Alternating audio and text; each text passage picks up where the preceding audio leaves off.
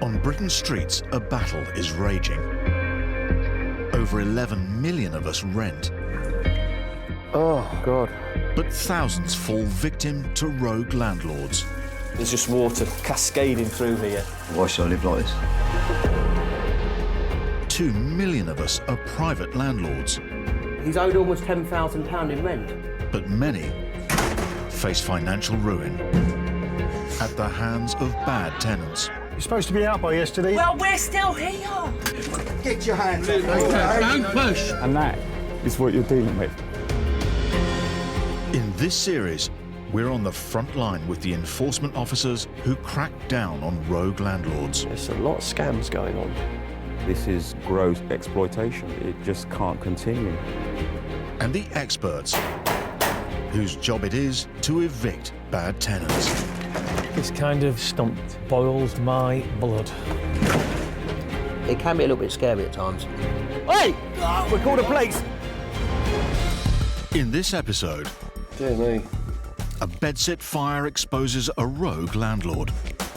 This is ridiculous. Someone could have died here. This is the one, yeah.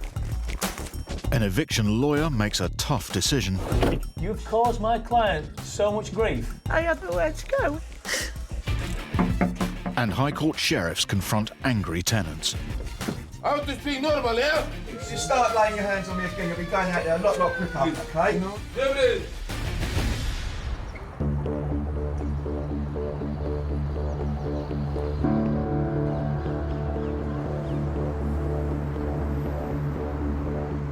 Four out of 5 of Britain's private landlords own just one rental property.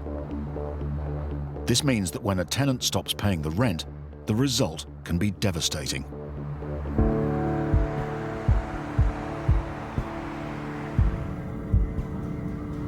"32-year-old English teacher Muhammad Rahman is owed over £8,000 in rent and legal fees by his tenant Carmen. It's been almost 4 months since he last received rent for his 3-bed house, and he's in deep financial trouble. The rent started coming in late, and I had to keep on calling them, and they keep on coming up with excuses. And after about 9 months, my rent stopped. Financially, it's really hard for me and my wife, and it's painful in so many different ways. Desperate, Muhammad has asked eviction specialist Paul Shamplina for help. A week ago, they took his tenant Carmen to court.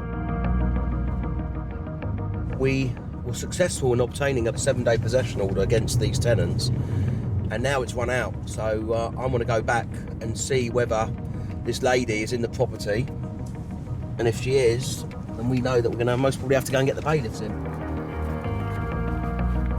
People have a perception of landlords, they're these greedy property investors that just want to make money out of people. They're just normal people, you know. 80% of landlords out there have 1 and 2 properties, you know, and it's really, really hard. Hi, Mohammed. Morning, how are you? How are you doing? I'm all Are right. you okay? I'm kind of, yeah. How You're are a you? little bit nervous, I presume. I am, yeah. Okay, so what I'm going to do is I'm going to knock on the door, see if she's here, and if she hasn't left, then we have to have a conversation about how we need to evict the tenants. Let's do it. We pitch up early in the morning to try and get tenants in. Some of them would slam the door in your face, or some of them would get verbal, and sometimes they would get physical.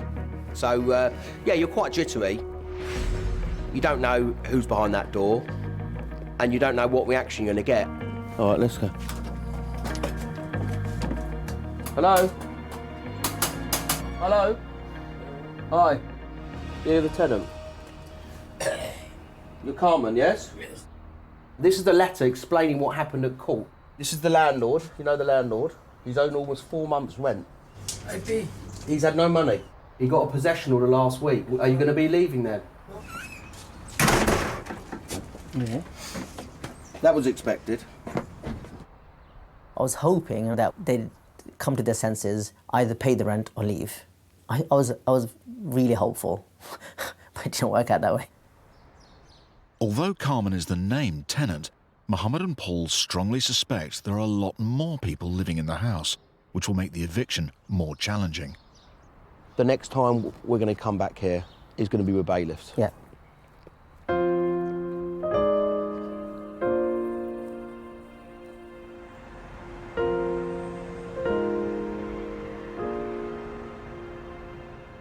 Muhammad is desperate for his tenant to leave, not only due to the unpaid rent, but also because he wants to move his own family into the 3-bed house.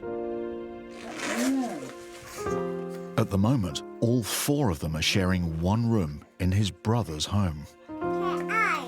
So this is basically our sleeping room, our chilling room, my work room, my children's playroom, my wife's dressing up room.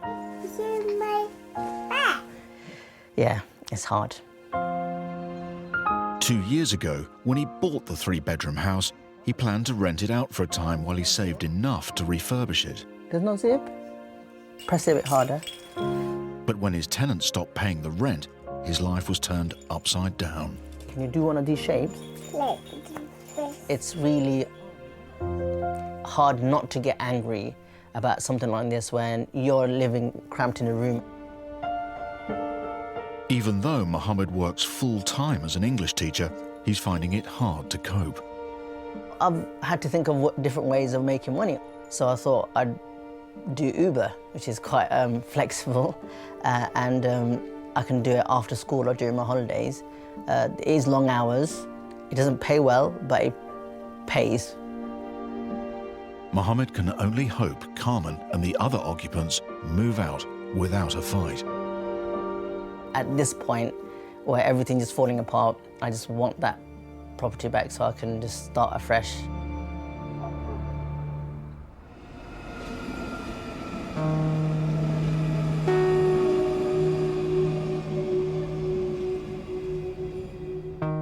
Nowhere is Britain's housing crisis more acute than in London.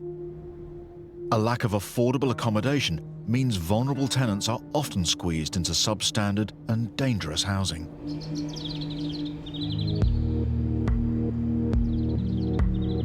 In northwest London, there's been a fire at an unlicensed HMO, a house in multiple occupation. Housing enforcement officers Joe Smith and Andrew Sedman are on their way to investigate. I don't know how the fire broke out, but I do know that the property does have a full automatic fire detection system. However, the fire officer said that that wasn't working. Meeting them at the 6-bedsit property is an officer from the London Fire Brigade, as well as Joe and Andrew's colleague, Ozzy Al-Bayrak. Hello. Hello there, Fire Council. Dear me. Got a nice picture of this. Definitely.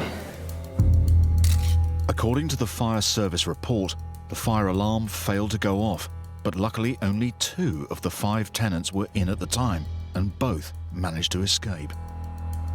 This is ridiculous. Someone could have died here.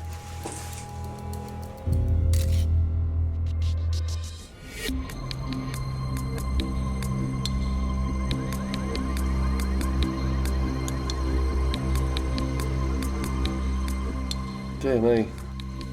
Council housing officers and the London Fire Service are investigating a fire at an unlicensed HMO in Harrow. Fire alarm system wasn't in operation at the time, and that was my biggest concern. The building is currently home to 5 tenants, but the fire officer is so worried about their safety, he's called in the council. Oh my. Dear me. And if you look up, it goes all the way up.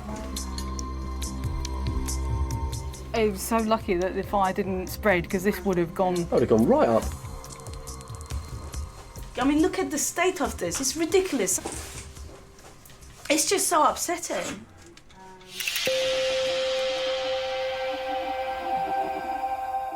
Upstairs, Ozzy finds one of the tenants, Victoria. The fire began in her bedsit. I just want to make sure you're okay. Fine. How did the fire start? Went to sleep, woke up, I don't know what woke me up, and the whole end of the bed was on fire. Oh my God, you must have been so frightened.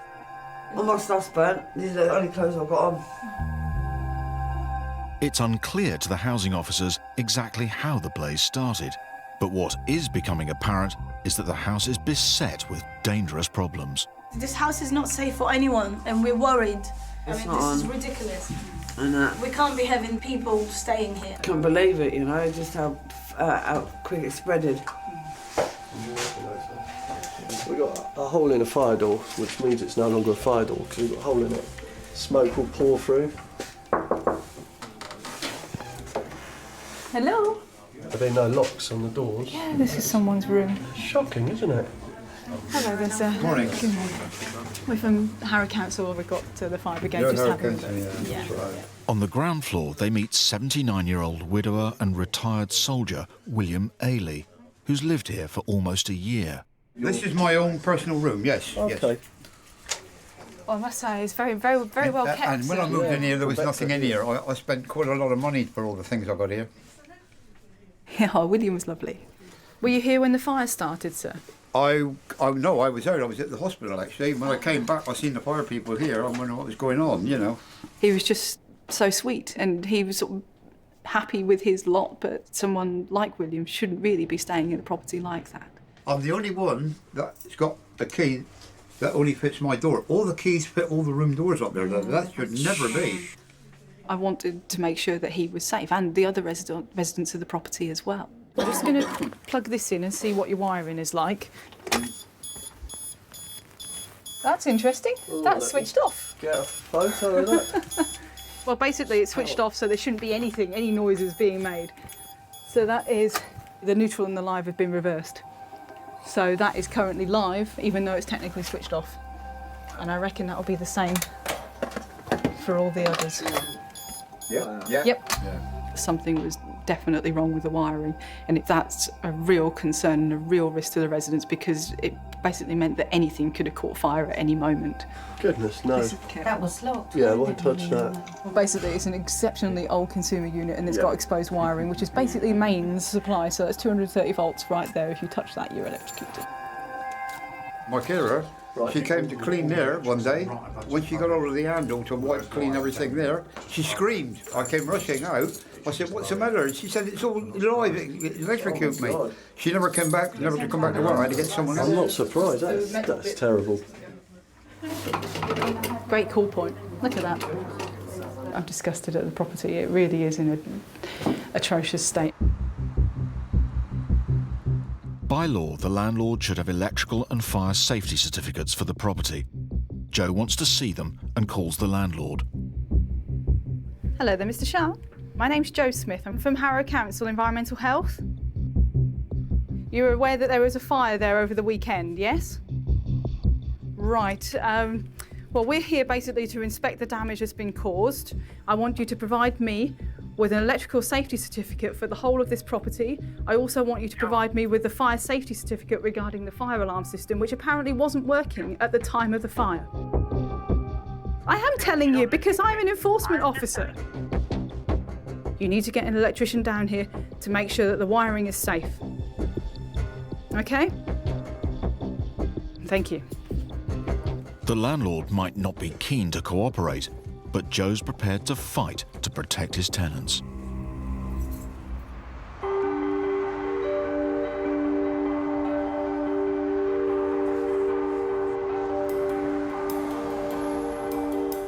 In 2012, squatting a residential property became a criminal offence, with a maximum sentence of 6 months in jail.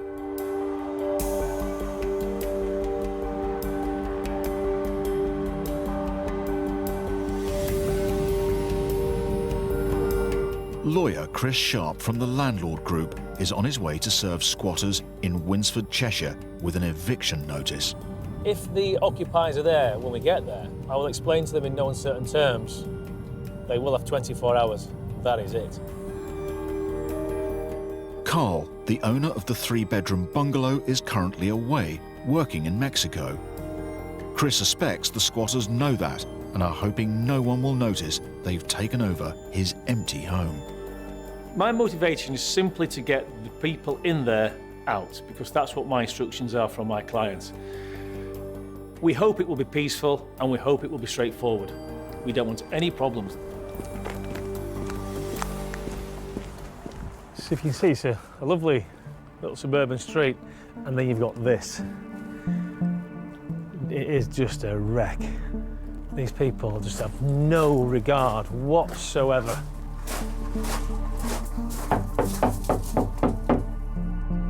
It's been broken into, you can see where it's been broken into.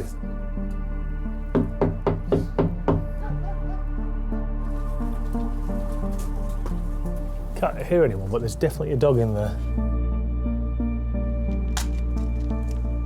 Now the eviction notice is served, the squatters have just 24 hours to get out or face arrest. Oh, just as homely around the back as well.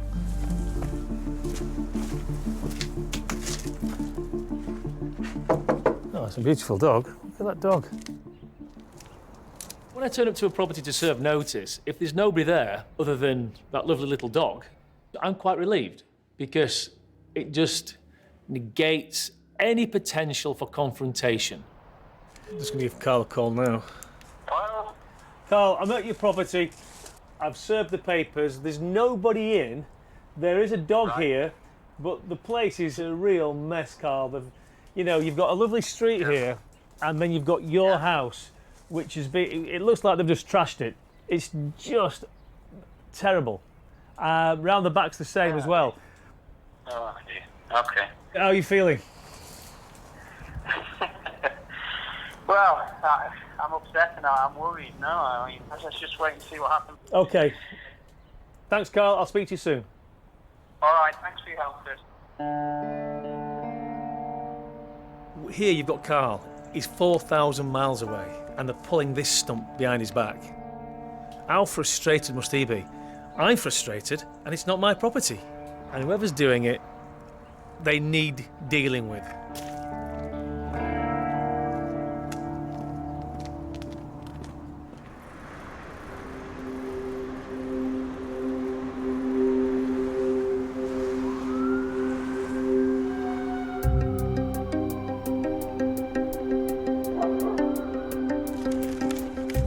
Less than 24 hours after visiting the fire-damaged property, Harrow Council Enforcement Officer Joe Smith is back.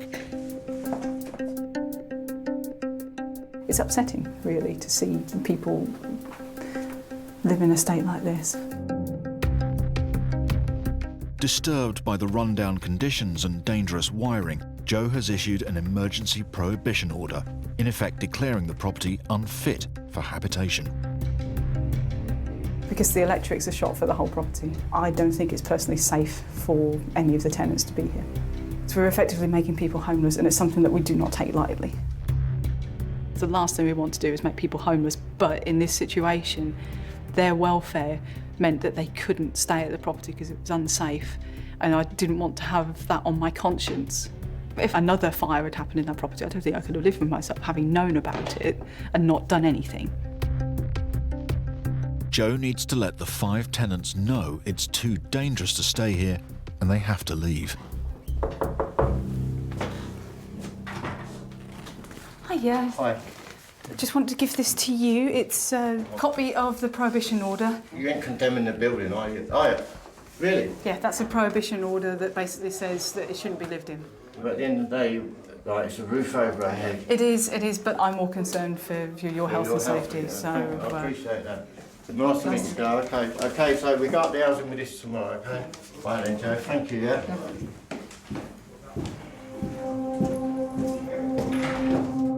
Downstairs, Joe has to explain to 79-year-old William that he's just lost his home.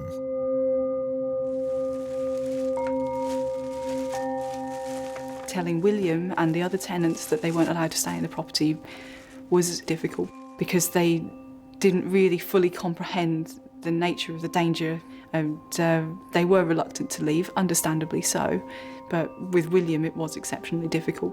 So it does mean that you have to present yourself down to the council officers as homeless. You will be placed in temporary accommodation until a proper, safe house can be found for you. Mm-hmm, yeah. Is that okay? Yeah. Okay. Many thanks indeed. Thanks for your help. No problem, William. Thank you. Just shut this behind you. Okay, thank you.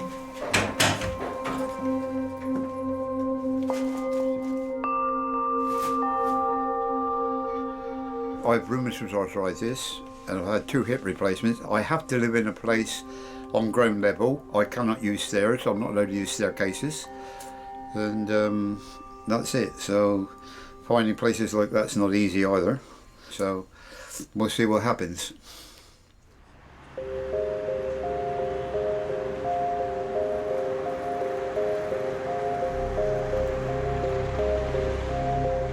To ensure the landlord receives the prohibition order, Joe decides to deliver it in person. Until he carries out the electrical works that I've specified in the order, he won't be able to use it as residential accommodation. Here. Very nice.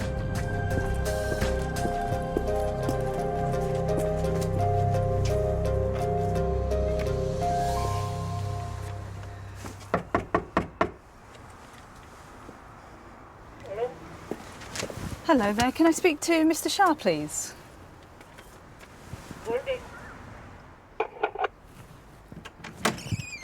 Hello there, sorry to disturb you. My name's Joe Smith, I'm from Harrow Council. I just wanted you to give this to Mr. Shah, please. Yes, sure. Okay, it's basically a prohibition order. Is Mr. Shah in at all? He's going to work. He's at work? Yeah. Okay, but... He come here, I'm telling you to take it. Thank you very much. Thank you. Goodbye. Now Joe has served the prohibition order, Mr. Shah is forbidden from renting out rooms until he carries out the council's demands.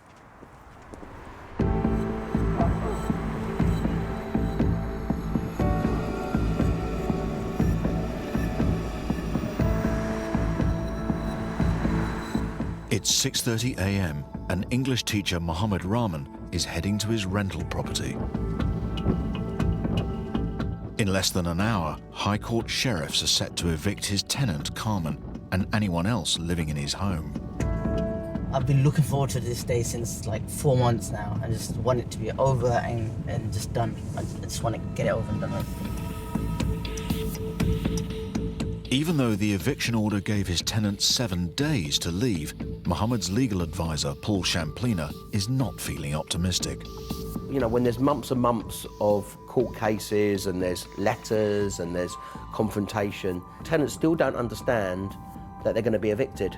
They think that day's not going to come. So when we turn up and that happens, then emotions run really high. So I was really, really nervous driving to that eviction. Hi, Mohammed. Hey, morning, how are you? A miserable day in Ilford. It is. We're 15 minutes away. It may kick off. We've got to make sure that we manage that properly. And if it does and they refuse to leave, then we call the police. A few minutes before 7, High Court Sheriff Scott Hines turns up. Hi, Scott. Hi, mate. You all right? It's just over there. The lights are on. Someone's in there, Scott.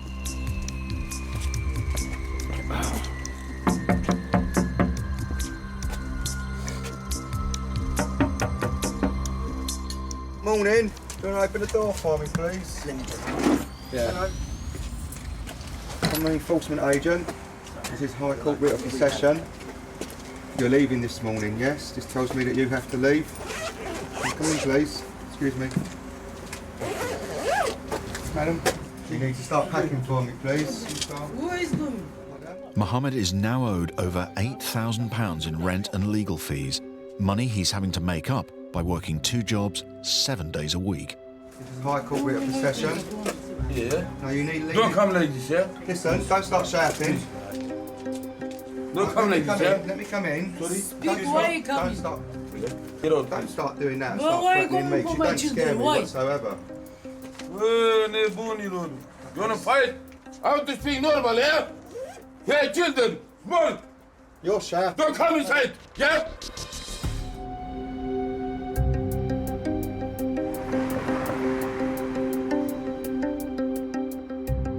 You wanna fight? I want to speak normal, yeah? High Court Sheriff Scott Hines is trying to evict Muhammad Rahman's tenant from a 3-bed property in Ilford. I'm going to be honest with you. We can do this 2 ways, okay? The first way is I help you pack a bag and I help you carry it out. The second way is you're going to be carried out as well, which I really don't want to do. But you are leaving, so now you make a decision of how you want to leave. because you are leaving. When we tell them they've got half an hour to bag their stuff up and leave, then the reality kicks in and then all the emotions come out. If someone becomes aggressive, then it becomes a different scenario. Hey, children, come on! Some people will try and intimidate so that it doesn't go ahead. Please, please. Get your hands off me now, okay? Don't push. Don't push, me, okay? Yeah? Don't distress. Listen. Calm down. We don't want to distress the children. We don't want to distress the children. If you start laying your hands on me again, you'll be going out there a lot quicker, okay? Take your paperwork. Okay? Listen, please. You can look at me all you like, you can stare at me all you like, okay? You don't scare me. Now get your shoes on and leave, please. I've asked you nicely. You've started getting aggressive. Get a bag packed, get stuff for the children and leave. With the situation getting out of control, Muhammad has called the police. We've got a High Court sheriff in there with a High Court writ, and the occupants, tenants, won't leave. So you need to start packing up things you need today for your children, yeah, medicines, paperwork, like your ID papers, things like that. You need to take those and get those done. You've got 45 minutes? Yeah, if you're happy with that. 3/4 of an hour to do that, but you've got no choice, you have to go. I just feel really sorry for the children that have to go through all this. It's just really distressing. When the kids were crying, I felt bad for them. I mean, who wouldn't? But I put the blame solely on the parents because the parents knew exactly what was going to happen. If they really cared about their children, then they would have made sure the children weren't there. Realising the game's up, events take a surprising turn. The man who was refusing to leave casually walks off with 2 of the children. When I saw that they didn't have any bags and it didn't look like they were actually moving, I was just so angry. They live somewhere else.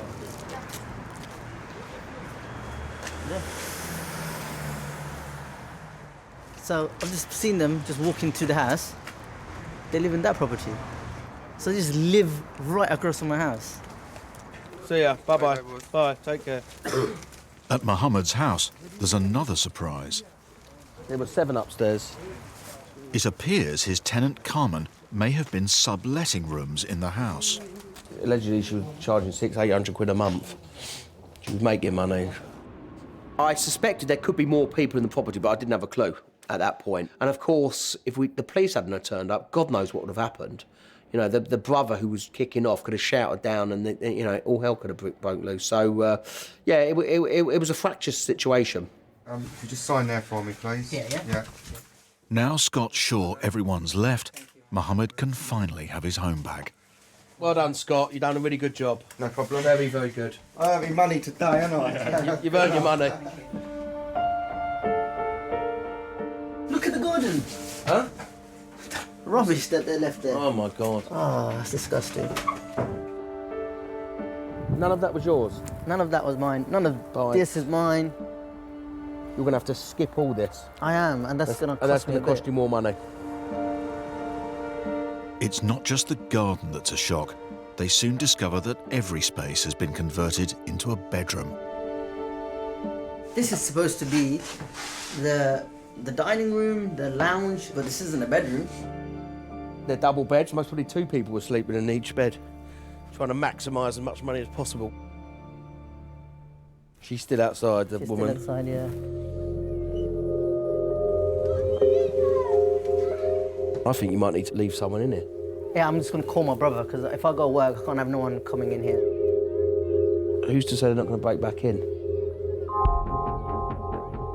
What do they want?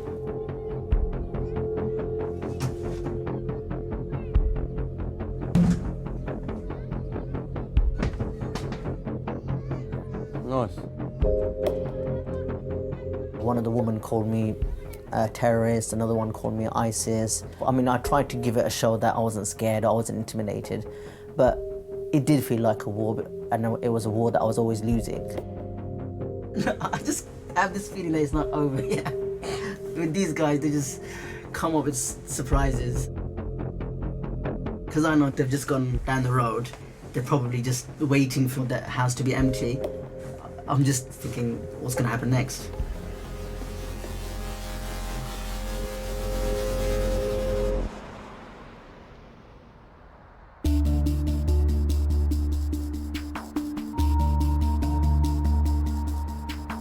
It's 2 days since Harrow Council Enforcement Officer Joe Smith served the landlord, Mr. Shah, with a prohibition order. Now she's back at his fire-damaged property to meet him and lay down the law. Mr. Shah? Yes, sir. Hello there. Joe Smith, Harrow Council, Environmental Health. Yeah. Hello there, you're the owner of this Yes, lovely property. Until the faulty wiring and fire hazards are sorted, Mr. Shah is forbidden to rent out rooms here. As you know, I've prohibited the use of this property until the wiring is of a standard that I'm happy with it. You want the electric certificate, right? Yes, because it is. If nobody's living here. If no one's living here, then it's pointless. well, no, because if you want to have people back in here, I need to know that it's safe. That's not the issue. Well, no, but that's not the issue. Once you close it down, yeah, then it's down to me to do whatever work is required. yes, and if you want the prohibition order lifted, you need to provide me with that certificate. Then there's no prohibition. It's dangerous, which is why I prohibited the use of it, because people have been electrocuted. It was actually showing us live whilst the socket was switched off, and that was what was concerning me. Good socket switched off. Well, they were all doing it. All of them? All of them, and then whoever installed your fire alarm system really did not know what they were doing, because it was switched on when the fire brigade came. No, it was off. No, it was on. On their fire report, it was on. It was off. Either way, this has happened and it needs to be resolved. We have to cut all emotion with things like this, because otherwise you never get anything done. All we wanted to do was make the property safe, make sure that the tenants were safe and bring it back into use. Get me electrical safety certificate, get it all checked out, send me the report, and then we'll see where we go from there. Sure. Okay? Okay. Mr. Shah must fulfil Joe's demands before he can rent out any of the bedsids.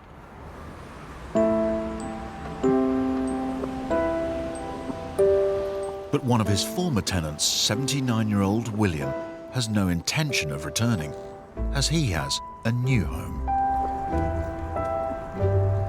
This is the lounge room in the bedroom. The council offered this accommodation for me. They said they got something for me straight away. They got the transport for me. They packed everything for me. They brought it here, brought everything in. I never had to do anything. It didn't cost me a penny. The other place where I was, it was a third of the size of this place here.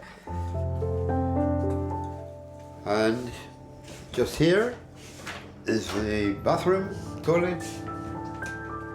I don't want to make anybody homeless, let alone someone like William, who is absolutely lovely and really did affect me in that respect. And now I know that he's somewhere safe, he's warm, he has a lock on the door, he has heating and lighting that works and is not going to electrocute him with the touch of a switch. It's brilliant. And I love the fact that he's now safe and well. It's really good, really good. It's peaceful and quiet, you know. The neighbourhood is peaceful as well here. It's very good. It's a godsend.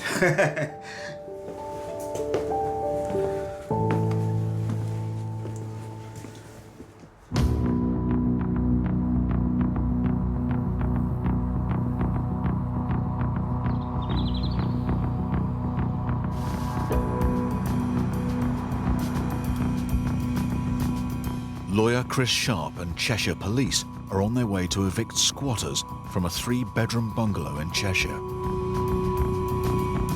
It's 4:15 in the morning over at Mexico, where Carl is, and I know he's awake, and I know he's very apprehensive about what's going to happen in the next 5-10 minutes. Earlier this week, Chris obtained a court order giving the squatters just 24 hours to get out. That deadline has now passed, and anyone still in the property is in danger of arrest. The very nature of a squatter's action is that you never quite know what you might meet or expect. You don't know if you're going to get friendly people or hostile people. So there's always a sense of anxiety. Well, somebody's been back because I've taken our last notifications off. on the back. This is the one, yeah.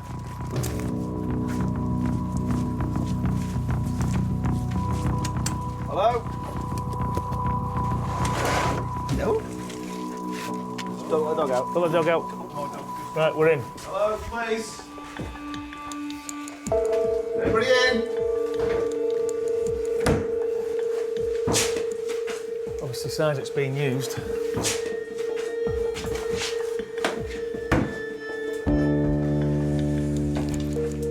No one's home, but it's clear someone is still living here.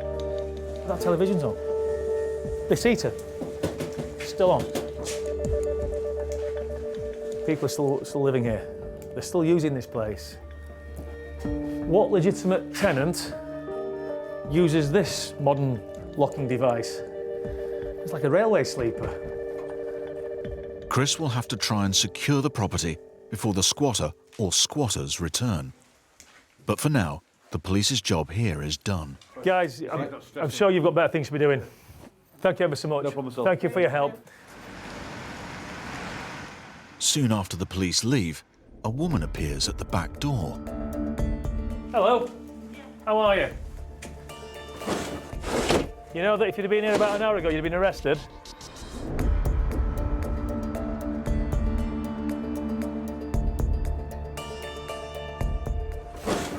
You can't come in. Lawyer Chris Sharp has been tasked with evicting squatters from a property owned by a landlord living in Mexico. One of the squatters, Cassandra, has just turned up. It's a criminal offence for you to be in this property. If you'd have been here this morning, you would have been arrested because we had 4 police officers here this morning. So it's up to you what you want to do, but you're not coming in. Okay. Okay. I understand. I was just looking for somewhere to live. I was made up that I had a roof to get over my head to go to. Cassandra has been squatting in the bungalow for at least 6 weeks. The builders are going to be securing it. Okay. Nobody can come back in then. Okay. So if you need a hand with some of your gear, Okay. we can get it for you. Okay. Do you want to come in and show me what is yours? Everything in there is mine. Obviously, I'm not going to get a chance to get this stuff, am I? Well, we can put it outside for you. That's not a problem. Okay.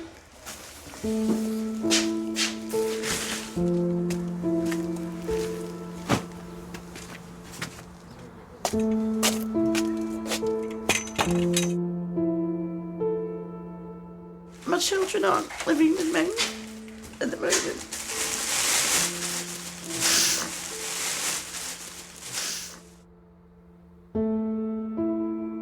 I suffered badly with my back due to an accident I had.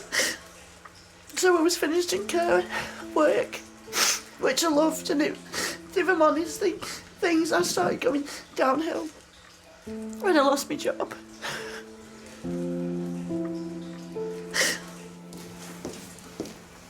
In the previous property I was in, I had my benefits stopped a couple of times, and my arrears just went mounting up and I couldn't catch up. And I've become further and further behind. And this is the outcome. I was just made up to have somewhere to go.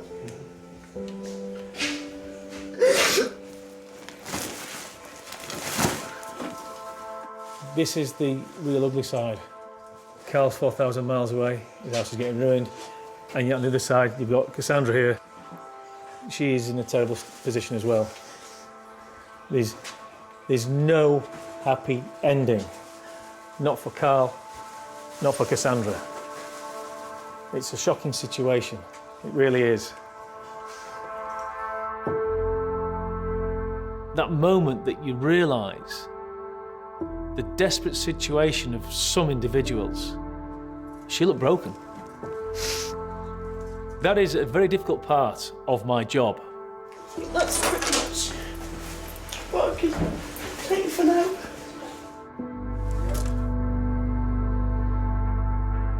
When we started this process, we knew we were dealing with something underhand. But what's come to the surface is clearly a very vulnerable individual. We've still got to deal with this, but this shouldn't be on Carl's shoulders. This is not his problem to carry.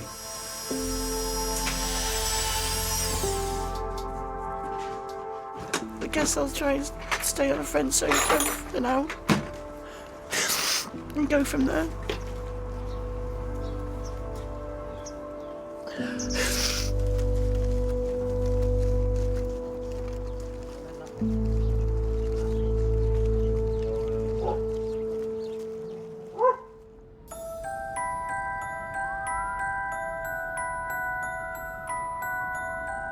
It's 3 months since Muhammad Rahman evicted his tenant, Carmen. And a lot has happened at the 3-bed house in Ilford. This is my house. My kingdom. My pride.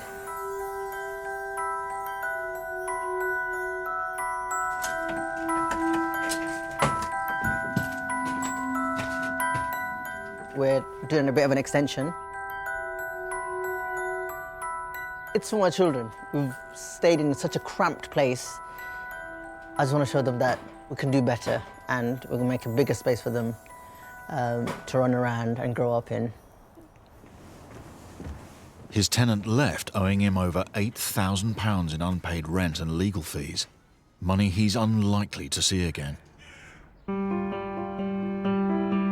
But despite being broke, he's determined to create a comfortable home for his family. Basically, I've maxed out on my credit cards, maxed out on the amount of people that I'm asking to borrow money from, and I'm also doing Uber in my free time, after school, weekends, but we'll have a wonderful home to move into. So this is the first floor. Now I can say first floor because we're going to have another floor upstairs. His former tenant, Carmen, and her relatives still live around the corner, but so far it seems they've decided to leave him alone. I don't see any problems. As long as they keep out of my way and my children's way and my wife's way, I'm happy with that. I just want to start a new chapter, a new page, and just forget about it. I'm just trying to look to the future. Just excited and looking forward to getting this house done.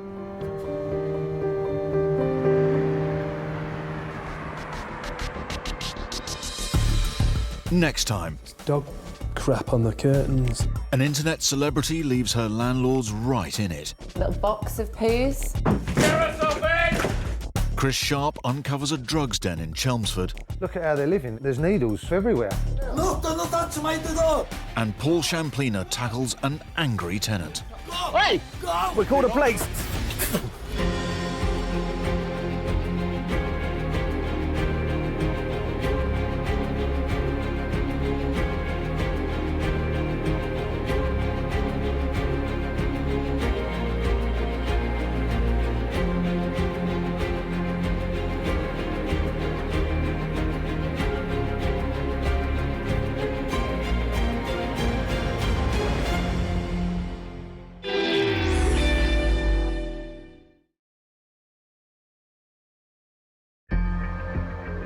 On Britain's streets, a battle is raging. Over 11 million of us rent. Oh, God. But thousands fall victim to rogue landlords. There's just water cascading through here. Why should I live like this? 2 million of us are private landlords. He's owed almost £10,000 in rent. But many face financial ruin at the hands of bad tenants. You're supposed to be out by yesterday. Well, we're still here. Get your hands up. Don't push. And that is what you're dealing with. In this series, we're on the front line with the enforcement officers who crack down on rogue landlords. There's a lot of scams going on. This is gross exploitation. It just can't continue. And the experts whose job it is to evict bad tenants. This kind of stump boils my blood. It can be a little bit scary at times. Hey! We called the police. Everyone's in place. In this episode, a dawn raid uncovers a dangerous slum property. Passports? A couple in Manchester take on a rent-dodging YouTube celebrity. Just infuriates me. No, don't touch my door! A London landlord fights to reclaim his home. Hey! Go! Jesus Christ. And a drugs den is discovered in Essex. Look at how they're living. There's needles everywhere.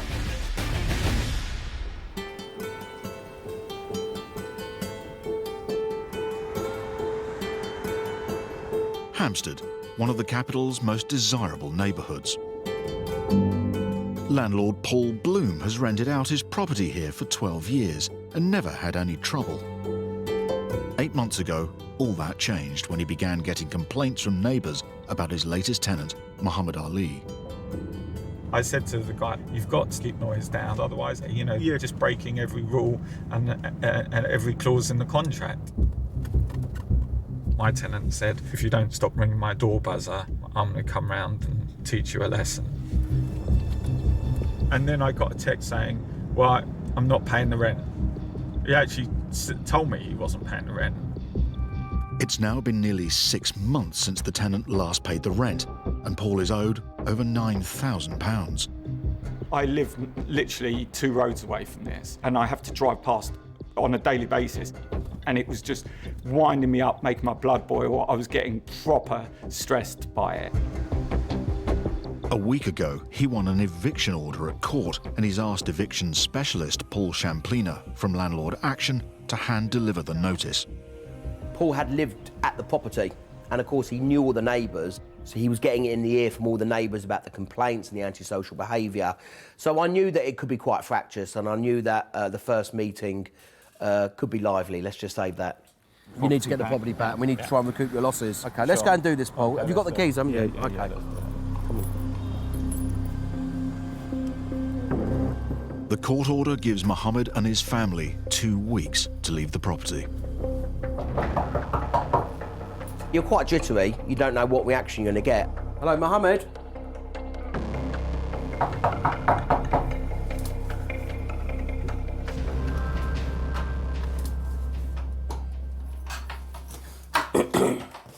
Hi, Muhammad. Hi. Yeah. This is the letter from Paul. Yeah. He got a possession order last week. You have to be out of the property by the 25th of July. Okay. Are you going to be leaving then? No, I am. He's owed almost £10,000 in rent. I am waiting for court. What do you mean you're waiting for the court? We've been to court last week. Later for court. Okay.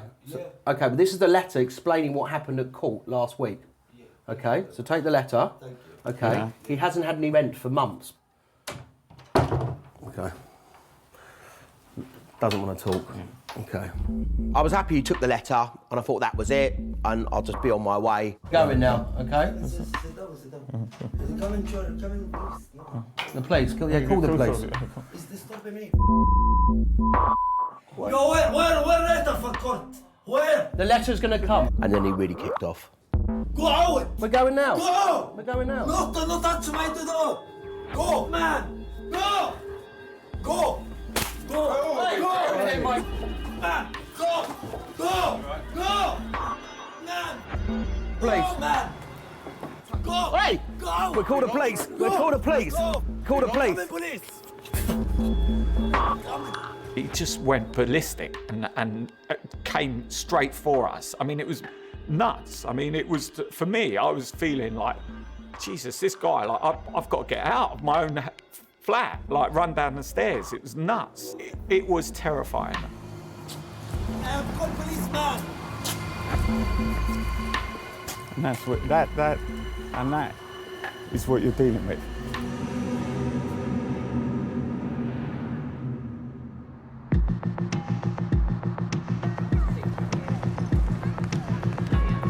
Britain's housing crisis isn't limited to London and a few wealthy towns. With rents soaring, the number of homeless people in the east of England has almost doubled in the last 2 years. And that means empty properties are a prime target for squatters.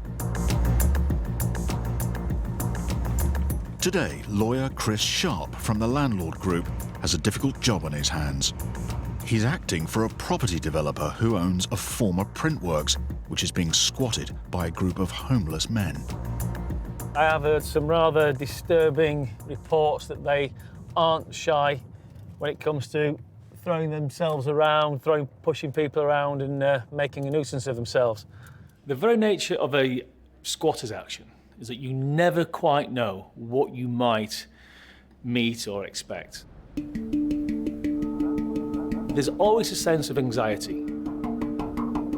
Chris has just won a court order telling the squatters to leave the property or be thrown out by the High Court sheriff, and he needs to serve it in person. He's hoping there won't be any trouble.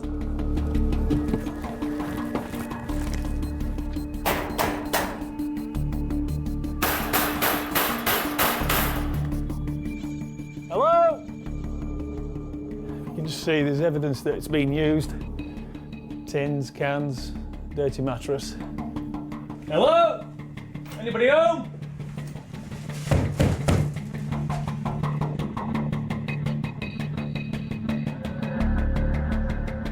It's clear the squatters have taken over most of the building. Hello? But mysteriously, one area is firmly padlocked.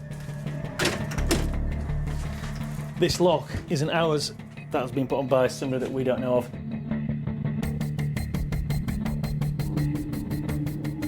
There's lots of recently opened, discarded cans of beer, bottles.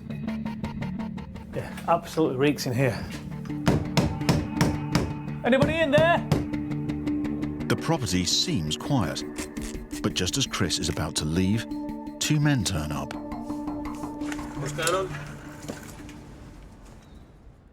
I'll be honest, when these guys rode up, I had to be prepared thinking, here we go again.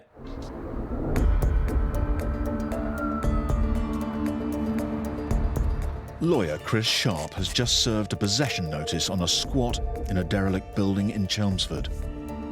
The occupants must leave immediately or be physically evicted by High Court sheriffs.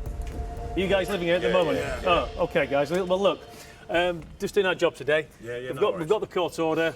It's a forthwith order, so basically there's no right to be in there anymore. But clearly you are. Well, yeah. Well, we're going to stay until basically the bailiff's come and throw us out. We've got stuff up there. If you want, you can come and have a look at the premises. It's not a shithole or nothing like that. It's tidy. We're homeless, but we're not animals. OK. As you can see. Yeah. If you want, if we can go and have a quick look, that's no absolutely worries. fine. Yeah, it smells a bit damp downstairs, obviously, but we live upstairs and it is reasonable.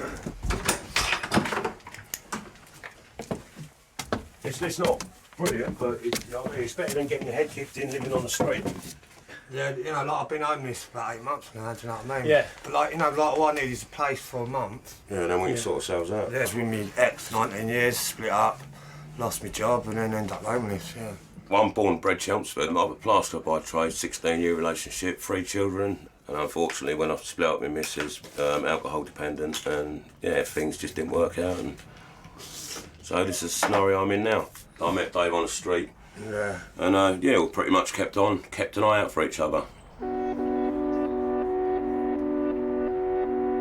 There are other homeless people living in the building, but the two men prefer to keep themselves to themselves. We have took a couple of other people in, but some of them we didn't realise they were drug users. I'm totally against drugs, so they had to go. I've got enough problems as it is, let alone getting on drugs and all that crap, do you know what I mean? When you meet people like that, it does touch your heart. Suddenly, you then are faced with the reality of what you are dealing with, and it's a dichotomy. Here's my job, and here's my heart. But I have to do that job. I know you guys, you'd probably say that it's safer than being on the streets. I get that.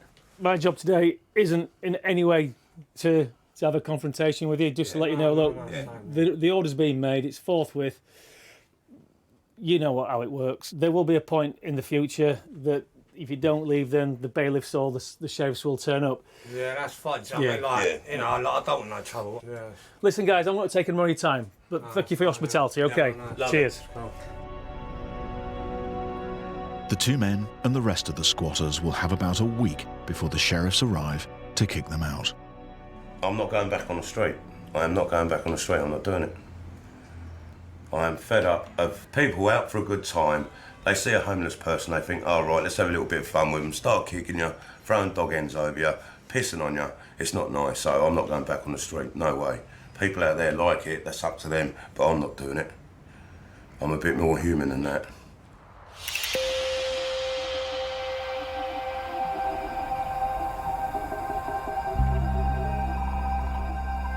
It's been 3 weeks since Paul Bloom's tenant chased him out of his property. This morning, he and his legal advisor, Paul Shamplina, are heading back to evict him. Last time I went to the property, I served the letter on Mr. Ali, who's the tenant, and he lost it. And he ended up lashing out, tried to kick me, and he even spat at me, which was nice. Morning, Paul. How are you? Yeah, glad this is finally here, yeah. How you feeling? Yeah, a little bit apprehensive, you know. Yeah, well... Never sure how he's going to... After our last Visits Antics, you never know what's going to happen. I was proper nervous that day. I remember feeling almost sick with, like, nerves. You all right, Scott? Hi, mate, how are you? This is Paul, the landlord. Hello, nice to meet you. The High Court Sheriff, Scott Hines, and his men will lead the eviction.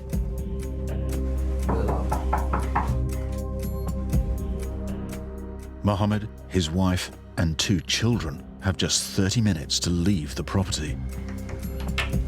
Hello, Mr. Ali. You got any keys? Yeah. Thank you. Oh, you've got a key in the other side. So Has he? Yeah. Is he? He's definitely in there. Yeah.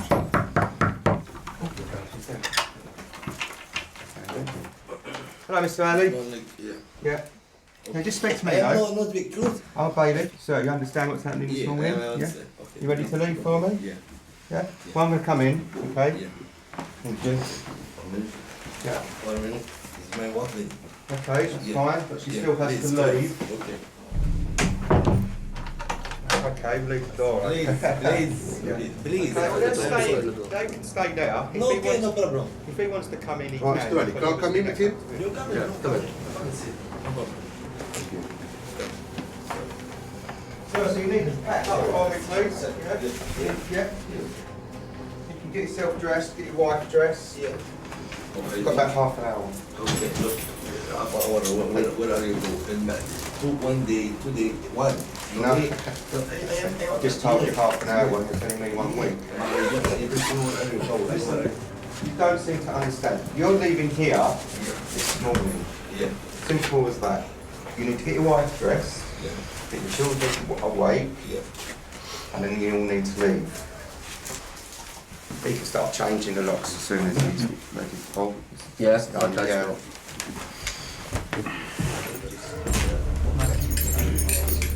Psychologically, you've got to have the locksmith there to start changing the locks, because then it's real, it's happening.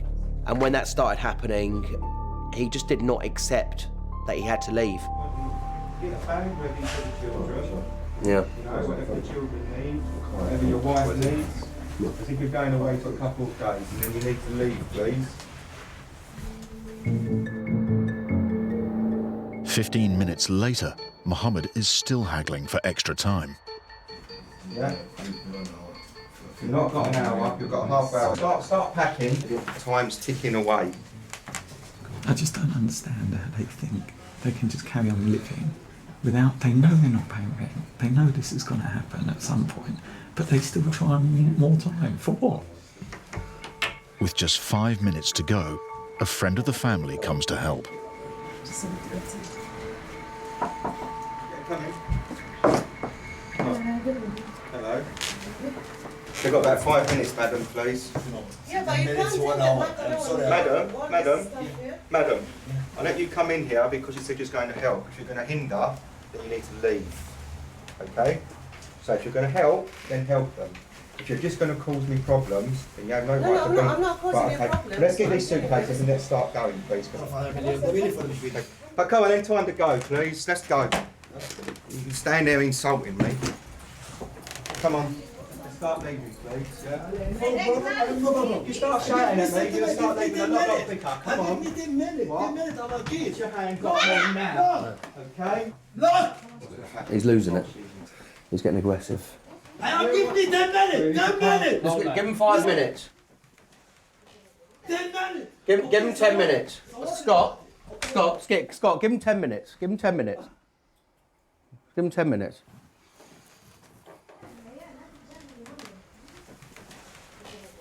He just apologised. I thought giving him an extra 10 minutes might calm him down a little bit. He was like that with us in the last visit. By 8 a.m, Muhammad and his family are out on the street.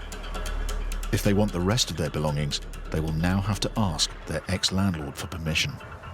I felt really conflicted at the eviction. I was like, oh my God, we're throwing out this family. Within 7 days, not a problem, but ideally as soon as possible, make an appointment, and then they will be in here to let you in to take the rest of the stuff. I remember toughening up a bit at that stage. We're just doing our job, you understand? You know, it's nothing that they've done wrong. Just because of the actions of him, you know, he's put his family in this position. Scott and the bailiff's job is done, and Paul Bloom finally has his flat back. I just need a signature for possession. I'm going to sign this there for me, please. Well done, you've done a great job, Scott. Okay, well done, thanks mate. a lot. Well done. Right, I'll see you all later, yeah?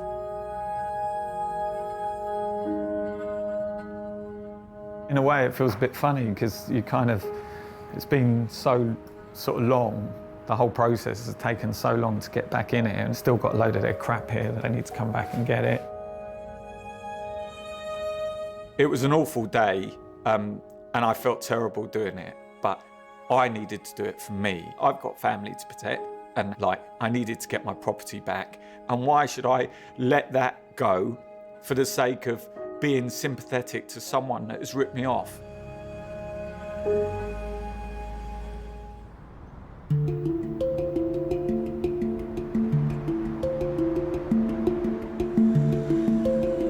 Just north of Manchester city centre is Prestwich, a quiet residential area popular with families. When Paul and Paula Hopwood moved out of their old home a year ago, they rented it out to Kayla Jenkins, aka YouTube makeup guru O'Kayla, and her friend Casey Petchy. Hi guys, welcome back to my channel. The two women now owe the Hopwoods over £9,000 in unpaid rent. Cue action. To add insult to injury, they even boast online about their glamorous new home. This is a tour of the property they did.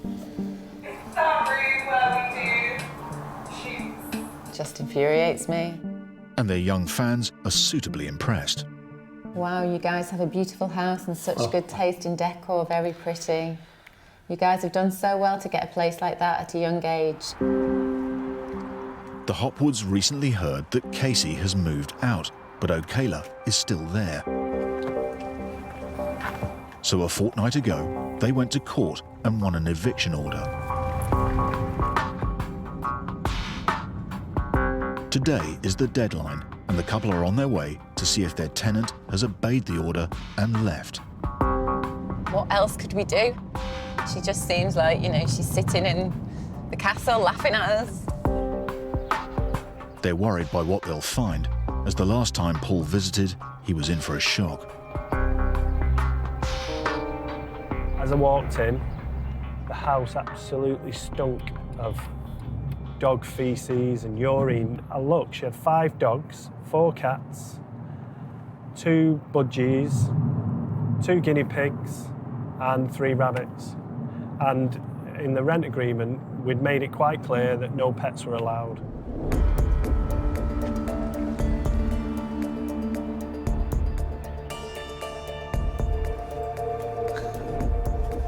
Oh, she's left us a little note. There we go. Still here, 9th of August, do not enter. Oh, it makes my blood boil. That is just the ultimate of cheek. Doesn't surprise me the least bit, though. Not the tiniest bit. She's in there. She's making money in our house, using it as a film set for her videos, and not paying her rent. And there's not a thing we can do. It was literally just a big middle finger to us, wasn't it? Yeah. Yeah, look, just dirty. That is actually one of our pillows. Ruined. Even though no one's answering the door, it appears their tenant is not only home, but has called 999. Oh, where's the police? Here we go. And, you know, we're just two nice, normal people, and, you know, we're having to deal with the police. It's quite scary, it's quite daunting. We've got an eviction order that runs out today, so we're the landlords. She hasn't paid any rent for 5 months, but she's still sitting pretty in there. So she's not paid? She owes 10,000. Yeah. Really? Yeah. Ah, she's in. She's just playing a game, isn't she? She's trying everything in her grasp to try and stay in the property. Right. She's got a vehicle booked for Monday at 4 o'clock to come and take all her property out of the house. Can I not be here just to make sure she doesn't take anything out of the property? What I'm going to say is if you ring us up and arrange for a patrol to come here at whatever time you're going to... We're not going to assist in any sort of moving or any arguments or all that. Literally, all it's going to be is preventing a breach of the peace. How'd the house smell when you went in? It's pungent. Is it? Just trying to mess with our lives totally, you know, it was just beyond words.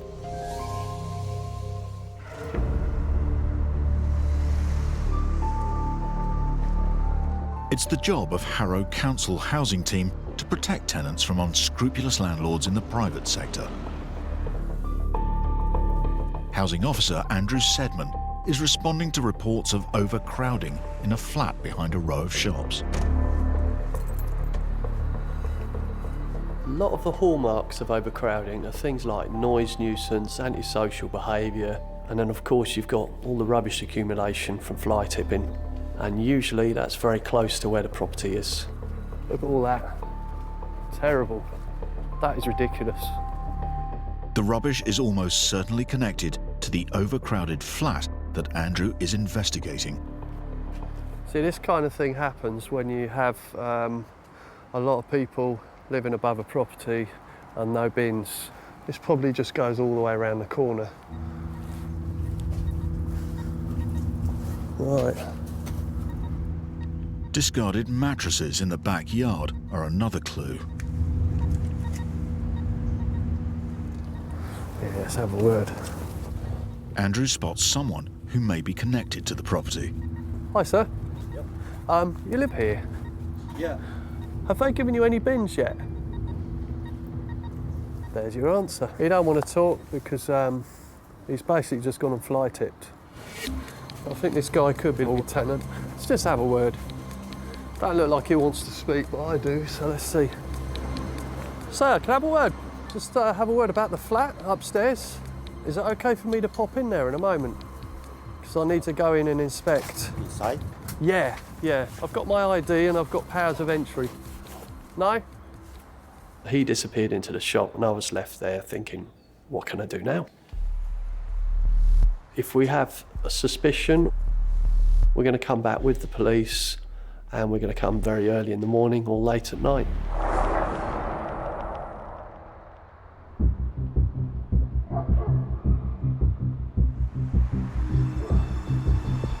Andrew and his colleague Sheetal Rajani have arranged a raid on the property.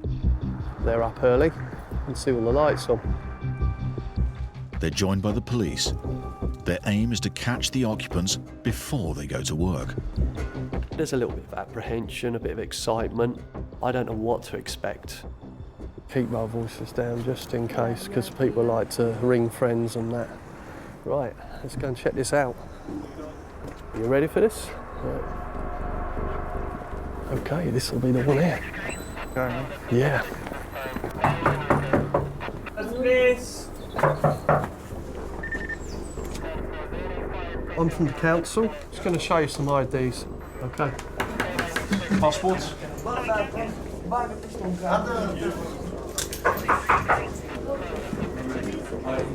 As soon as they enter the living room, it's clear Andrew's hunch is correct.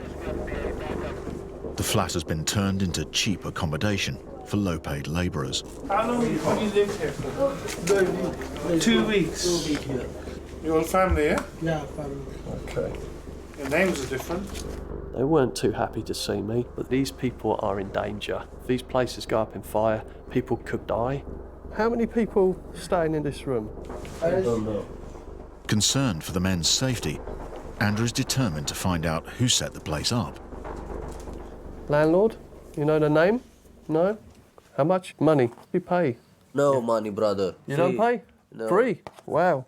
I feel that these people are drilled. There's usually someone at the top taking a load of money and they're programmed to say, whatever you do, don't tell the truth. Just think of something to get them out the door. Do you know how many people in the whole property? We've got 8 here. How many upstairs? I don't know.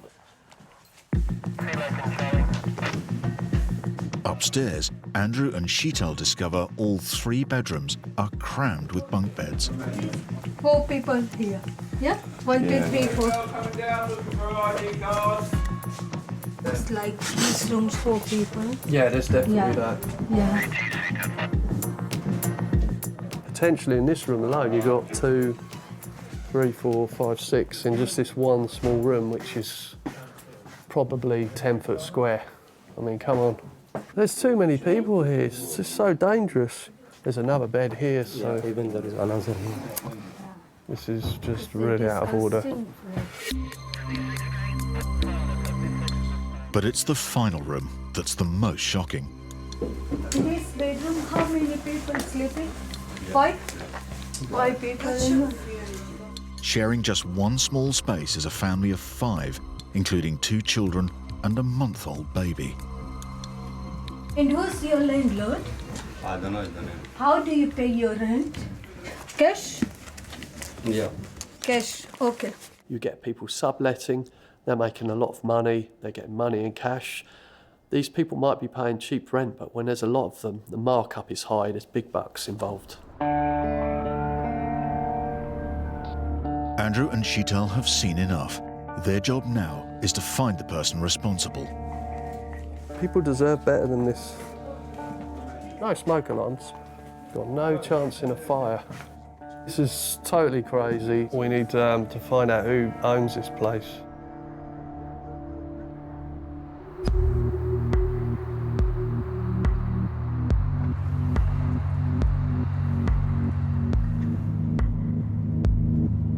Landlord and builder Paul Hopwood is on his way to inspect his 4-bedroom rental property in Prestwich, Manchester.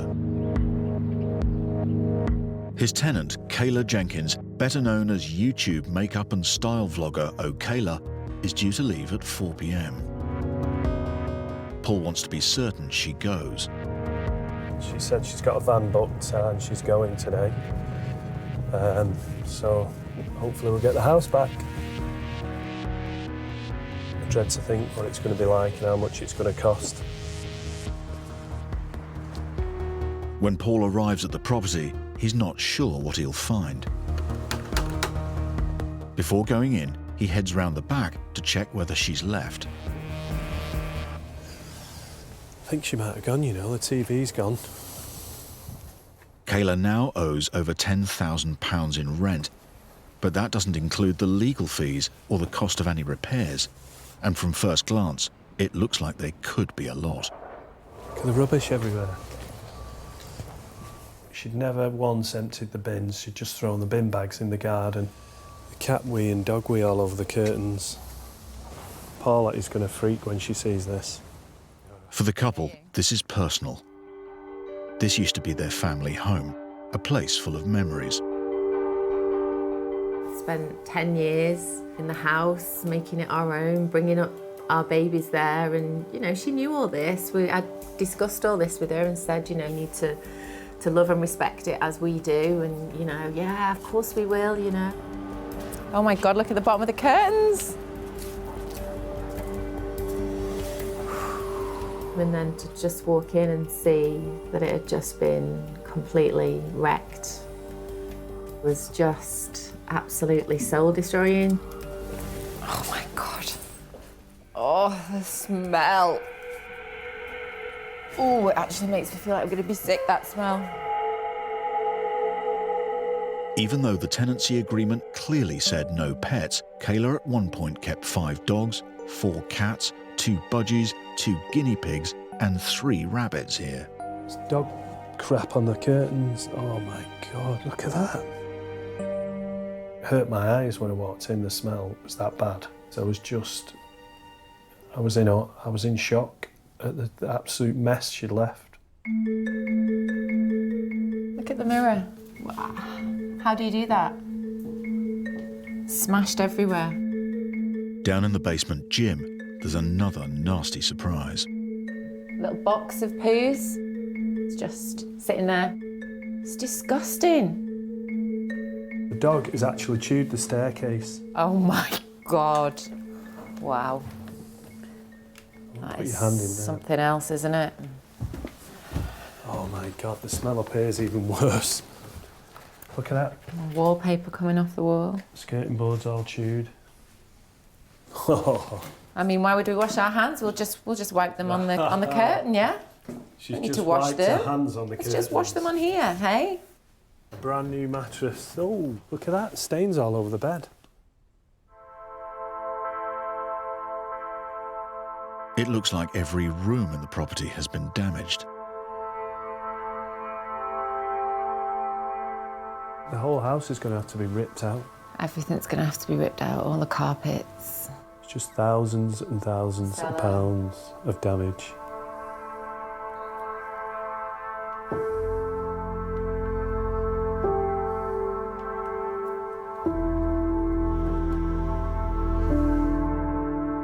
Totally and utterly appalled at what she's done to our home. Just can't believe it. Are you okay? I'm not okay now. I'm appalled. I feel sick. I feel just really sick. Not just from the smell.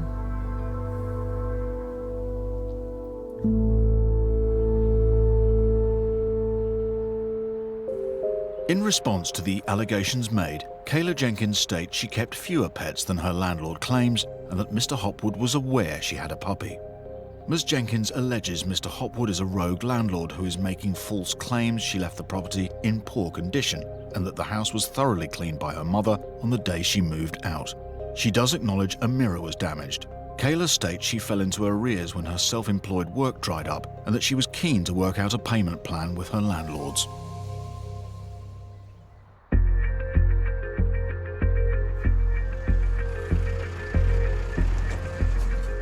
Harrow Housing Officer Andrew Sedman's investigation into the slum property is gathering pace. He's tracked down the landlords.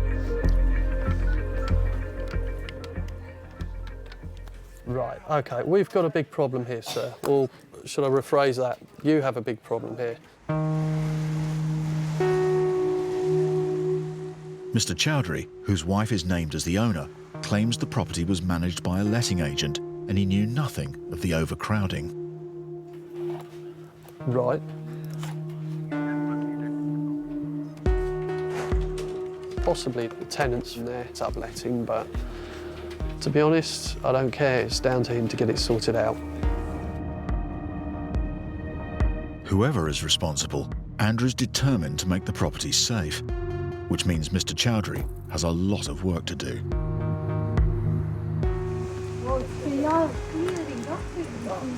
Mattresses are going in the van. Funny that, isn't it?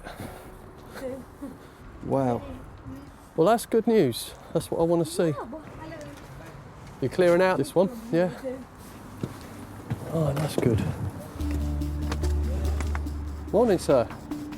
Mr. Chowdhury arrives and lets Andrew and Sheetal in to inspect the property.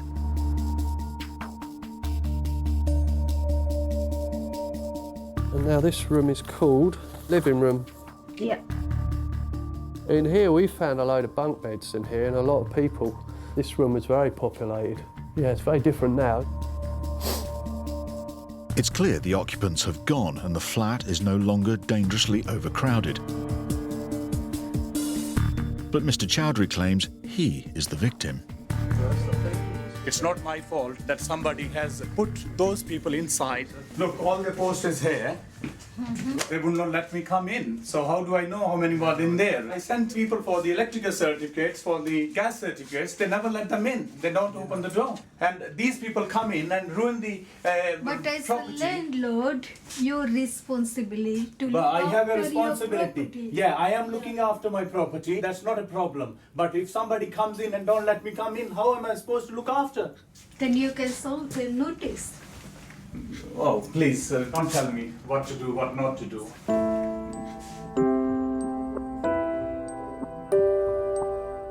Andrew and Sheetal can only hope the tenants have found somewhere safe to live. I'm just happy that it's empty and there's no one at risk in it now. That's the main thing. It just boils down to that. It's empty, no one in danger.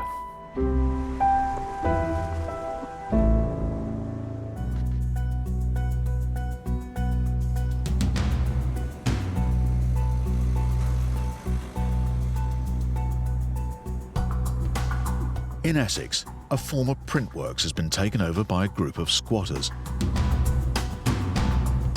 Today, Chris Sharp is joining High Court sheriffs to have them evicted. You can never second guess what reaction you'll get from squatters. From what I've seen so far, these squatters seem amicable enough. They were pleasant, they spoke to us, they even invited us into the property. But the bottom line is they weren't prepared to leave. So that means that we've got to get the sheriffs involved. Meeting Chris at the property is the building's owner, Dean Morrissey. Dean. Hello. How are you? You alright? Yeah, very good. These are demolition guys. Yeah. Dean has been given planning permission to build 5 flats on the site, but first he needs to demolish the derelict building. So he needs a sheriff to clear out the squatters. This is the sheriff.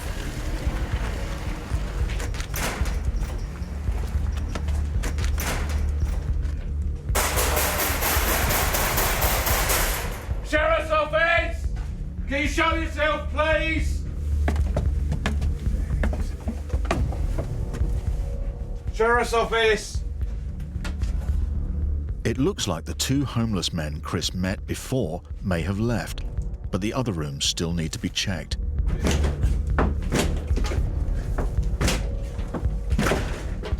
Sheriff's office, can you show yourself? In a separate part of the building, Chris makes a shocking discovery. You see the needles there? Just be careful, guys. Guys, just be careful. There are needles. There's plenty more over there. Yeah.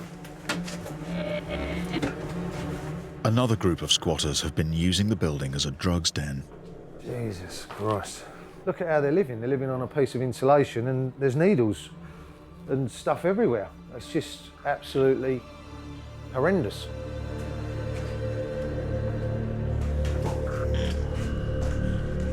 Now they're sure every room is empty, the demolition team move in.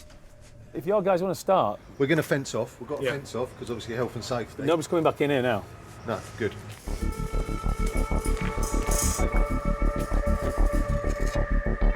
An hour after the demolition starts, one of the squatters Chris met before arrives to collect his possessions. That's what I need out of there. He wants his blues rucksack. Can't go in. Can't go in there, good as all right.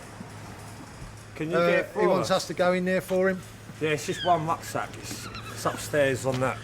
Can't get upstairs till tomorrow. Yeah, I what can't time? get upstairs till tomorrow, mate. Yeah. Tomorrow morning, fine. all right? Yeah, what time? About this time tomorrow. Come back tomorrow. Because I'd have made me way in then. It's so dangerous now, the stairs are gone. No, that's cool, that's fair enough. Yeah, back on the street again, isn't I? When it's safe to go up there, we'll look for your rucksack. Don't come back here tonight, though, will you? Because it's dangerous. All right? All right. Cheers, yeah? As the squatter heads off, it soon becomes clear that he's not the only one who's left something behind in the building. Right, me old mate? Yeah, I've just got stuff in there. Have you? I've only just got out of jail. Yeah. Yeah, so my stuff's been here for 5 weeks. It's here, it's my property. Excuse me. Out. It's my property. No.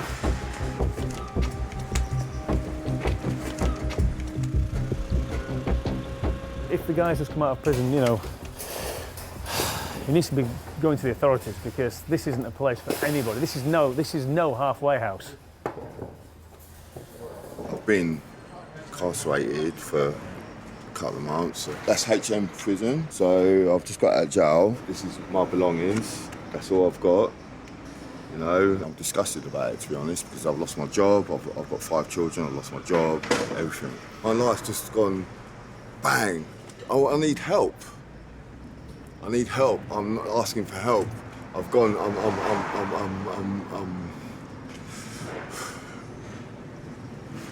need help. They can't find nowhere for you to live? No, mate. No. Is there no one that can help you? No, no one can help me. Chelmsford is riddled with homeless people. Yeah. It's riddled, mate. I'm telling you. But the problem, I mean, honestly, the problem we've got now is this is now a building site. Oh, no problem. No, I'm just saying, you can't come in no matter what. It's all, honestly, I swear to you now, it's dangerous. We can't go looking for tobacco and all that sort of stuff. I'm sorry now, mate. Yeah. Yeah, let me shake your hand. That's all right. Take that.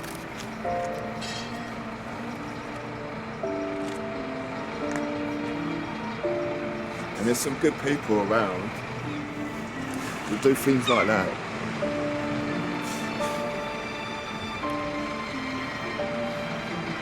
You do get some good people. I think to myself, just takes that little bit of bad luck, lose your job, next minute you know you can't pay your rent. What do? You walk out, you live on the streets. They're all not sticking needles in their arms, they're not all relying on alcohol, they just are stuck. Next time. I've never had this much stress in my life. A landlord in Southampton struggles to evict squatters. Do you want to have a chat? Housing enforcement officers uncover dangerous conditions in Harrow. You can't be living like this. You guys could die, it's not a joke. A tenant in Port Talbot pushes her landlord to the limit. She assumes that she can live there ad infinitum free of charge. And a London landlord is made homeless by her tenants. I ended up sleeping in McDonald's for around 6 weeks.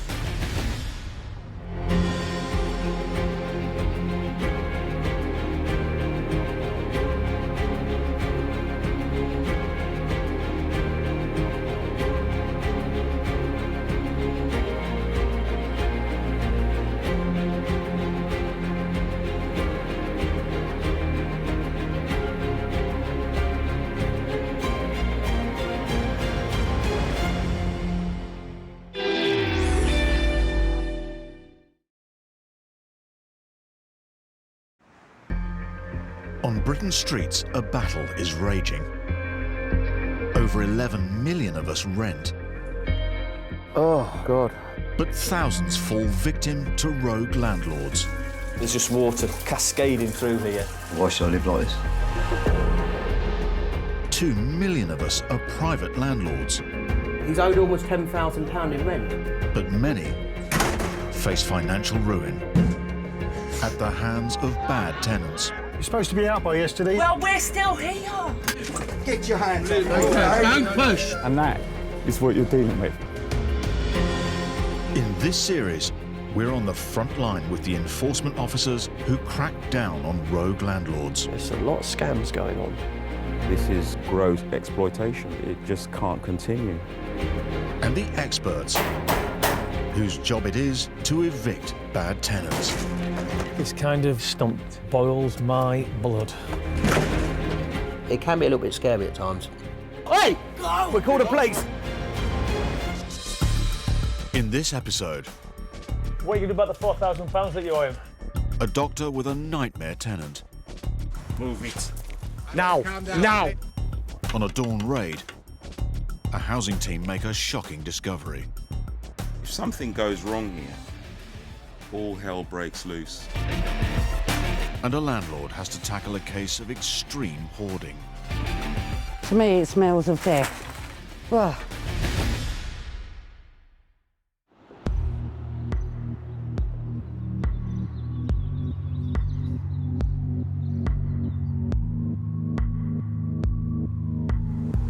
In Manchester, relations between a landlord and his non-paying tenant have reached breaking point. Simon Howarth owns this 2-bed house. For the past year, his tenant has refused to pay him any rent, leading to stress and bad blood on both sides. Last time I had communication with the tenant was 9 months ago. She had some light bulbs that weren't working, and apparently she weren't paying the rent because of that. She said, "You've not been maintaining the property." I've sent a text to say, "Look, come on, let's resolve this situation, let's meet each other." And the next day I had a phone call off the police to say, "Stop harassing this woman." I mean, don't get me wrong, there probably are some nightmare landlords out there, but I'm not one of them. A builder by trade, Simon is owed more than £6,000 by the tenant.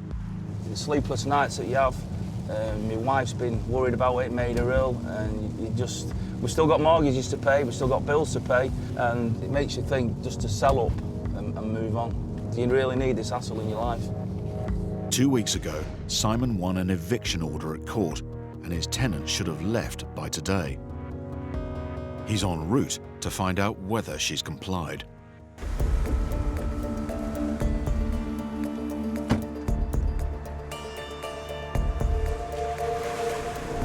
I want to look her in the whites of her eyes and ask her why she's done this to me.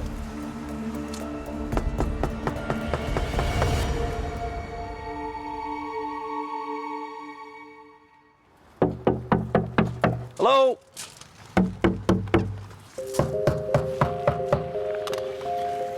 Hello? There's mail there, there's shoes there. So somebody's in. Hello? Nothing. You try on the back?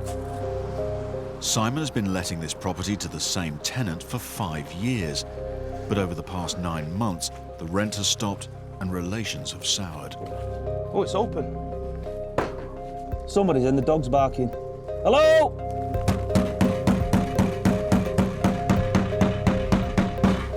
It is very stressful. It's on your mind constantly, and it gets you down. She's living there scot-free, just taking it basically. She's definitely in there, 100% she's in. You can hear the dogs barking, can't you? Hello? By law, Simon can't enter his property until his tenant has either left or bailiffs have evicted her. It's get out time, time's up, out!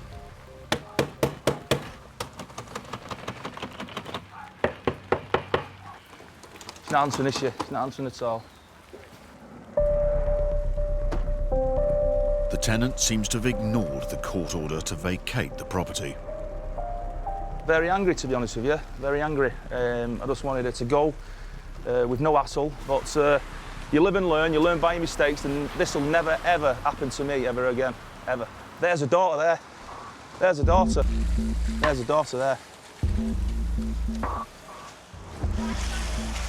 Because we've got an eviction order for your mother to go today.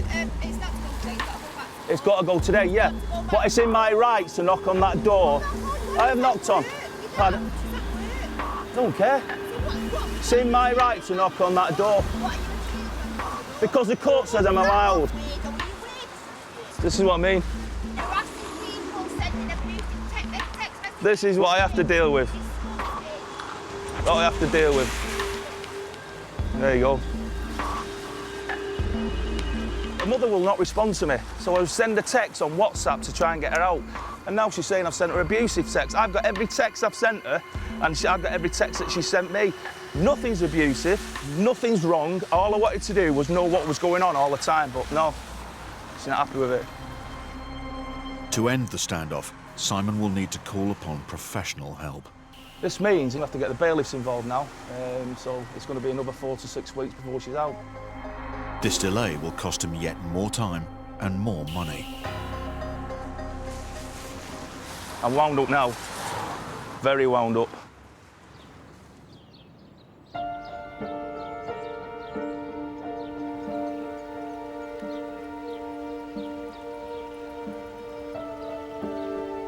Becoming one of Britain's 2 million private landlords can sometimes mean taking on a whole lot more than just bricks and mortar.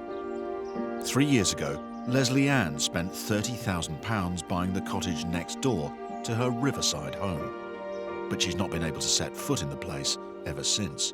The property was cheap because it came with a long-term resident, known as a protected tenant, paying a controlled rent. I was a neighbour for 7 years and landlord for just over 3 years. She moved in February 1983, so she's actually been a tenant in the property for nearly 34 years. Leslie, a retired social worker, had serious concerns about her tenants' welfare and the conditions she was living in. She was a holder. Because of her holding mental health issues, she wouldn't sort of engage in any sort of form of conversation. Years spent trying to get her tenant and neighbour help proved fruitless. She was very articulate. She was very forthright. She was at times very aggressive. So there was a personality there that meant that she could actually scare people off. She denied that she needed help. 4 months ago, Leslie Ann learned that the tenant had been taken to hospital and, tragically, had passed away. She was just 61 years old. Her landlord has still been unable to access the property.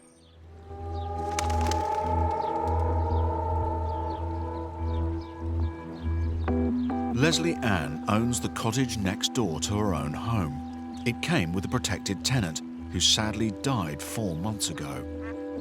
But that didn't mean Leslie Ann automatically got her property back. She's still yet to set foot inside. I was still unable to go into the property, go down the passageway, do anything to the property, and the reasons being were to do with the fact that there were still outstanding extensive legal issues. Eviction specialist Paul Shamplina has been helping her with this unusual case. They had to get a document called a deed of surrender from the court before being granted access. It's quite incredible that if a tenant passes away and the property couldn't be passed on to someone else and to carry on the tenancy, we still couldn't get possession. We still had to pursue it through the courts. The late tenant was a hoarder, so Leslie fears what she and Paul will find inside today. Oh, it's just everywhere. You can't even get up the steps. Just holdings and papers and letters and... Ugh. Even through the mask. Stinks. When you've been told you need protective clothing, you know it's going to be pretty grim.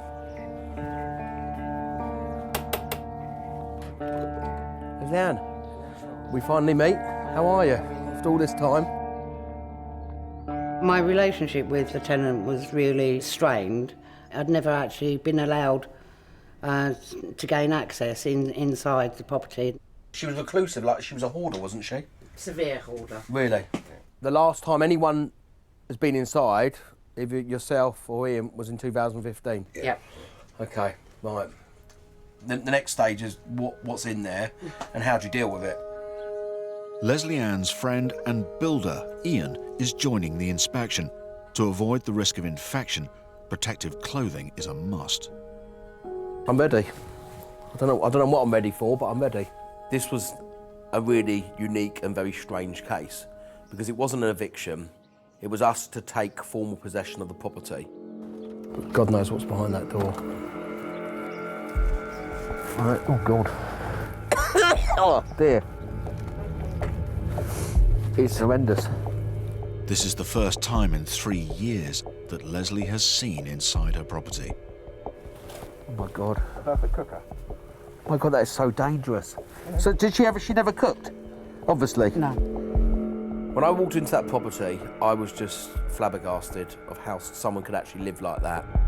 The cottage is so full of junk that many of the rooms are almost completely inaccessible. So where does she sleep? She slept for nearly a year in the living room. God, how can someone live like this? I've seen hoarding sort of in my social work career, but not the extent of the severity of the hoarding. We were actually shocked and horrified what we were finding. The smell is absolutely unbearable. The worst property I've ever been in 25, 27 years. It's all too much for Leslie Ann, who has to leave. To me, it smells of death, you know?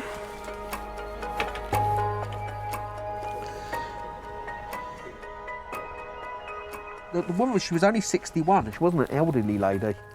It's just really, really tragic, isn't it? How people have got themselves into. She literally had a little pathway and she was sitting there. So tragic. This is upsetting because you know that someone was dying in that chair. Someone's rubbish is someone else's belongings. You know, these are all her personal belongings. Paul needs to inspect the whole cottage, but that's easier said than done. Everywhere you walked, you thought something was going to fall, or you thought you were going to put your hand through something. This is so dangerous, you can put your foot through it. Well, I don't even know, where's the stairs? Oh, right. That's how bad it is, I don't even know where the stairs are to go upstairs. The upper floor is so cluttered, even the deceased tenant had stopped using it. Oh my God. Let me put my torch on.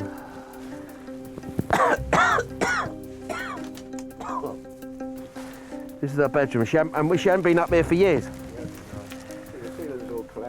Oh my God. Are we brave enough to open the fridge? Let's go for it. Oh, Jesus.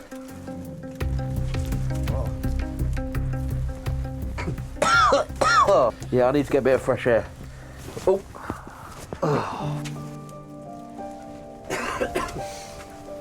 It's just so distressing. No. You can smell it. I know what you mean. Yeah. I do know what you mean. It's just so tragic that someone can live. She was dying. I think what's really hard to understand is someone could just live there, sleep there, stay there 24/7. Yeah. I mean, it's just so distressing and sad. No interaction with anyone else. I mean, just can you imagine just being a person, you can't even walk 5 yards. For Leslie, this isn't just about the appalling state of her cottage. It's personal too, as her former tenant was also her next-door neighbour. The only regret is that I couldn't help her, I couldn't save her, you know, that's truthfully sort of, that's the only regret, sort of, you know. Leslie's next challenge will be cleaning out the cottage and discovering exactly what state the building is in.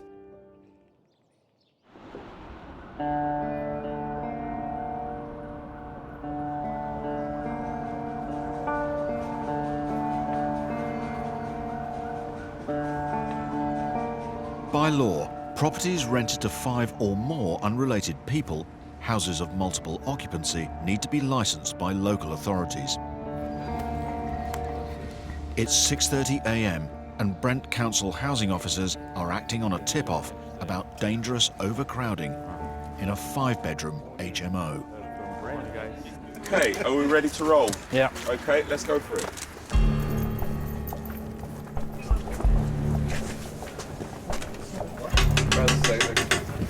Unsure what to expect, Head of Housing Enforcement Herb McGowan has requested police backup. Morning, we're from Brent Council. We'd like to come in. Brent, passport? Passport over here. Yeah, of course. So, What they find is shocking. This is where you sleep?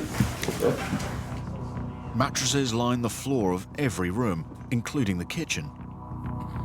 it does pull at your heartstrings when you come across situations like that with chronic overcrowding, and you think, well, your son or your brother or some other relative could end up in a situation like that. It's seriously overcrowded, and I think we would just have to try to establish what's happening here. How did they get in here? Who recommended this property for them? So how many of you are in here? The housing officers need to establish some facts. From Brent Council, do you understand English at all? Intelligence team leader? They say that they've been here for about a week. And they came from Romania or? The Romania has been here? Yes. Okay, all right, okay, that's fine. If we didn't come to steal, we just came here to make some money. No, I appreciate that, and I'm here to help you. If there's a fire or something like that, there could be serious problems. Our job is about making sure that there is a fence at the top of the cliff rather than an ambulance at the bottom. We are determined to ensure that these properties are properly regulated before something tragic happens. My friend, why are you stood around the back? Why are you standing around the back? Smoking a cigarette if you don't live here. At the rear of the property, police find more tenants. Why are you stood around the back alley having a cigarette? Yeah? And more mattresses. So there's a bed round here. This is crazy. A bed in a gazebo round the back, open to the elements. Clearly this is gross exploitation. You know, it just can't continue. It's not acceptable. If something goes wrong here, all hell breaks loose.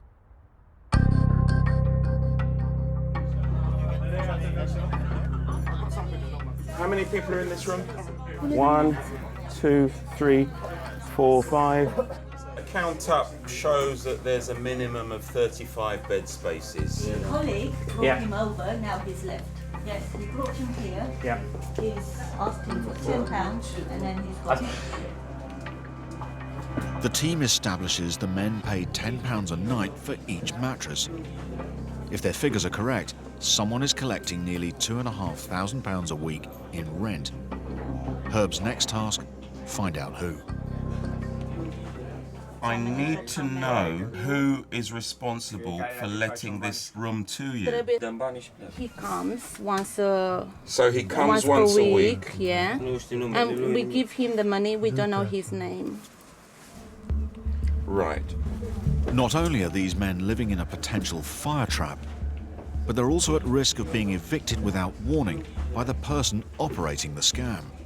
In these types of situations, landlords will often come and say, right, get out now. If that were to happen, we couldn't help you if we don't know who the landlord is. Okay. Tenants in those circumstances can feel a fear of authority. It's our job to develop trust. They're being exploited. It's as simple as that. You know, it's totally unacceptable. As the men either don't know or aren't prepared to name their landlord, Herb and his colleagues need to track him down.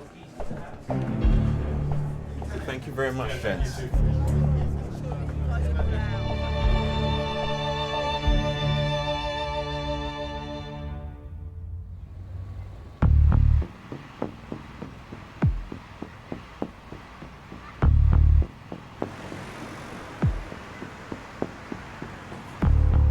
A month ago, landlord Simon Howarth won an eviction order against his tenant, who owes him over £6,000. Today, bailiffs are set to evict her, and Paul Shamplina has been helping with the case. Simon's been really cheesed off with this lady. She hasn't paid for months. I just hope that it's peaceful. You right, Simon? Hi, Paul. Nice to meet you. Yeah, same as You me. okay? Yes, are you? Yeah, not bad. Shall we go and knock on the door to see if she's... Is that wise to do before the bailiffs get there? Yeah, we'll just find out if she's there or not. Okay. Why not? Let's have a little indication.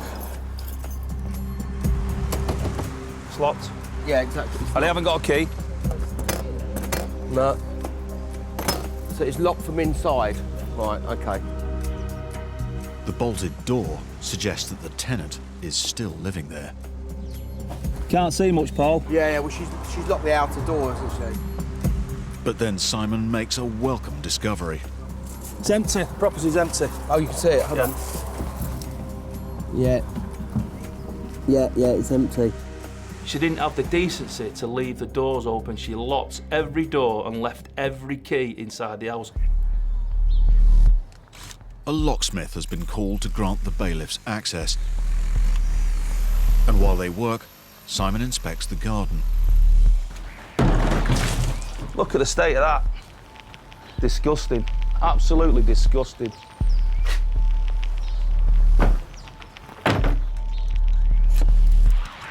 With the locksmith struggling, landlord Simon decides to take matters into his own hands.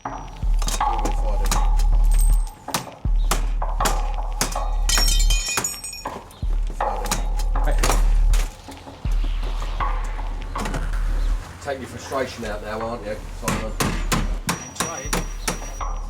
There you go, that's how you get in. The bailiffs confirm the tenant has left, and Simon can now discover what state his house is in. Wow. It smells a bit, doesn't it? Yeah. It stinks of the... Dog feces, cat feces. Dogs, yeah, pets, isn't it? This is all full of stuff here, look. The tenant may have gone, but she's left plenty behind.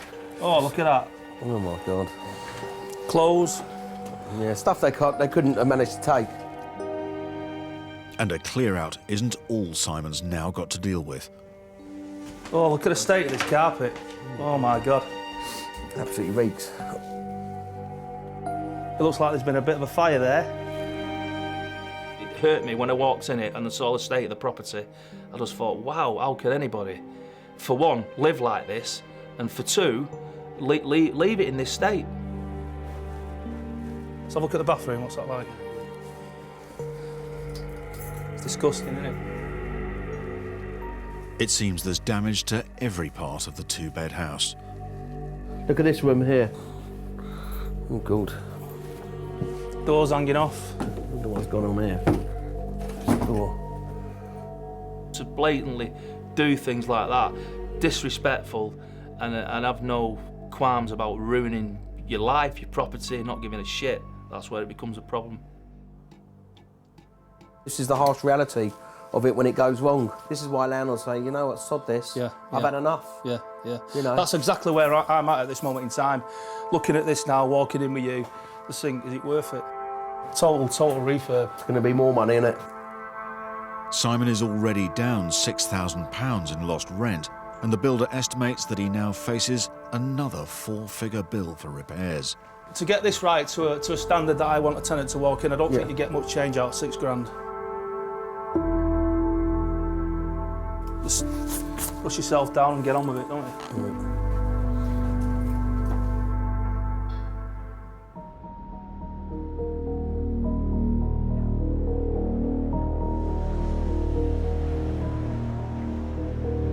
When A&E doctor Tariq Mohammed left Wakefield Hospital for a new post in Grantham, he decided to rent out his old family home. It's a decision he's come to regret. It was tidy, nice, cozy house, no problems. Area was good as well.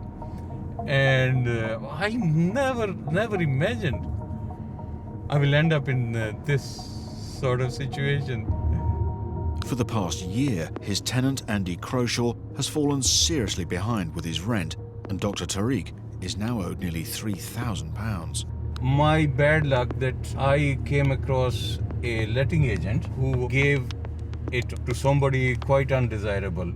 Very sad. I'm very unhappy, angry, disappointed all together. So I haven't seen the house for the last 2 years. Today, Dr. Tariq is visiting his former home to check up on it. I don't expect anything good. Look at that. Despite the arrears, Dr. Tariq has yet to be granted an eviction order, so he has no right to enter his property today. But just inspecting the garden is enough to confirm his fears. This is like a dump. You just throw everything outside. It is terrible. It is just like your possession and somebody is messing with it. And you have worked hard to buy that house. The feeling is undescribable. Unbelievable. Dr. Tariq has been unsuccessfully trying to evict his tenant for 6 months. But with a busy career, he's decided it's time to call in lawyer Chris Sharp from the Landlord Group. Tariq is a senior doctor in accident and emergency. You know, He has got better things to be doing with his time, and other people will benefit more from his time doing his job than Tarek having to come here today to court, taking time out of his own busy schedule to fight this claim. Chris Sharp is accompanying Dr. Tariq to court to seek an eviction. Hi Tarek, Oh, good hello, to meet you. Chris. How are you? I'm fine, thank you. Good, good. How are you? I'm good, how are you? Anxious? Losing money, of course, is a big thing. I worked for it day and night. But more than that is the psychological trauma which I went through. It was like a black cloud on my head. An hour later, the case is over, after the tenant failed to show up. He didn't even have the courtesy to turn up today. So the judge was more than happy to make a possession order 14 days. If he doesn't leave within 14 days, then we need to get a bailiff. But this is the final hurdle now. I've got my house back. I'm so happy. Thank you very much. Thank you very much. My pleasure. Thank you very much. Absolute pleasure. I was elated. I was really, really happy. But that was short-lived in a sense. Then I came to know that I have to give him 2 weeks' notice to vacate. And I knew, of course, he will not go.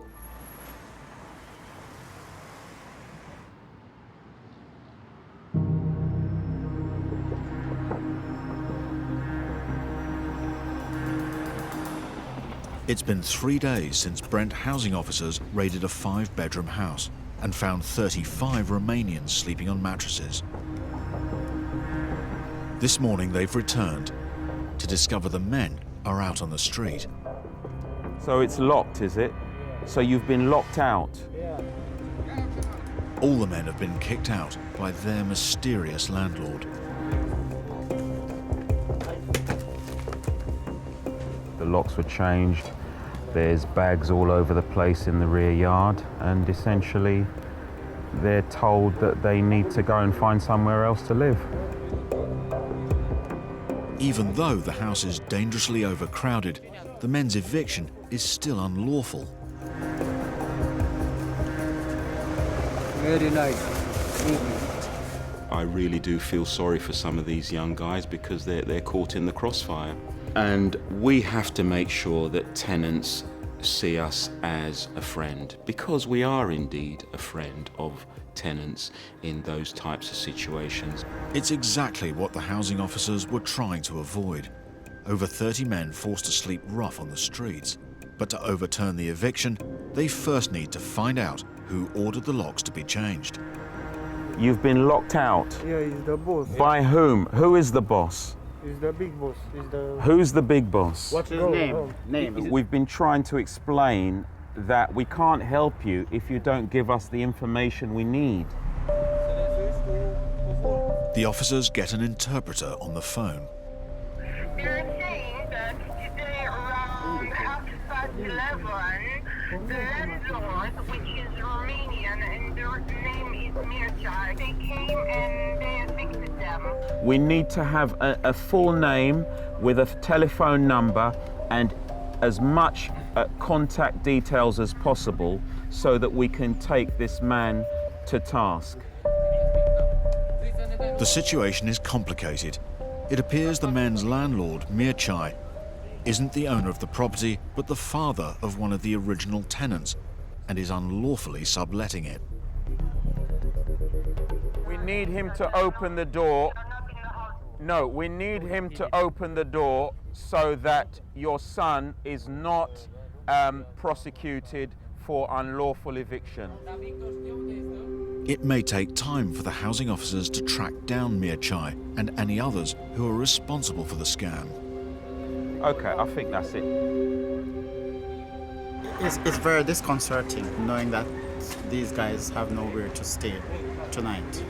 I mean, we tried to get the landlord to come back to at least, you know, open the doors because they have paid rent, but he has not shown. So it's just sad that they'll have to sleep somewhere in the cold tonight. In the meantime, they will have to hand the case over to the homeless team as 35 innocent men have nowhere to live. Someone was clearly making a great deal of money out of an unlicensed and unsafe property, and we were determined to follow that money to wherever it leads.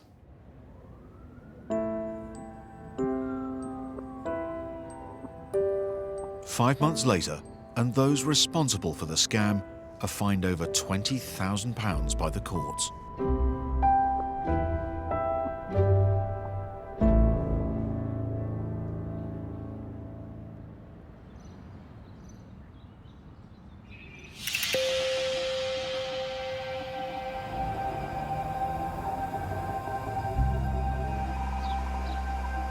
It's been 5 weeks since the court ruled that Dr. Tariq's non-paying tenant must leave. Today, he and eviction lawyer Chris Sharp are en route to meet bailiffs at the property. Unfortunately, the reality is this tenant is in substantial arrears. Dr. Tariq really was forced to take this action. He's done all he can, and he's now left with no option but to get the bailiffs involved. The rent arrears now stand at over £3,000, and the tenant, Mr. Croshaw, has been ordered to vacate by 3 p.m. today.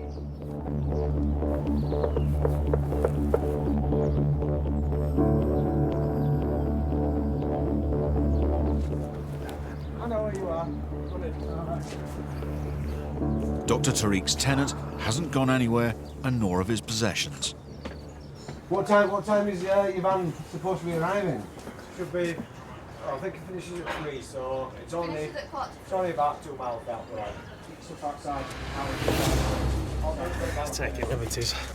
He's waiting for his van. Apparently he's got somebody coming down. For Dr. Tariq, this is all the more personal as it's his former family home. Oh. Is this all going? Did he say? All that's I'm aware of that's going, Chris, is... What's in there? Everything else, I believe, he's abandoning. That's very nice of him. That's just like fly tipping, but it's fly tipping in a private garage. I'll have to bring skips. He has made it a dump, a garbage dump. The inside of the house is also full of possessions that Mr. Croshaw doesn't appear to be packing. What plans have you got, Mr. Croshaw, in relation to the stuff upstairs? Nothing. You're just leaving it? Yeah. What are you going to do about the £4,000 that you owe him? Is it? Yeah. I'll check on that one. Yeah. Well, the court are satisfied that it was £4,000. It's not 4,000. It's getting 400 and something per month anyway, so it's not 4,000 pounds. Yeah. You might have mentioned that to the court. It's all right, I'm not bothered. Well, we can clearly see that. Get blood out of stuff, can it? It stinks. It's a mess. If I do this to somebody, I can't even show my face to that person. A van arrives to collect the possessions Mr. Croshaw is planning to take, but he's not going quietly. Get that gun, that might before I knock your head up. Move it. When the eviction started, he was quite rude and disrespectful. Now! Calm down. Now! Calm down. Come on. Well, I'll tell you now, you turn it off or I will smash you. And I will go... I do not appreciate the threats. Hey, I'm not threatening you. You're the camera. No, you're threatening me with my you private... Want me to give you a hand with the stuff? No. Mr. Croshaw, just go on inside. I want him to stop recording me. And continue to record, sir. Right, let me get that back. Mr. Croshaw. This is a great example of what happens when people leave it to the last minute. People's emotions get frayed. They could have gone yesterday. They could have gone the day before. They could have gone 6 weeks ago. Yeah. I thought that at last there would be some remorse, but no, there was nothing at all. I was very angry and very hurt. After a year-long battle, Dr. Tariq's tenant finally leaves. Thank you. You've got very your much. property back. Thank Thanks you. ever so much. I appreciate No, it. you're welcome. Cheers. Local. Thank you very much. Thanks. See you later. Dr. Tariq can now enter his house for the first time in over 2 years to discover what state it's been left in. It's smelling. Oh, it stinks. Oh, shoot. Do you want to crack Yeah, just there's all that is dog pee. It just reeks. Yeah, he has taken my money and all that. I can forgive him. I can forget it. But not the state of the property. There are more unpleasant shocks upstairs in what was once Dr. Tariq's children's bedroom. Look at that. Oh, this is a garbage. This is total garbage. It is. I can't even let my trousers touch the floor. It stinks. Stinks. Nauseating. How does it compare to when you let the property out to him? It was spotless. Yeah. Absolutely spotless, honest to God. And he has erased my good memories for that house. Now I don't see my children running around there, but I see Andy. It's just a mess. Look at the carpets. It's just... How can he do Look this? at this. How you can do this to what he has done? The £4,000 in lost rent and legal fees is just the beginning. Dr. Tariq now faces a huge bill to make this house habitable once more. Disgusted. Cheated. Feeling cheated. I regret such person came to my house.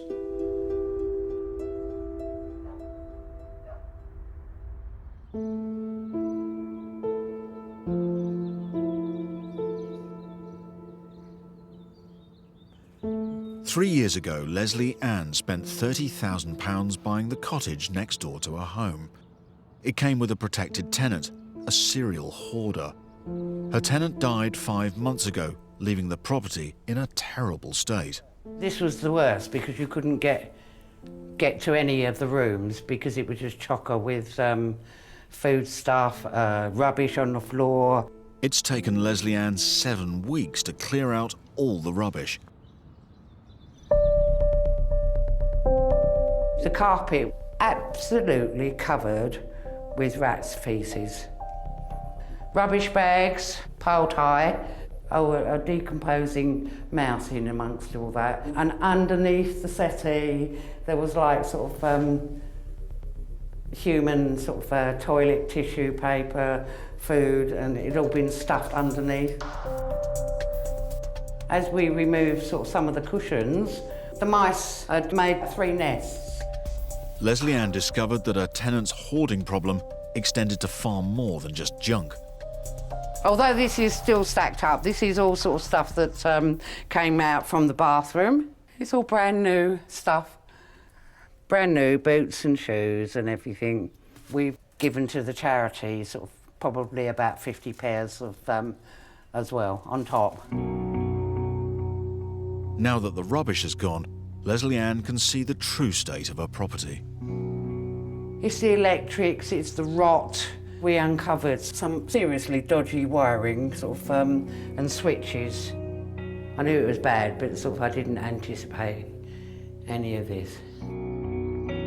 Worse was to come. It turns out the cottage is no longer structurally sound. There's so much rot in all the joists, in the floorboards, the windows, the roof, and it's literally slipping into the river. The whole thing sort of is collapsing.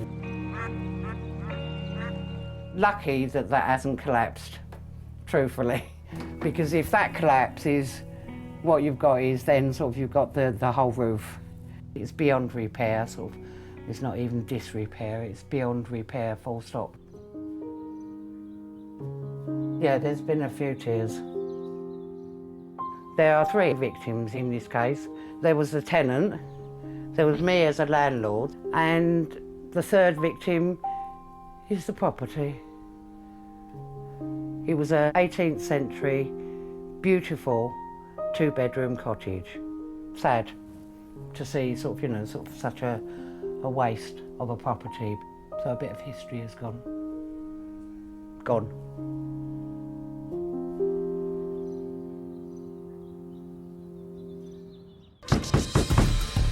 Next time, You want to open the door for us, please? a High Court sheriff helps a Dagenham grandmother evict her nightmare tenant. Good morning. Who's your landlord? Who's the landlord? Chris Sharp tackles squatters in southeast London. I think that kind of tells you everything, doesn't it? And a raid in Harrow Please! reveals more than poor living conditions. That's not for chopping vegetables, is it, really?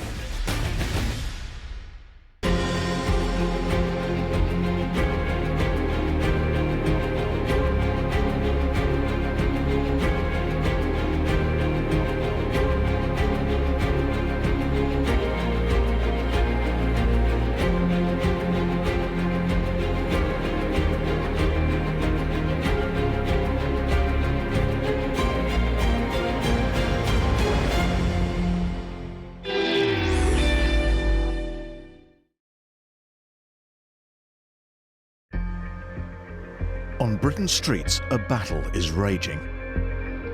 Over 11 million of us rent. Oh, God. But thousands fall victim to rogue landlords. There's just water cascading through here. Why should I live like this? 2 million of us are private landlords. He's owed almost £10,000 in rent. But many face financial ruin at the hands of bad tenants. You're supposed to be out by yesterday. Well, we're still here. Get your hands in. Don't push! And that is what you're dealing with. In this series, we're on the front line with the enforcement officers who crack down on rogue landlords. There's a lot of scams going on. This is gross exploitation. It just can't continue. And the experts whose job it is to evict bad tenants. This kind of stomp boils my blood. It can be a little bit scary at times. Hey! We're called the police! In this episode, You want to open the door for us, please? a High Court sheriff helps an Essex grandmother evict her nightmare tenant. Good morning. A London landlord's furious when he finds his flat on Airbnb. My blood pressure was at boiling point. And a raid in Harrow reveals more than poor living conditions. That's not for chopping vegetables, is it, really?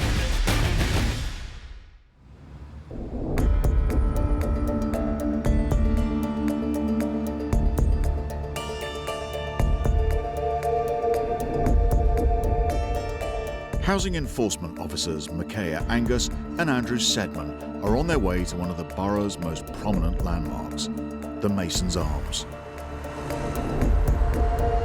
But it's not the pub they're interested in, it's the rooms above it. It's been a problem property for approaching a decade. Overcrowded slum conditions. There's between 3 and 7 individuals in each room. There are 14 rooms. To sum it up, I'd just say it's a weeping sore of Harrow. Horrible. The property has already been raided several times by the council, but they're worried it's still dangerously overcrowded. As I walked in, I was like, oh my God, this is ridiculous. Fecal matter. Well, I wouldn't stand in that. I'm seeing raw sewage flowing onto the public highway and people having to like step over it or step in it. It's disgusting. This morning, the housing officers are joining the police, fire brigade and planning department for a full inspection. Good morning, Harrow Council. Hello, we need to inspect all the rooms. The property has permission to house up to 9 people. It's soon clear that there are far more living here. Come on, this is desperate. There's mould all over the place. Look, it's a cockroach. It stank. It was disgusting. Grubby, horrible, things falling apart. Just everywhere you look, there was a hazard. Squeezed into each of the 14 rooms are 2 to 3 beds and at least the same number of fridges. got 2 fridges. 3? 3, oh yeah. The risk of a fire breaking out is a serious concern. We've got rubbish electrics. I mean, that's good smoke detection, isn't it? The communal kitchen is just as worrying. That's cockroach shells, right? Cockroach egg cases? Yeah. Andrew decides to check in with the housekeeper. Excuse me. How many people live here, please? Where? In the house? The whole property upstairs. Now it's 14. 14? Yes. But Andrew's not convinced by her arithmetic. There was a lot more. We must have had at least 3 people in each room. We've got 14 rooms there. So there was well over 30 people living there. I want to see what's in this room. Can you open this door, please? My son's here.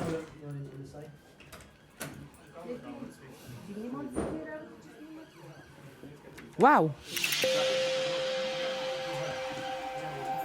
Young man, I'm going to need you to come out for a minute, please. This isn't a room, this is a cupboard. Yeah, it's exactly what it is. Well, you got the housekeeper's son living in here. There's been a leak here. It hasn't been repaired properly. You can still see water stains coming through. And there was literally just space for a bed. And the window that's in there, it's got bars on it. So if that boy was stuck in that room, he would lose his life. That's not how people are supposed to be living in this day and age. She tells me her son is visiting her. He's visited here last time I was here and the time before that. Really? Yeah.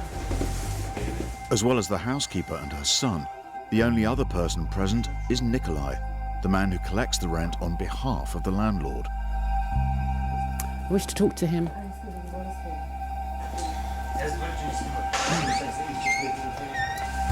There's 3 or 4 of them in a room. They're paying £300 each a month.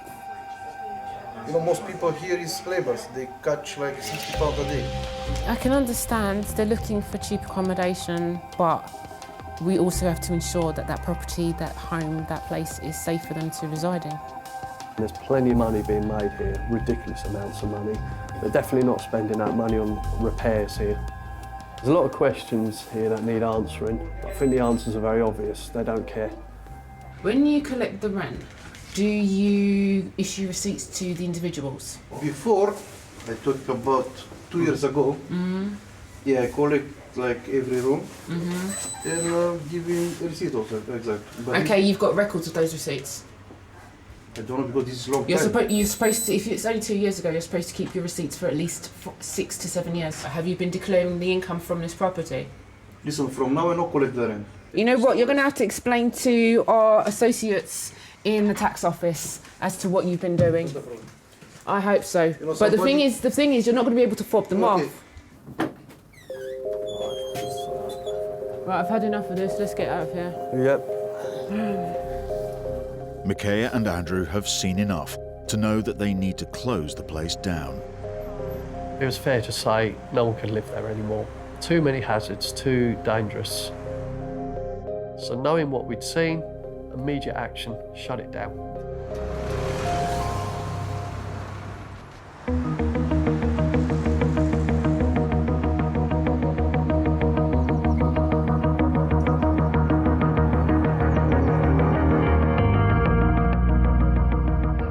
Eviction specialist Paul Shamplina from Landlord Action is on his way to Dagenham in Essex.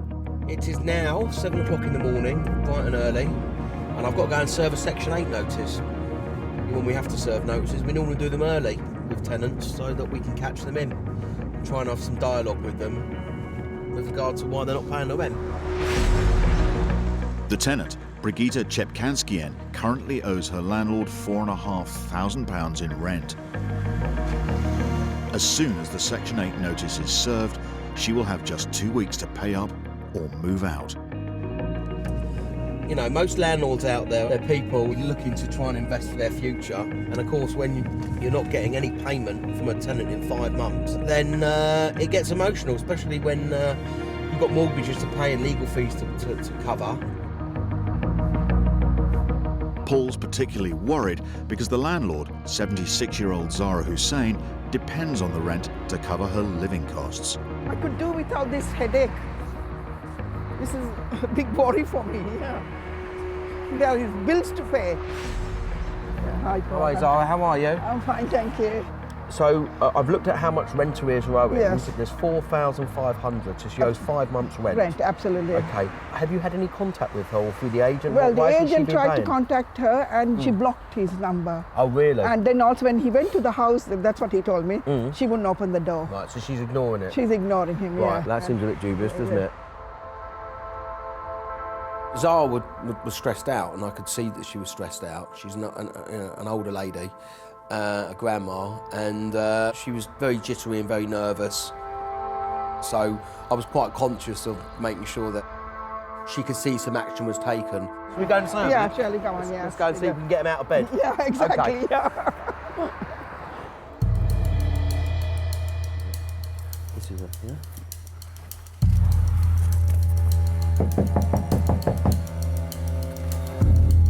You've always got to be a bit fearful as to what you're dealing with because you never know. And then we saw the door. There clearly has some problems there. It had been kicked in. I was angry and shocked it was damaged. And that was worrying me. I don't know what's happening inside. No one's answering. So what I'm going to try and do is, if I can serve it, right, that's been served.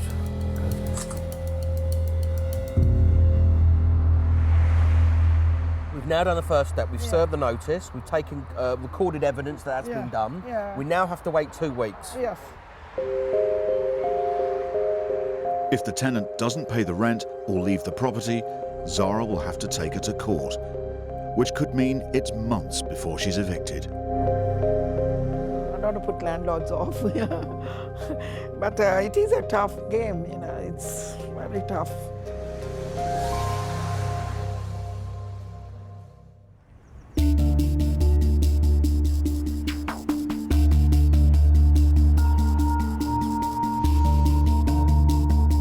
It's 6 days since Housing Enforcement Officer Micaiah Angus inspected the rooms above the Masons' Arms. I'm disgusted. This is 2018 and we still have people living in squalor. Come then, let's get moving. Micaiah and her colleague Andrew Sedman have obtained the legal right to close the property down. Hello, anyone here? Every room is given the paperwork explaining that no one's allowed to live here until further notice. And that includes the rent collector himself, Nikolai. You've got to find alternative accommodation. I will give you some time, but you need to get out of here. It's unsafe. When we shut a property down and people are told to leave, reality is they are homeless. We have to think very, very hard about any decision we make which puts people out of the building. In this case, I wouldn't be able to sleep knowing that there's people in that property because they could die. It is a big decision to make, but we had to do something because those in receipt of the rent were taking liberties with other people's lives. They're taking risks, and that's not fair. Because let me reading this proper and I'm gonna explain to people. Actually, they have to leave, yeah? Yeah, everybody. Everyone. Everything about this place is wrong. Okay. The electrics are unsafe. Most of the amenities do not work. It's only a matter of time before someone gets hurt or dies. That's how bad we see it. So we don't want that happening, not to anyone. Nikolai appears to be cooperating, but Micaiah suspects his boss, the landlord of the property, might ignore the order. We'll have to come back in a few weeks, unannounced, and see what's going on. Thank you, sir. Thank you.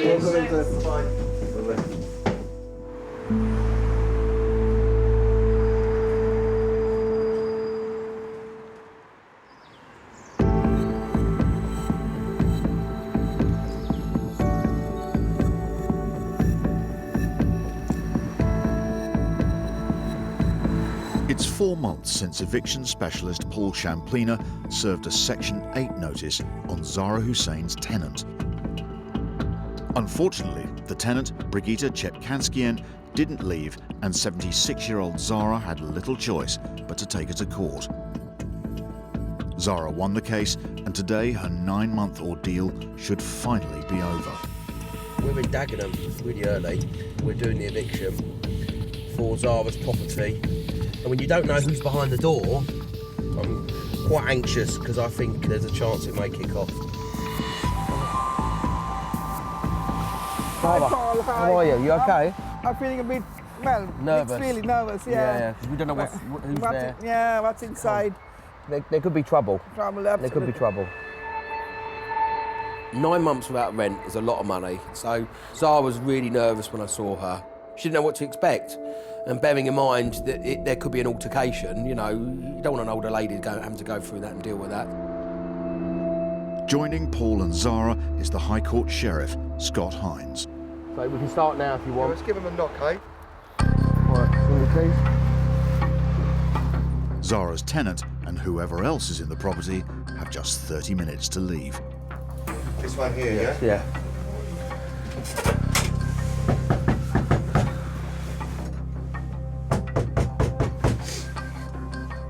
They've obviously had a lot of trouble, ain't they, here? People trying to smash the door in. As there's no answer and the tenant has changed the locks, all they can do is wait for the locksmith to turn up.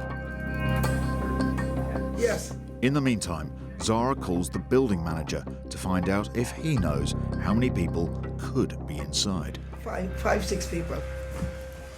Thanks. Bye. Bye.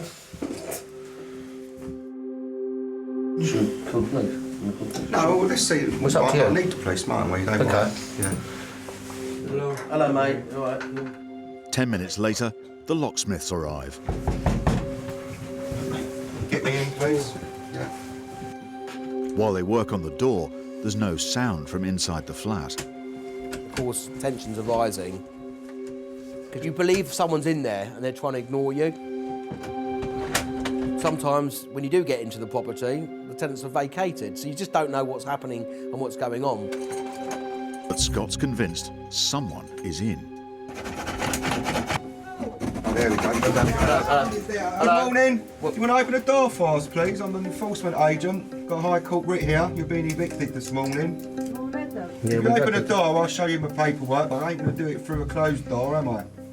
Do you want to open the door for me, please? Pardon? Oh, I've been banging and banging. Right, but she won't answer. You start doing that, and then she knows it's happening. She's now screaming. Pardon? Well, open it then, please. It takes 2 seconds, doesn't it?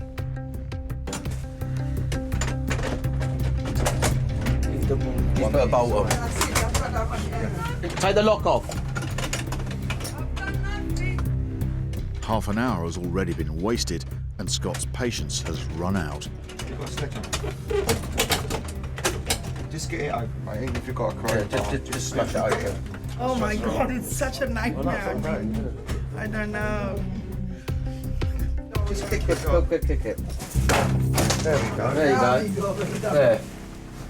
Morning. There's a High Court writ of possession. Yeah. That tells me you have to leave this morning. You can pack the bag and leave for me, please. So, who else is here? Just you? No, it's just friend.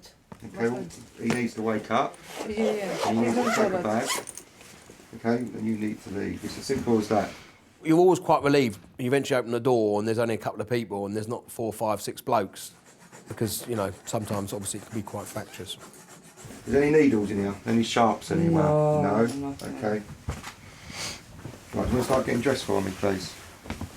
Can I get my paperwork? Once you're leaving, I'll give you the paperwork. For 15 minutes. Why 15 minutes? Why, give me an hour. Hold on, you haven't paid the rent for 9 months. Okay, start packing your stuff. You're going now. Yeah, I will. Thank you. You're not going to get any money back. Nothing, no. We just got to get the property back. You've got to do what you can and try and relet and get decent tenants in. Yeah. Well, I think we're ready to go, aren't we, please? Yes. This is good. Madam, I just need you to give me a signature. Zara, you got your property You can back. stick that on the door. Well done, Scott. Right, that's no problem. Right, good luck. The tenant has 7 days to collect the rest of her belongings. I was expecting to take everything and just go away. Look at the state. So much of stuff. Well, 9 months she lived here, isn't it? Rent-free. I hope you don't have any more aggravation. Nah. If there is any problems, give us a call. Okay, then, Paul. Thank you very much. Take Thank care. you. Good luck. Good luck in the future. Bye-bye. Zara spent 9 months trying to get her tenant out and has lost over £7,000 in unpaid rent and legal fees. She's unlikely to see the money again, but she can now start renting the property out and hopefully recoup some of her lost earnings. I put it down to a bad experience and I want to move forward. It's one experience I won't forget in a hurry.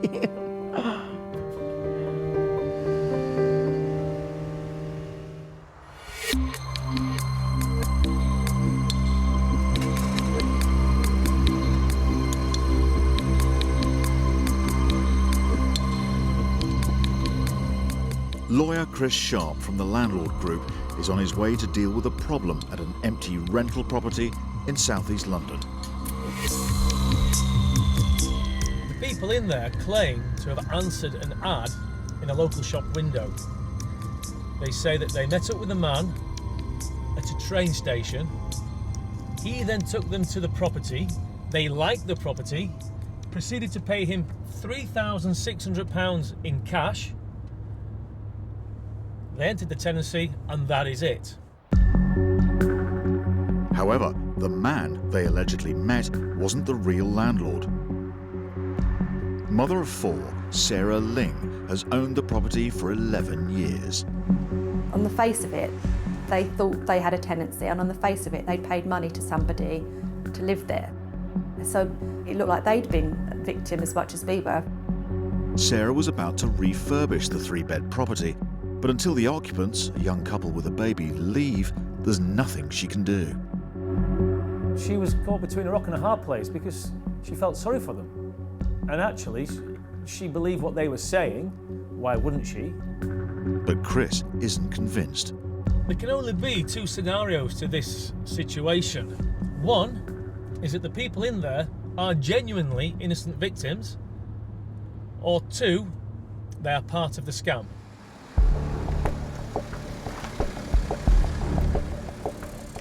Whether the couple's innocent or not, they're refusing to leave, and 3 months on, Sarah's only option is to take them to court.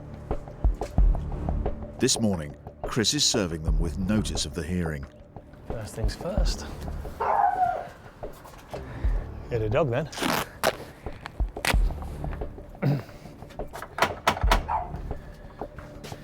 The notice informs the occupants that the case will be heard in 12 days' time. Cheers. Yeah. Thank you. Cheers, sir. You've spoken to my client, Sarah, that she owns the property and that nobody's got any right to be in here. I don't know. Well, you do know that you had a word with Sarah, don't you? You do know that you had a word with Sarah, don't you? And you spoke to her. I know, if you are. Who's your landlord? Who's the landlord? I think they need the dog back in. Come on. The dog's friendly anyway. Knock at the door and walk away, because I think that dog needs to go back inside.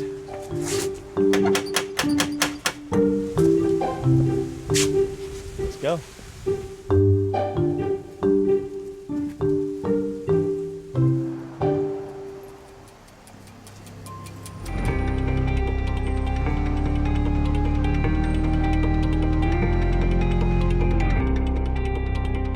Days later, it's the day of the hearing, and Sarah's on her way to meet Chris at Woolwich County Court. I just want it to sort itself out as quickly as possible, really. Yeah, it's been about near enough 3 months now. Even though she's hoping that the couple will be evicted, Sarah's emotionally torn. They've got a young baby. You're basically putting them out on the street. It's not a nice position to have to be in, really. But Chris is worried that the couple could, despite Sarah's sympathy, cause them a lot of trouble. What could go wrong today? By wrong, we wouldn't get the order for possession. Is that if they turn up with the landlord who they purportedly say gave them the contract, but because that, in my opinion, is all made up, that's never going to happen. We'll But ultimately, courts have a discretion. Will the court have a bit of sympathy for the victims? Who knows? If the couple put up a strong defence, the case could easily be adjourned, putting Sarah back to square one. Hi, Sarah. Hello. So I said the journey down here. Not too bad. We'll go in, we'll get settled down, and then we'll go before the judge. Whether they'll turn up today is anyone's guess. But look, let's go inside and let's get this hopefully over with. Hopefully, yeah, fingers crossed. I was a bit concerned that they were going to show up, and I didn't know whether they were going to make up something or, you know, how that was going to work out. So yeah, I was a bit apprehensive about how it would go. Half an hour later, the hearing's over and the couple are seen leaving the court. Well, I think by the look of Sarah's face, you can see how it went. We got the order. They turned up, they got legal advice, they conceded the point that they had no right to be there. But Sarah, out of the very good nature that Sarah is, she's allowed them 14 days to pack the gear up and go. Now, I think that's a very nice gesture by Sarah, because they've got a child, haven't they? I don't mind giving them 14 days if that gives them time to sort of sort themselves out. If that's what it takes just to finish it amicably, then that's fine. 2 weeks is nothing really. They've been there for months. What's another 2 weeks really? If the couple don't leave, Sarah will have to pay bailiffs to physically evict them. Just hope that they, you know, do what they say they're going to do and, you know, go at the end of the 2 weeks, really.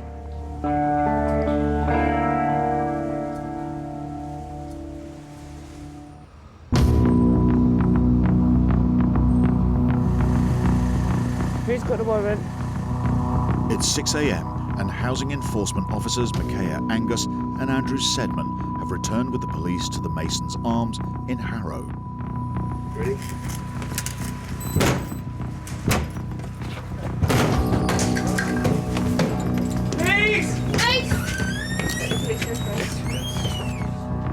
They suspect the rooms above the pub are still occupied. Prior to getting a warrant, we had actually passed by, seen the property, seen a TV on in the property, seen lights on, knocked on the door, lights had gone out. So I thought, yeah, we'll find someone in there. Good morning, is anyone here? A month ago, Micaiah and Andrew demanded that the place be closed down. Yeah, I think so. All 14 bedrooms appear to be empty, but when they go into the kitchen, it's clear someone is living here. But the officers aren't sure who it is.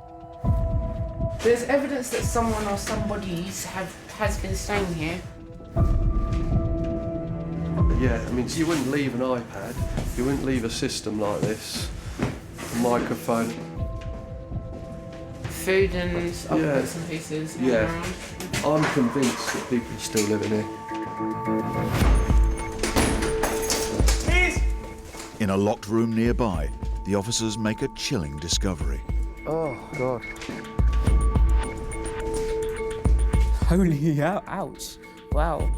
Those need to come off the street. Those can't hit the street. They will do some serious damage. They're such big knives. What are you going to use those for? That's not for chopping vegetables, is it, really? They were horrible things. Those things are designed to kill people. And to have so many of them, what on earth is going on? What are they doing there? There was a rifle in one of the rooms. It turned out to be an air rifle, but things like that do make you wonder what else there is going on in there. While the police take the weapons away to be destroyed, the housing officers continue to look around. You're not going to leave your washing like that and vacate. Despite the obvious signs of habitation, Micaiah needs to know exactly who's living here. We've got to find somebody in here to prove our case at the end of the day. Yes, there is evidence, but we don't have enough evidence. It has to be tight to ensure we can carry it further. I was slightly upset that there were no bodies in there, but it was clear to see people were still living and sleeping there. Loads of stuff in here, look. Ooh. The prosecution process may take time, but until then, the lucrative rental business is closed until further notice. We're not beating about the bush anymore. This is now the end of a line. We've shut the property down. End of.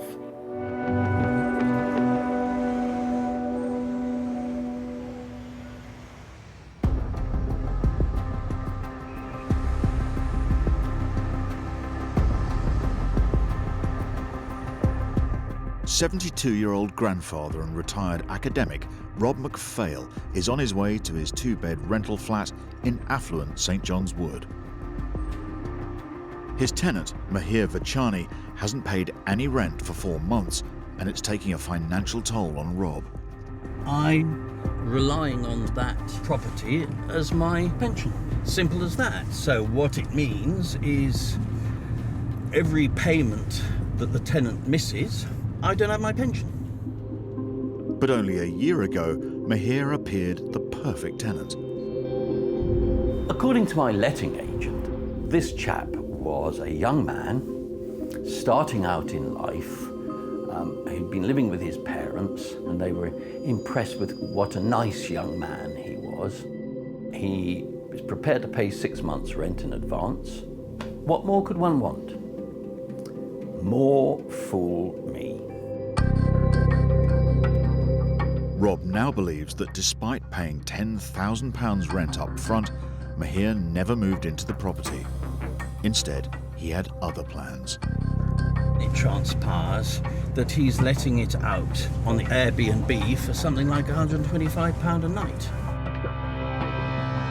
Looking on the site, I found that 48 people had actually stayed there, paid the money, and reviewed the site, the property, as being a lovely property. I was incandescent. To Rob's horror, the Airbnb advert showed that his two-bedroom flat was now a 6-bed holiday let, being rented out under assumed names. By the time I went onto the Airbnb site and found out that he'd used 2 aliases to actually let the flat out, my blood pressure by this time was sort of at boiling point. Concerned his flat would be damaged by complete strangers, Rob promptly asked his tenant to stop subletting. But his tenant Mahir's response made matters even worse. He then stops paying his rent. He now owes me £5,500. Rob threatened legal action, and 3 weeks ago, Mahir agreed to give up the property. Today, Rob's going there to find out if he's been as good as his word.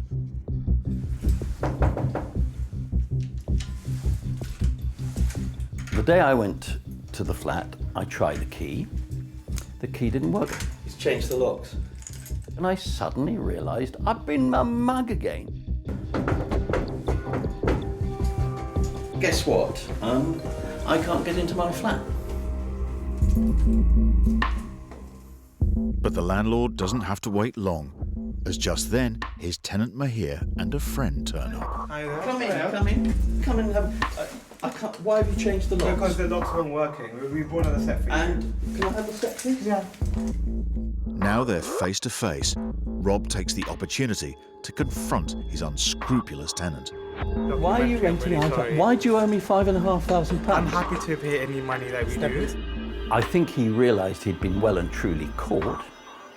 I think he wanted to avoid the repercussions of being caught, because of course, if it goes on to county court judgments, he will never be able to rent another property.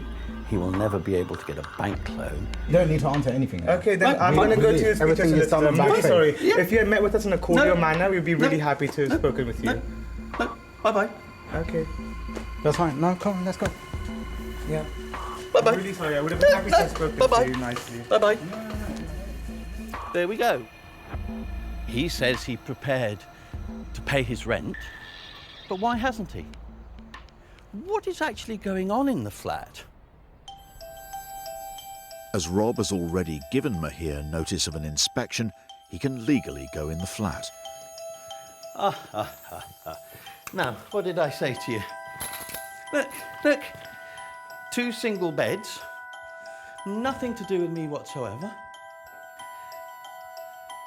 Let's look in the other bedroom. Yep, more cases. Those are certainly not my cases. Somebody's pyjamas. It says to me, considering all the cases that are in there, that he's still subletting. It's now clear that Mahir is ignoring Rob's requests, and he will have to take his tenant to court. My first reaction was to take him out and hang him from the roof by his ankles. My anger was replaced by depressed resignation. What this now means is I'm going to have to pay for court costs, I'm going to have to get the bailiffs in, then going to have to try and extract the £5,500 from him.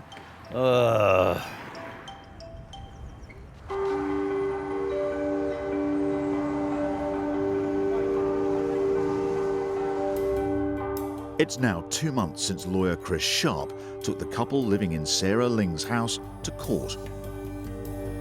As Chris suspected, they didn't move out as agreed. We're on our way to Sarah's house in Woolwich. It's bailiff day. The bailiffs are coming in about half an hour. Sarah is not a Rockefeller landlord. She hasn't got loads of money, but what she has is a heart.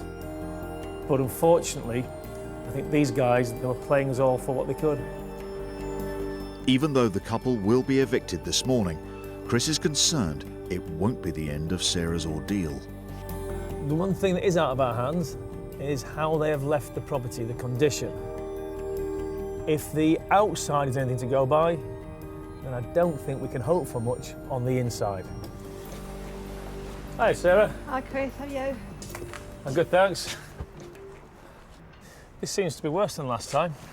Yeah. Morning, guys. Hi. Chris, At 8 a.m, the bailiffs arrive and the eviction begins. We're going to have a look.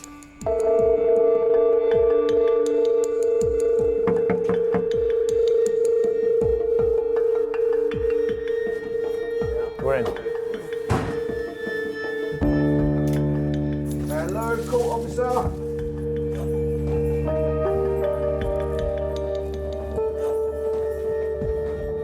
It's soon clear that the couple and their baby have left before the bailiffs could throw them out. There you go. See you then, Chris. All the best. Nice to meet you. Cheers. Cheers. Cheers. Good luck. Thank you. With the bailiffs gone, Chris, Sarah and her builder Perry try and work out exactly what the couple were up to. There's plenty of mattresses in here. There's There are. certainly more mattresses than there would suggest people, Yeah. because we've only seen 2 Yeah, 2 and a people. baby. There's mattresses everywhere. Again, a couple of mattresses in here. Yeah, there was a whole lot more people living here than they were letting on.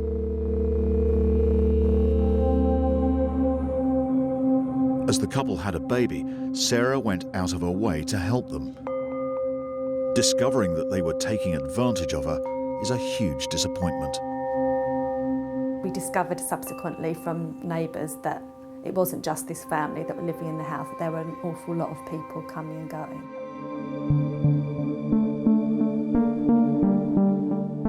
I've actually taken the whole light of things off the ceiling. Oh, it stinks in Oh, there. I'm not going to go in there. No, it's not worth it. It absolutely reeks. It's as if they've just been peeing on the floor for weeks. It absolutely stinks. What gets me is that they had a baby. As I say, that's what I can't get my head around. If you had a little baby, how you would go into a bathroom like that and bath your baby. I don't understand how you would do that. Wherever you're living, there's no excuse to not keep it clean, is there? To have all this rubbish. Oh, no. Nothing homely about this whatsoever. You've got your property back. It's not in the greatest of condition.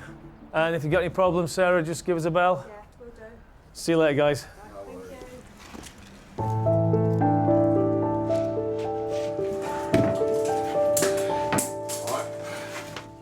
It's been an eye-opening experience for Sarah, but she's determined to move on. 5 months later than planned, she can finally start renovating the rental property. It's nice to get back and just, you know, get it sorted. It is going to cost quite a lot of money, yeah, but it could be a nice house. I just hope it can get back to that.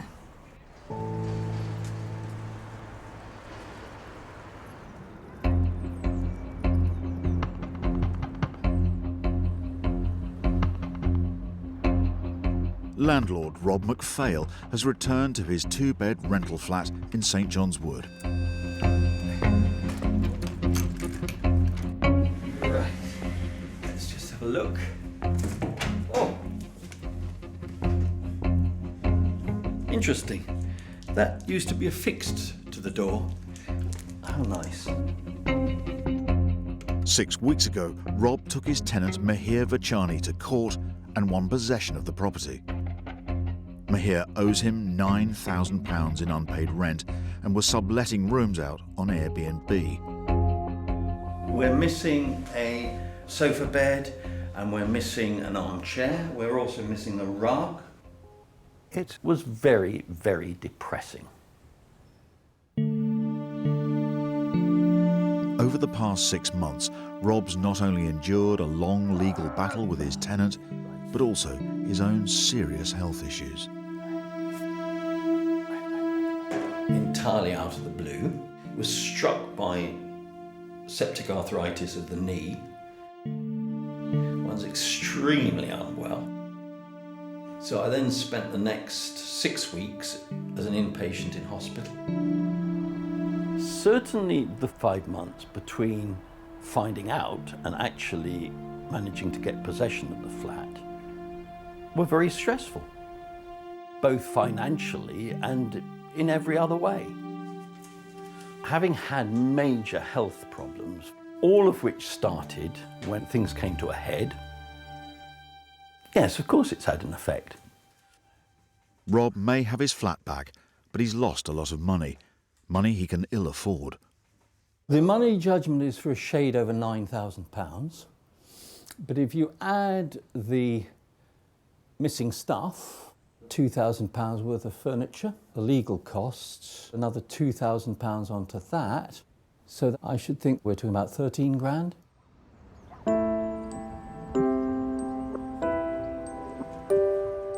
Rob is determined to chase Mihir for the money. In the meantime, he's keen to sort the flat out and get it rented out again. The sooner I can get things let and money back in, decent tenants, oh, so much the better. I've spent most of my adult life basically believing in the decency and goodness of other people. To have that so obviously shown not to be the case and to be made to feel a complete sap, right, is very hard.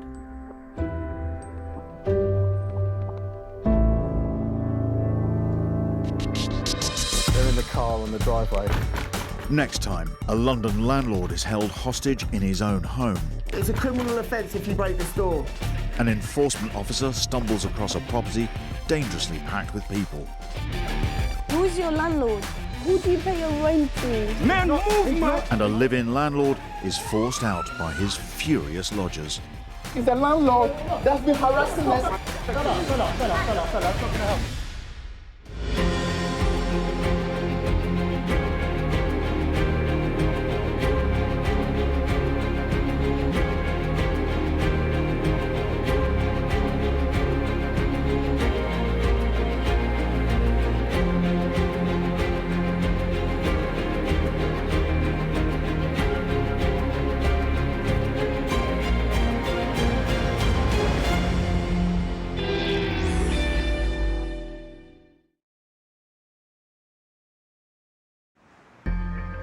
On Britain's streets, a battle is raging.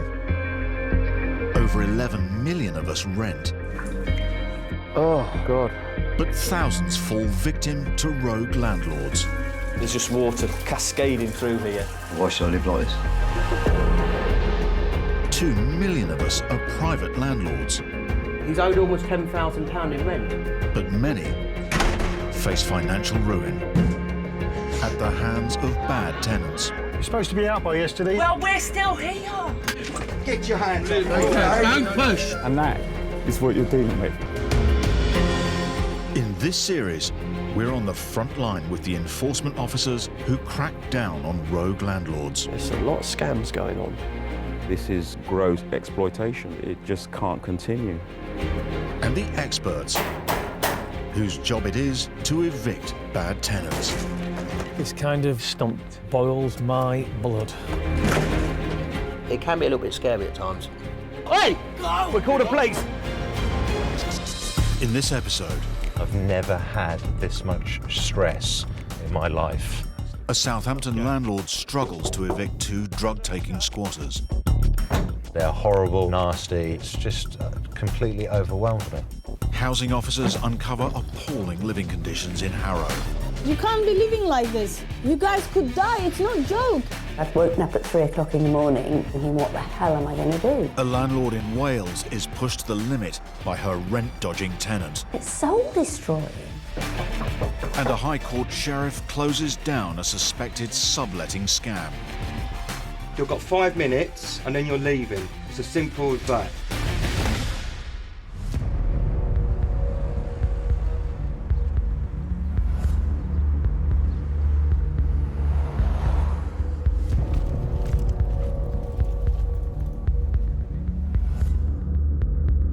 A 46-year-old professional landlord, Fawad Ahmed, is in trouble. He claims 2 former tenants are squatting in one of his flats and are terrifying him and the other tenants. Since they've come into my flat, I've had a number of characters in there. One occasion there were 7 kind of like homeless type of characters walking into the building. They kicked in one of my bedroom doors. They were all smoking heroin, smoking pot in there. They were all drinking. I felt completely threatened. I had to leave. And just the place was just turning into like a, you know, some kind of crack house. Fawad's trouble started when a former tenant needed somewhere to stay. Keen to help her out, he offered her a spare room for a few days. Unfortunately, he didn't realise that both she and her boyfriend have a problem with drugs. She has now become a regular crack user. These are her own words to me. And he's also a heroin user. The couple have now been in the flat for 6 months and are refusing to leave. It's just an absolutely awful experience.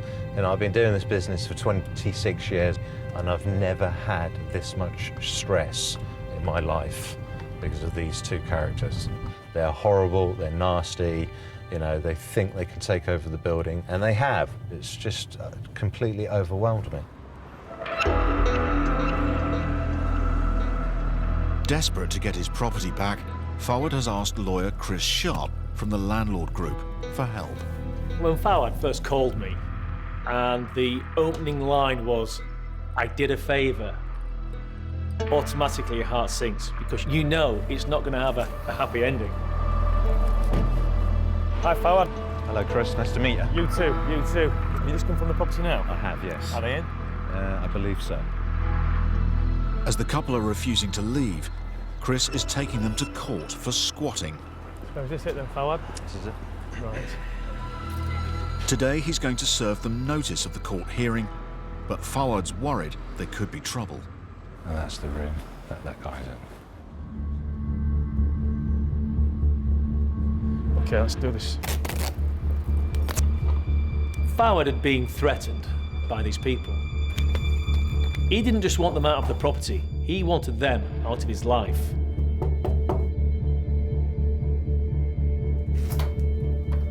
Yeah. I'm here to serve notice on you today about a court process that's going ahead week on Wednesday. There you go. Do you want to come out and have a chat? Hi. Cheers. Right, okay. Well, week on Wednesday, okay.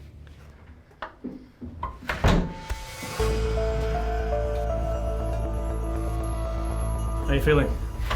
Just when I'm out of the building. I'm sick to death of this. Forget about the money side of it, just the emotional side and the distress that I'm feeling here. The fact that I'm, you know, falling out with my family over this, my kids are suffering from this, and I've told them this, you know, and they're not listening, they're just laughing about the whole thing. Fawad's hoping the case will go his way. But as it was he who originally invited the squatters in, the result is far from guaranteed.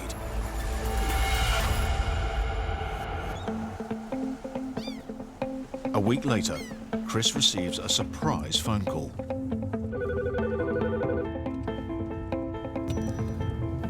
Morning, Fawad. This is Chris. Good morning. Can I bring you up to date on what's happened? Yes, please, yeah. Okay, so basically last night I got text messages from them saying about what they wanted, saying we don't want to go to court. And if you're happy to give us £400, we'll move our stuff out and hand the key back. So last night the deal was done. I had a third person go in and actually negotiate the deal. So all of that happened last night at 9:30, got the key back. Yeah, that's really good news, Fawad. I've got to say, if they've definitely gone, just got to make sure they don't come back.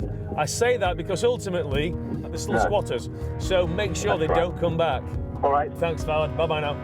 Cheers, bye.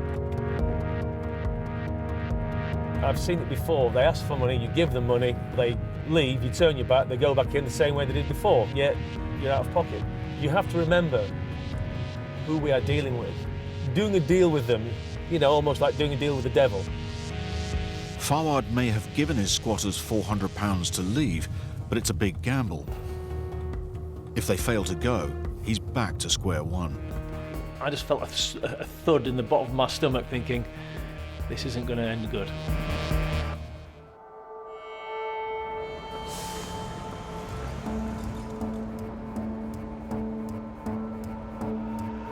Two years ago, 58-year-old writer Sarah Martin decided to travel the world. Today, she's seriously in debt and virtually homeless. And for this, she blames her tenants. I ran completely out of money because they weren't paying the rent and because I was stuck paying the expenses on the flat, paying for a roof over my head, paying for the legal costs. So I ended up sleeping in McDonald's for around 6 weeks. That was probably one of my worst moments. Yeah. To pay for her travels, Sarah rented out her one-bedroom flat in a Peckham tower block, and for a year, all went well.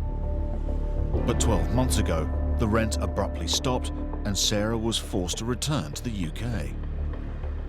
I found a family of Colombians who knew nothing about me, a young couple, 2 small children, one was newly born then. Sarah's tenant had sublet the flat without her permission and was pocketing the rent.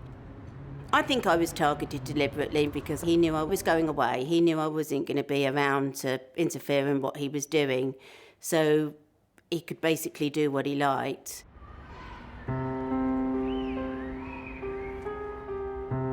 For Sarah, it was the start of a year-long legal battle to get both the rent and her home back.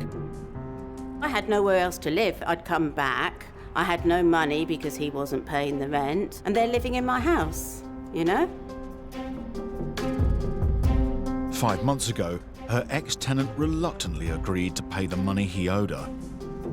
But to cover her costs, Sarah's had to take out a payday loan and is heavily in debt. Worse still, the family are refusing to leave her flat. Today, Sarah's come back to see the place she used to call home. That's the flat there. I just want to go in, for God's sake. Oh, my heart is actually beating away. This has been going on for long enough now. I never imagined it would take this long. I do accept that they're victims, but I'm afraid I'm very angry with them because they couldn't see anyone else's point of view, ever. I'm sleeping in McDonald's, you know? I win. On the hardship stakes, I think. Desperate to get her home back, Sarah's had to take the family to court. Last week, she won an eviction order telling them to leave. Oh, hello. On her way out, Sarah bumps into one of them. Tienes que salir muy pronto, ¿sí? Sí, dos personas de la corto venir aquí, and then you'll have to leave. Tienes que. Cuando me llegue la carta que diga que me tenga que ir, me iré. Despite the woman's assurances, Sarah's doubtful that she and her husband will obey the court order. El problema es que tú no salir con otras noticias, pero esta vez es diferente porque es de la corte de la High Court. Ciao. If they don't go, the High Court sheriff will have to physically evict them.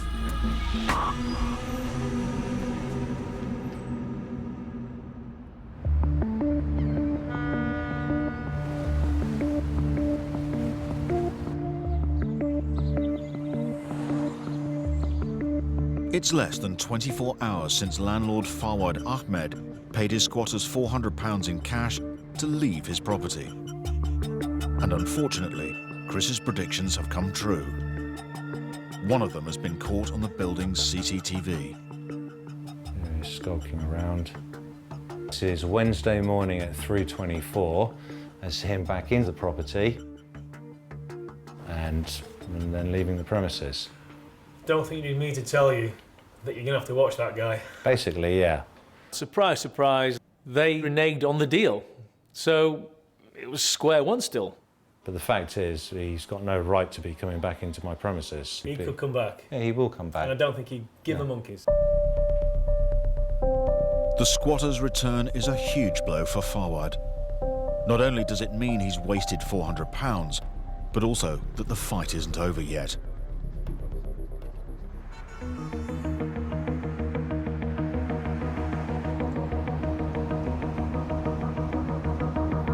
For Sarah Martin, the end of the ordeal is in sight. A High Court sheriff is on his way to evict the family, who are refusing to leave her old home. I'm a bit apprehensive, to be perfectly honest. I'm still half expecting something to go wrong. I don't know what will go wrong, but I'm still half expecting it will. It's like you've been waiting for something for so long, you kind of worry that something's going to happen. Helping her is eviction specialist Paul Shamplina. There's this perception out there by the public that all landlords have got loads of money and loads of resources. Quite clearly, she was not in that bracket, and she was so desperate, so we really had to get that property back for her. Sarah. Hi, hello. How are you? It's Paul from Landlord Action. Hi. You hi. okay? I'm good, I'm good. It's good. How are you feeling? A little bit stressed. I bet you are. So I know you've been homeless, and where are you sleeping at the moment? I've been in an Airbnb for the last couple of weeks while I've been waiting for this magical date to arrive. But that's come to an end now, so I'm hoping, crossed everything, that I'm going to be in my flat tonight. The day of the eviction finally got there, and I just kind of thought, well, if anything goes wrong, I'm going to have nothing. You know, I can't go back to court again. I've no more money to do that. I had really nothing left by that point. 3 weeks ago, Sarah and Paul won a court possession order telling the family to leave or be physically evicted. Today, their deadline is up. Scott, how are you? You okay? This is Sarah. Scott, he's our High Court bailiff. We think there's about 4 or 5 people in there. There'll be, if they're there, yes, 2 adults, 2 children, a dog. All right, let's go.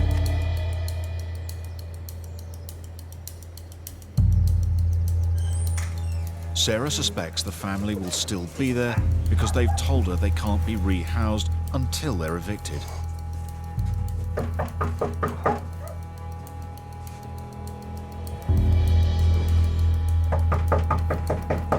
As there's no reply, the High Court sheriff uses Sarah's keys to get in. Hello? Hello? Morning. It's a High Court writ. It tells me that you have to leave this morning, that you shouldn't be here any longer. Did you not hear me knocking? You need to pack a bag. You need to leave, please. The eviction's taking place now. We sent letters. 29th of January, we sent a letter saying we're going to do an eviction after 7 days. We didn't receive, what you're saying is that we didn't receive the second letter. Look, oh, sorry. Right, there's no arguments now, okay? No, shush. I'm talking. The eviction's taking place now. We sent a letter saying the eviction's going to take place after 7 days. What I'm saying is that there's no argument. There's been paperwork that's been served. There's been court papers that have been served. Okay? It's happening. It's reality. There's no way that they hadn't received any notification. The documentation all went to the address. It was all served there. After 45 minutes of arguing, the High Court Sheriff has heard enough. You've got 5 minutes and then you're leaving. It's as simple as that. So don't worry about what you did and didn't get. I've now been here nearly an hour. So you've got 5 minutes and now you have to leave and then you come back to get the rest of your stuff. Take your necessities. Okay? Let's do it now because what we're talking, we're going around in circles.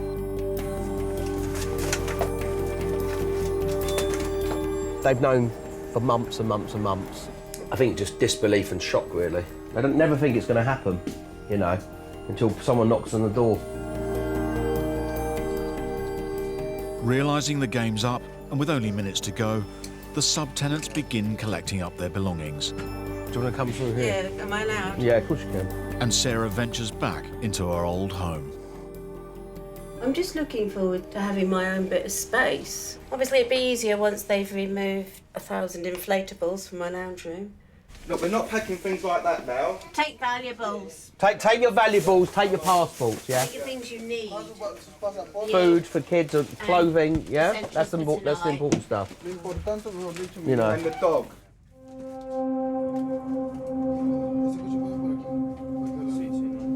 I'm not enjoying it, I have to say. I'm feeling guilty. And I'm angry with myself for feeling guilty, actually. You know, because I've been treated really shoddily. Let's go this way now, come on. When Scott sort of asked him to leave, it was just, yes sir, no sir, you know, and I thought, oh, right. So you can be respectful, you know? All right, guys, let him just take one more thing, go on. Got it? You need to take this as well. Take this. Take that one as well. Now they're out, the subtenants will be allowed to collect the rest of their belongings at a later date, but only with Sarah's permission. All right? Okay, good luck. Thank you. Bye-bye.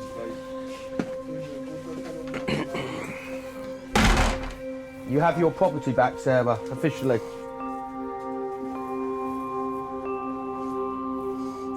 I feel like I'm going to burst into tears, actually, but I'm not. I'm going to wait for you to go. Okay. There's all these emotions. You've been through the mill. It's quite unusual for when you do take possession of a property that the landlord's that desperate they've got to live in the property that night. So this is a little bit of a rarity, but she's desperate. For Sarah, getting the flat back couldn't have come soon enough. I had to borrow money off a friend last week to carry on paying my rent in the Airbnb that I was in. Yeah, I would have been back in McDonald's.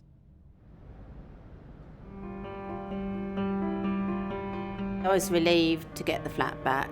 However, after that I started to get angry because I certainly lost more money than I ever made out of it, put it that way. Good luck. Cool, thank you so much. I hope you never have to call us again. Yeah, let's hope.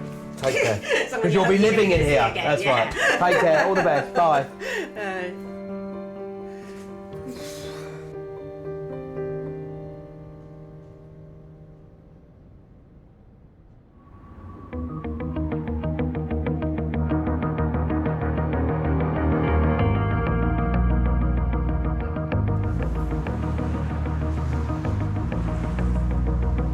It's nightfall, and Harrow Council Housing Officer Jo Smith and her colleague Ozzy Al-Bayrak are investigating a tip-off about a dangerously overcrowded property.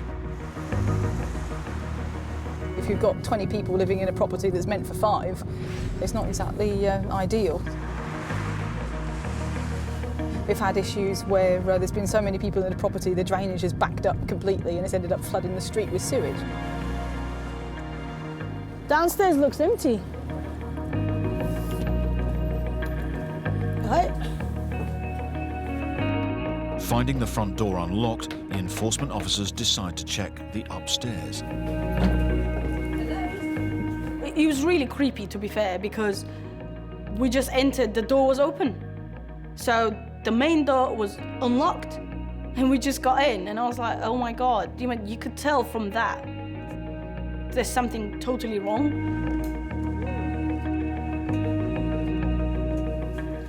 Hello. Hello. How are you? Good.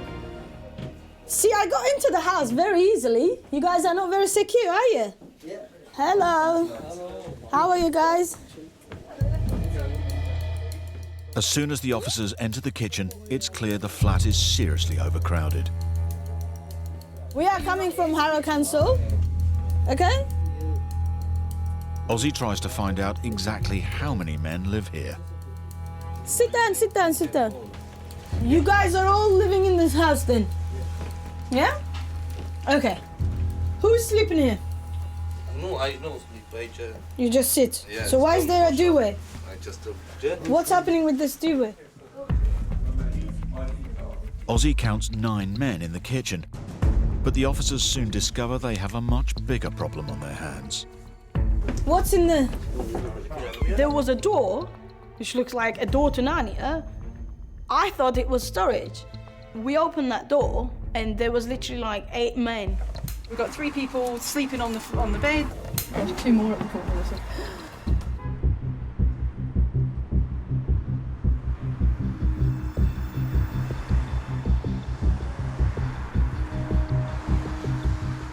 Housing enforcement officers from Harrow Council have uncovered a seriously overcrowded property. So many people in a 2-bed flat is dangerous. 1 single mattress and 2 double mattresses, there's at least 5 people.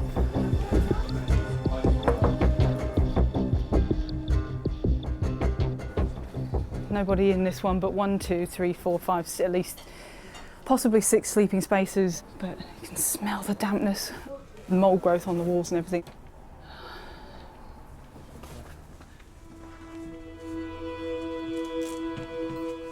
Imagine a fire, 30 people could have easily died in there. I mean, there wasn't proper smoke alarms, proper fire escape routes, anything could have happened. Oh my God! There's basically a double socket that's literally exposed and it's so dangerous. This is dangerous, darling. No problem. What do you mean no problem? It's exposed electric. There is no problem, no. There's no problem. They're like, it doesn't matter, we'll live. They don't care. Joe counts over 30 mattresses in a flat designed for 4 people. And it's not just single men. Got a pushchair there. It's worrying if there is a child here. It's not the place for a child, it really isn't. There's no locks on any of the doors. There's no fire safety. There's no security because we just walked in here. Concerned for the occupants' safety, the housing officers try and find out who's in charge. Who are you paying your rent to? Tell me. You can't be living like this. You guys could die, it's not a joke. Yes. Yes. You shouldn't be living in these conditions. I know, but people try to survive, I know. work for £300 for a week. How can I pay 500 in 1 week? No, How can I pay? I totally understand you and it's quite upsetting for me. I know. All the people try to survive. True. Try to save some money, Try to save some money, but also think about your health and safety, okay? Yeah. Try to move out from here as soon as you can. And find somewhere with less people. Okay? I'll speak to the landlord and get him to put smoke alarms and fire doors in. Yes. He's obviously not talking, so we may as well go down a formal route. Let's go. Yep. Now we'll make contact with the owner of the property, find out if he knows anything, and, if necessary, prosecute the landlord. I can't wait to find out about who the landlord is and to question why is he actually letting people live in this way and collecting money from these vulnerable people? I think it's just disgusting. But Ozzy and Joe's investigation is almost over before it's begun. What's going on, guys? Hey, guys, where are you going? It looks like the raid has spooked the men, and they've all decided to leave. Wow, that was quick. Where are you going, guys? Where are you going? You say that is no good. I'm trying to change another. What, now, tonight? Yes, I go. I don't know where, but I'm leaving anyway. They left because they were so frightened they were going to get in trouble. It was quite upsetting for us to see them leave because we didn't go there to evict them or to make them leave the property, but we just wanted them to get to a safer place. I don't like it when people do a mass exodus because they're off the radar, so we don't know where they're going and if where they're going to is going to be safe or if it's going to be just as bad as that place. We made these guys homeless. It's really sad. Take care, look after yourself. I hope you're safe. Thank you.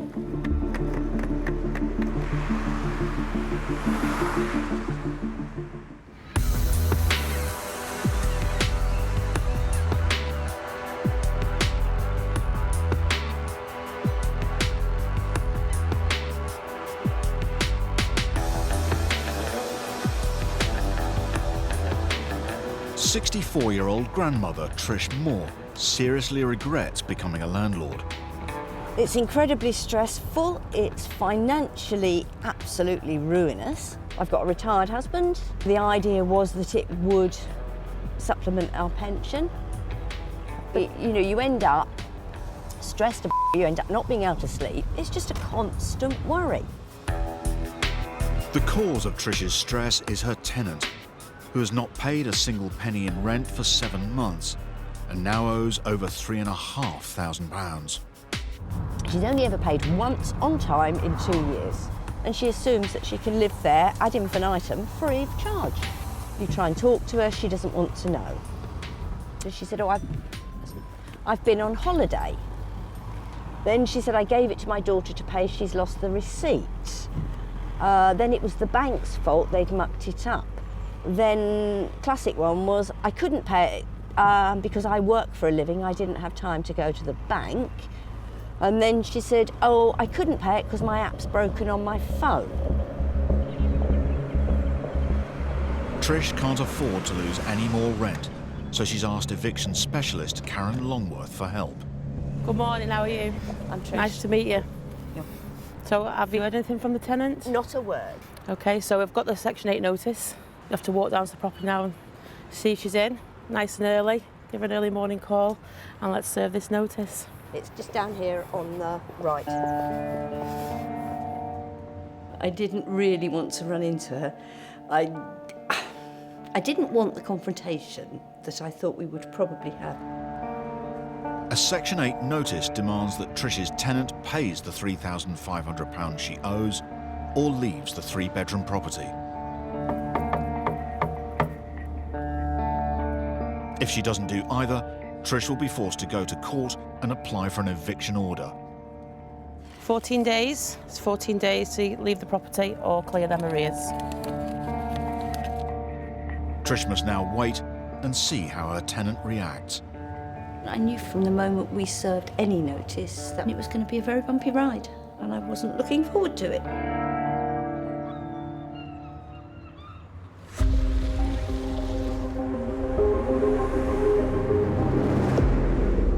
Professional landlord Fawad Ahmed has received a serious blow.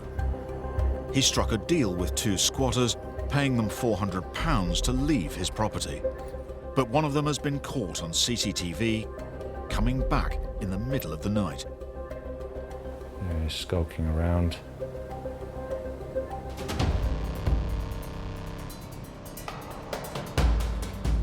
To keep them out once and for all, his lawyer, Chris Sharp, has obtained a court possession order. Today, they're checking whether the squatters have left or are still there.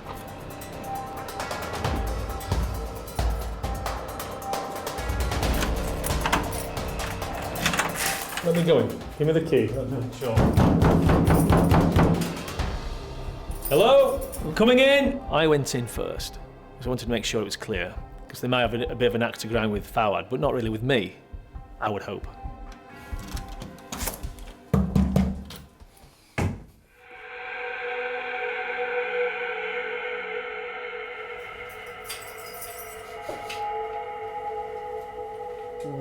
What you can't pick up on is the smell. Drug. There's a drug smell. Basically, yeah. It's overwhelming, isn't it? Completely. Well, look, there's a Little needle. syringe there. Yeah. So just be careful. Just watch yourself for needles there, Fawad. This mattress is being cut up here. As you can see, look, you got. And in case there's needles in there, I wouldn't touch it.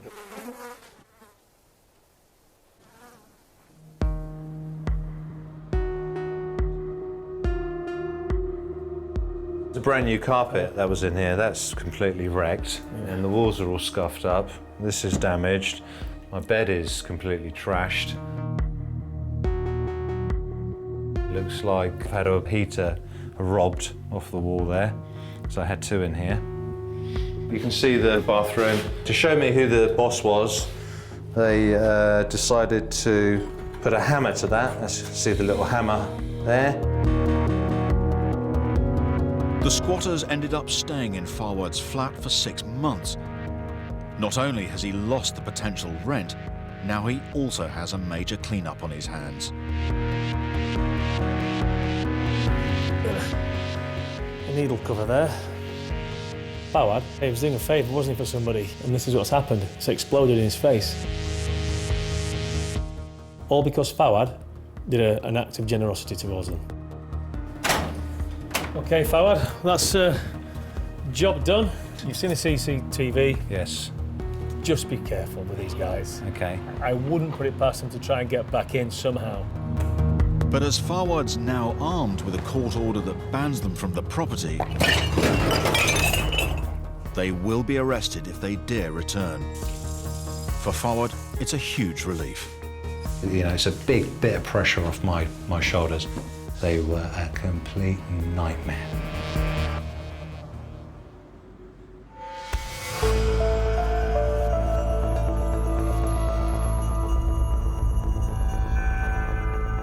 It's a fortnight since Trish Moore served her tenant with an eviction notice. The deadline to pay up or leave the property has now passed. But Trish hasn't heard a word from her. I should be making Weetabix at this precise moment. I want to find out if she's leaving, and I've tried a couple of times to get hold of her, and it's always very, very difficult. So she should actually be going, unless we're going to have to go to court. There are some lights on. Determined to get an answer, Trish is hoping to surprise her tenant before she heads off to work. The notice had been served by the court, and I went to see really whether she was actually going to leave or whether we were going to have to go through the whole rigmarole. And her daughter came out. That's the daughter. And she has now seen me. Damn. Never thought about her. I didn't want to meet her because I'm a coward, and I really don't like arguments. And I think she's gone back in the house. Nope, she's there. That is the daughter. I thought if she gets out the car, I've had it really, because, you know, I really don't want a blazing great row in the middle of the street.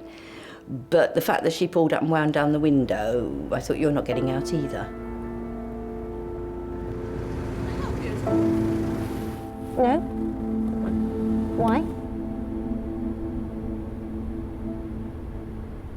She's not my tenant. It's got absolutely nothing to do with her. My stomach's churning. I'm not comfortable. All I want to know is when she plans on leaving and what she plans to do about the rent, which I think is perfectly reasonable. I think I'm probably going to get the door slammed in my face. I think that's pretty inevitable, really.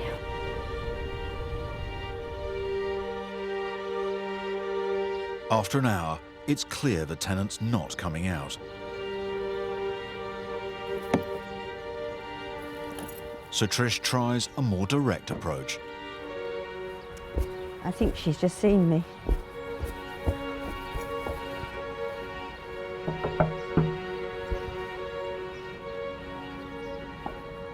I'm sure she's up. I saw her in the window. I just need to know when you're leaving.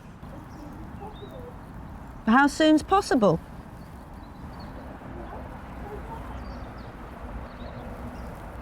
I'm sorry, but you should have been gone by now. Sadly, we will have to go to court.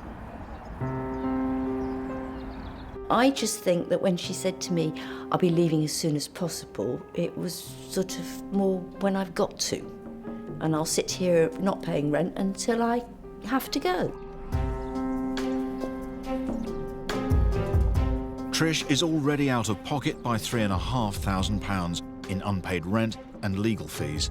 The longer her tenant stays, the worse it will become. She just thinks that if she ignores it will all go away. Unfortunately, I can't afford to go away.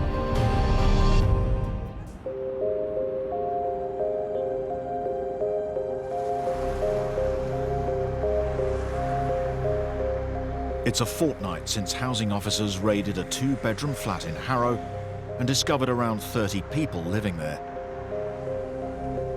The men may have left, but Ozzy Al-Bayrak is determined to make sure it doesn't happen again. We went on an evening raid and it was absolutely, utterly awful conditions in there. Ozzy has discovered that the landlord lives abroad and a letting agency manages the property. Right. She's calling the agency to get some answers.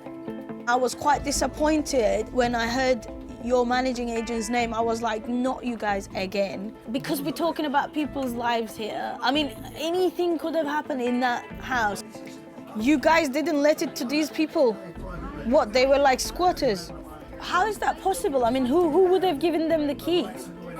I'm not trying to be cynical, but it is my job to be, you know, questioned. Ozzy needs to know what's happening with the flat, so she decides to make a surprise inspection. The property might be completely empty, or there might be a few people living in the property. We don't know. We'll find out.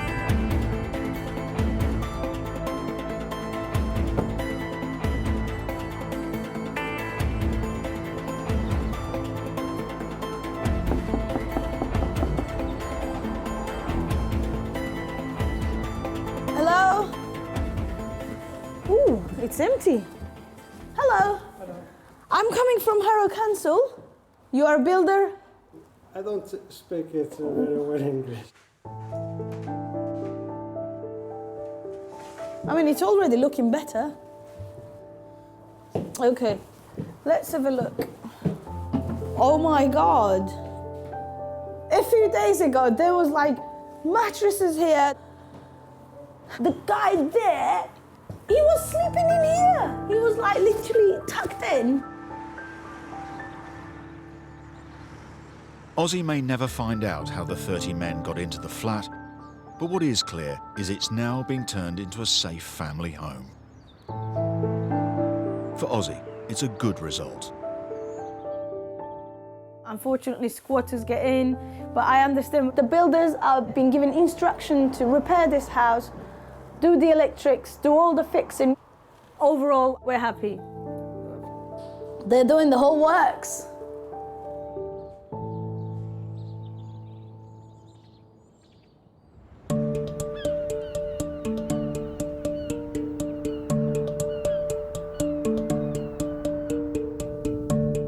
Three weeks have passed since a court ordered Trish Moore's tenant to leave her two-bed house. So far, the tenant has ignored it. I assumed that when certain people got to a certain age, they got a certain responsibility. As a landlord, I've learnt that it's absolutely nothing to do with age. They've either got it or they haven't. And I just don't think she had any responsibility. But this morning, just 5 days before the bailiffs are due to arrive, there's some unexpected news. As far as I understand it, from one of the neighbours who looked, there's been no movement there at all. Nobody's been in or out. So I'm going to go in there and find out if she actually has gone. If she's still there, I haven't got the faintest idea what I'm going to do. Probably cry. Trish's tenant now owes her over £5,000 in unpaid rent and legal fees.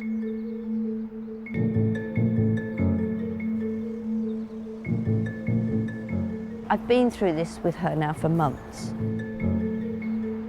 Hopefully she will have gone.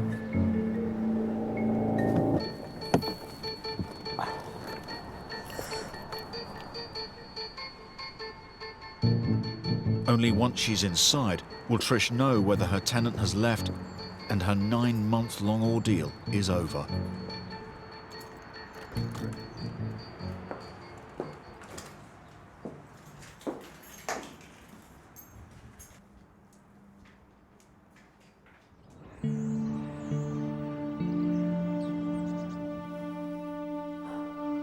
Absolutely ecstatic she's gone. If I'm brutally honest, there have been tears shed. I've woken up at 3 o'clock in the morning and ended up wandering around the house thinking, what the hell am I going to do? And it's soul-destroying. But she's gone and she can't do anything else to it. And I can sort it out, clean it, decorate it, put it all back together again, and then off we go again. But it is nice. It's a great relief. I think I will probably sleep tonight.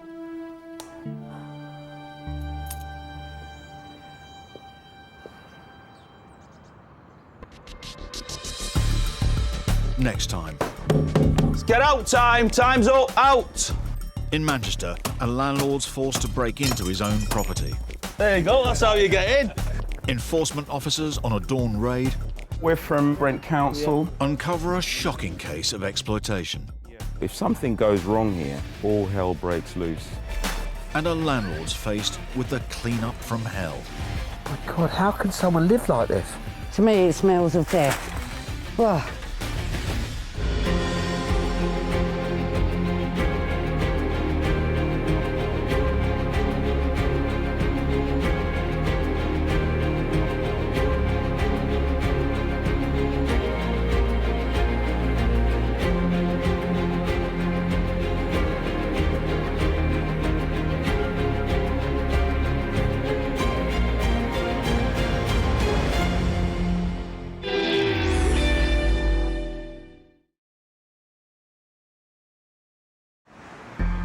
On Britain's streets, a battle is raging.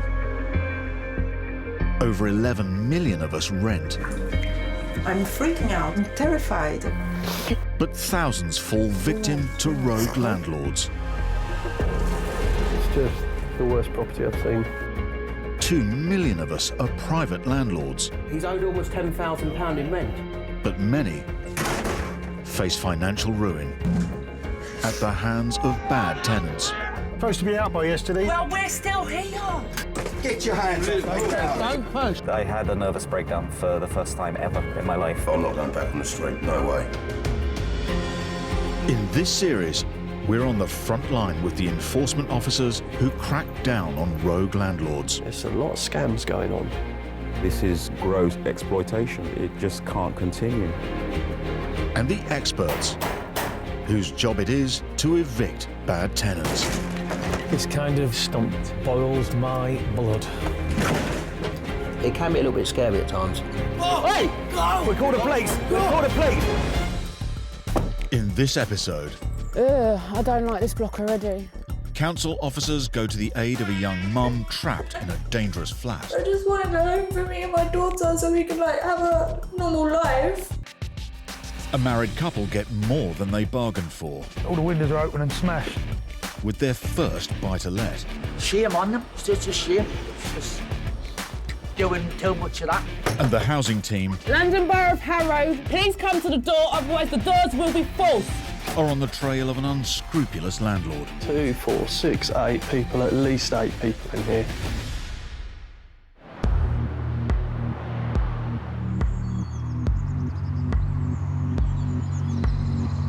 14 months ago, married couple Simon Mason and Pauline Dillamore bought their first ever buy-to-let property after attending a course on becoming landlords.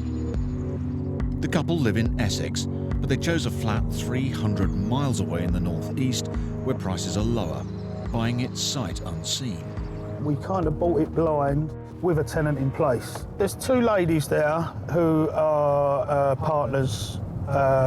Yeah, they're in a relationship. Who live there. So the first 6 months were fairly quiet. Yeah, a couple of little shortfalls on the rent, nothing to worry about. So we assumed everything was okay and it was ticking along. They were hoping the two-bed flat, which came with tenants in place, would prove a smart investment. Instead, it's become a nightmare. It was about last August I received a phone call telling me that there'd been problems with the tenants, and then they sent an email saying that the police were worried about the activities going on there and the local council. The police report was very shocking reading, up to about 120 arrests between the two tenants. Both tenants have been arrested multiple times for offences, including breach of the peace and possession of Class A drugs. This behaviour could lead to the landlords themselves being prosecuted. We're responsible ultimately for the property, and it could result in us action being taken against us if we allowed it to continue. Today, Pauline and Simon are heading to the property to begin eviction proceedings.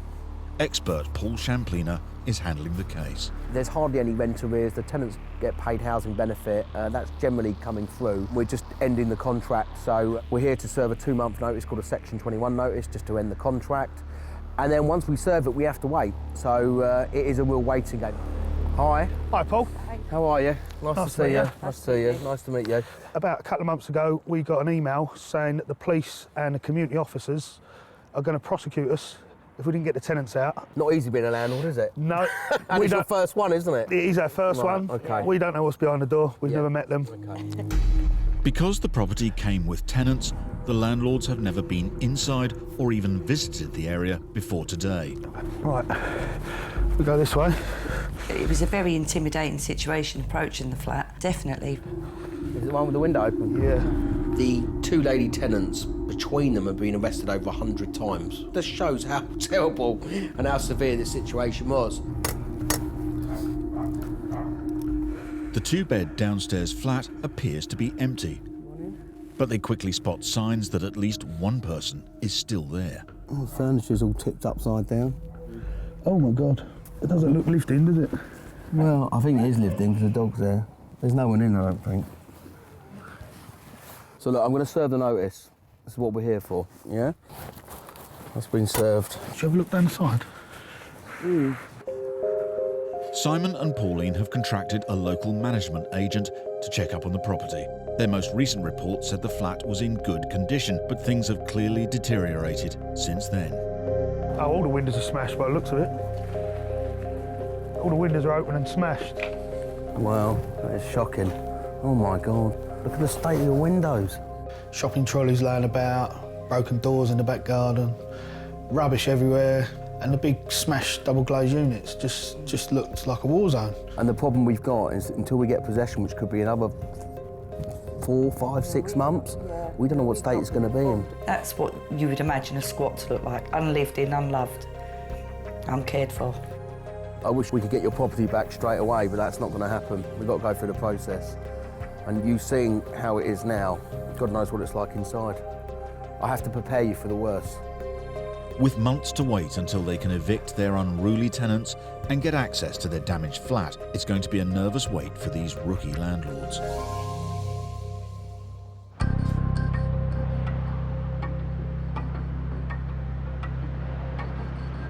In Harrow, housing enforcement officers Micaiah Angus and Andrew Sedman are responding to complaints about conditions in a privately owned tower block. We are going to check the conditions of the block because apparently there's a lot of disrepair issues.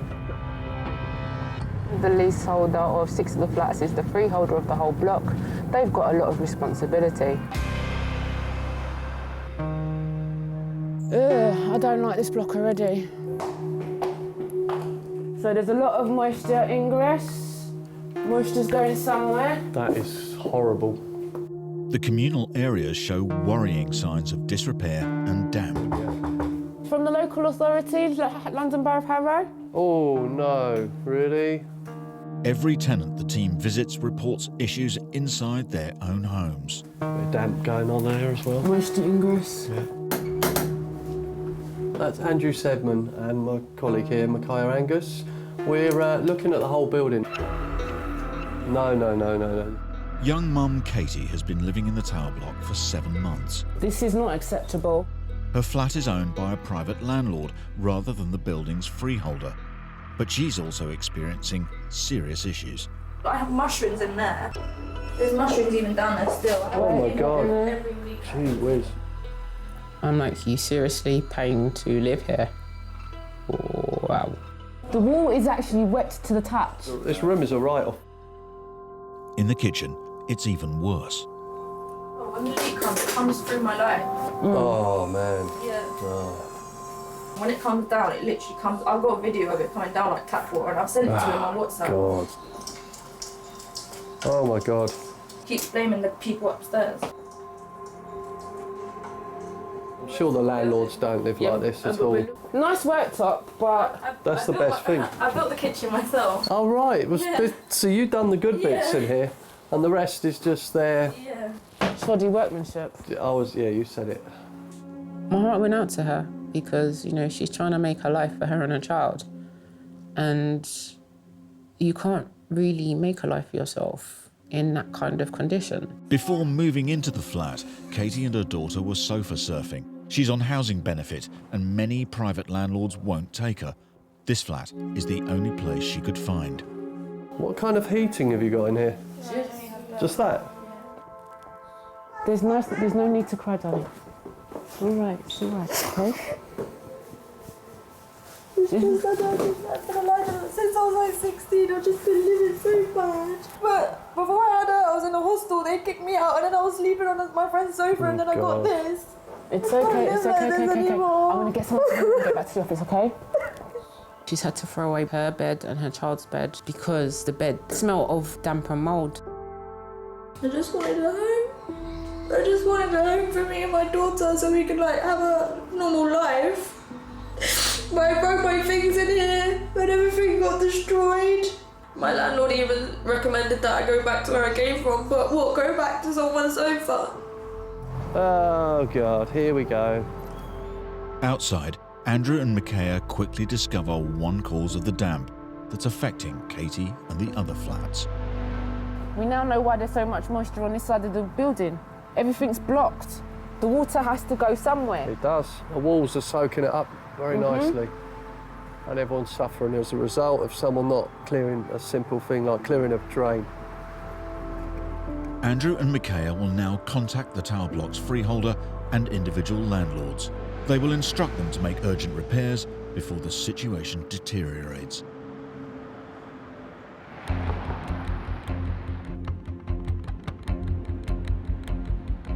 It's 2.5 months since Paul Shamplina served notice to tenants of a flat in Northumberland who should have left a fortnight ago.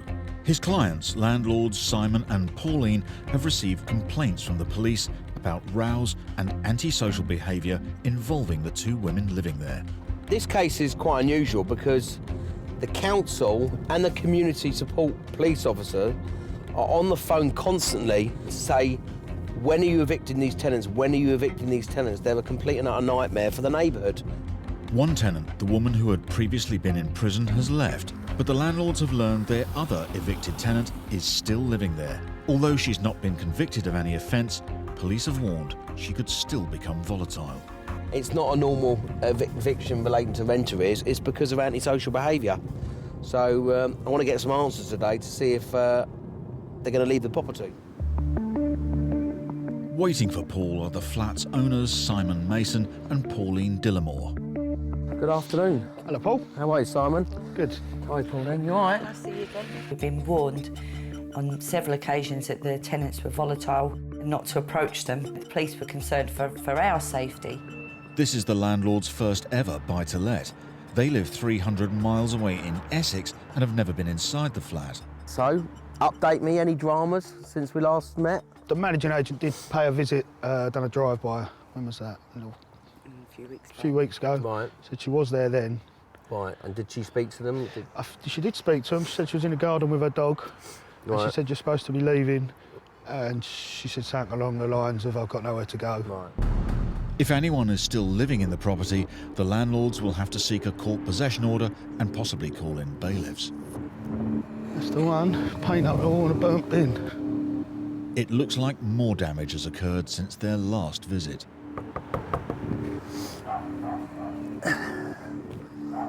Oh my God, there's like right cars in there. Look at that. Hi, there's the door. She's in. Hi. Hi there, you Anne-Marie? Yes. Yeah, hello there. I'm with the landlord. I can hear you. Yeah, I'm with the landlord, Simon.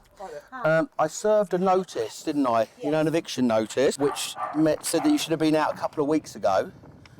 What? 15. Yes. What's the situation? Are you going to be leaving? I'm handing it. I've got to ring up on Friday. I'll be handing the keys in on Friday. Oh, on Friday? Yes. Okay. This little elderly lady answered the door, and I was a bit shocked. I'd read what supposedly she'd been doing in the police reports and whatever. But when she answered the door, it was like butter wouldn't melt. So have you got somewhere else to go then? I'm going home with my son at the moment. Oh, right, okay, all right. Well, that's good news for the landlord, and there's been obviously loads of antisocial behaviour and damage and stuff like that. Is there any other questions? That Yeah, you guys... the damage, the windows that have all been smashed, have they been fixed? No, I wasn't here when that happened. It's been reported to the police. And nobody knows who did it? Well, I've heard nothing back. Because they're smashed from the inside, so it's someone you've let into your house to No, smash. they're not smashed from the inside. No, they have been, yeah. We saw when we came here last time. If you have a look, Yeah. if they were smashed from the inside, the window would be out. There's only one panel out on the outside. But you don't know who did the damage, no? I know, I don't. Okay. But I know that the tenants who live upstairs actually seen somebody leave. Did they set fire to the bin as well? Oh, I know nothing about that. You don't know anything about anything, though? About the bin, no. Okay, all right then. Thank you for your time. Thank you. Bye-bye now. Bye. She said, oh, it's nothing to do with me. I wasn't here. It's not my fault, not my problem. But it isn't her problem, is it? She can just walk away from it. The remaining tenant has promised to leave by the end of the week. Her landlords can only hope she keeps her word and that their property isn't too badly damaged.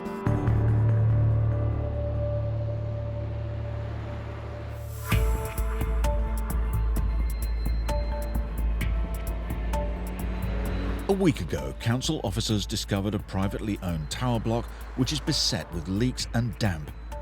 They ordered urgent repairs to take place. But young mum Katie, who rents a flat in the building, is still experiencing problems. Basically, I had everything originally, it was all here, but a lot of the stuff that was at the front was getting really mouldy, and her clothes as well, they were complaining that she smells like mould at school, so I've had to move everything as far away from this corner of the room as I could, really. With unsafe electrics and rooms full of mould, Katie is having to keep her daughter in just one room. And I've not been able to potty train her because her life is locked in here, if you get what I mean. There's no routine in her life. She doesn't come to the bathroom or anything. I literally stop her from going in that area whatsoever because there's just so much hazards. There's holes in the floor. It's ridiculous. I feel like she's not having a life. She doesn't have a life because she's stuck in one room. No child, especially at her age, they should be exploring. And it's unfair on her because I know she doesn't understand, but teachers saying stuff that she smells like mould. It's almost like they think that she's dirty or something. It's great cute. With conditions continuing to cause residents concern, Micaiah Angus and Andrew Sedman are returning to see for themselves. Based upon what I know about this landlord, I reckon we'll turn up today and see that absolutely nothing's been done. The wet block, as we call it in the office, because I've never seen a block so wet in my life. It does have a particularly disgusting reputation as a property. Oh, look! It's still leaking. Oh. This is wet, soaking wet. And it's so wet that it's actually got vegetation growing out of it. Early signs seem to confirm Andrew and Micaiah's fears that no improvements have been made. Oh, look! Oh, well, security. There is none.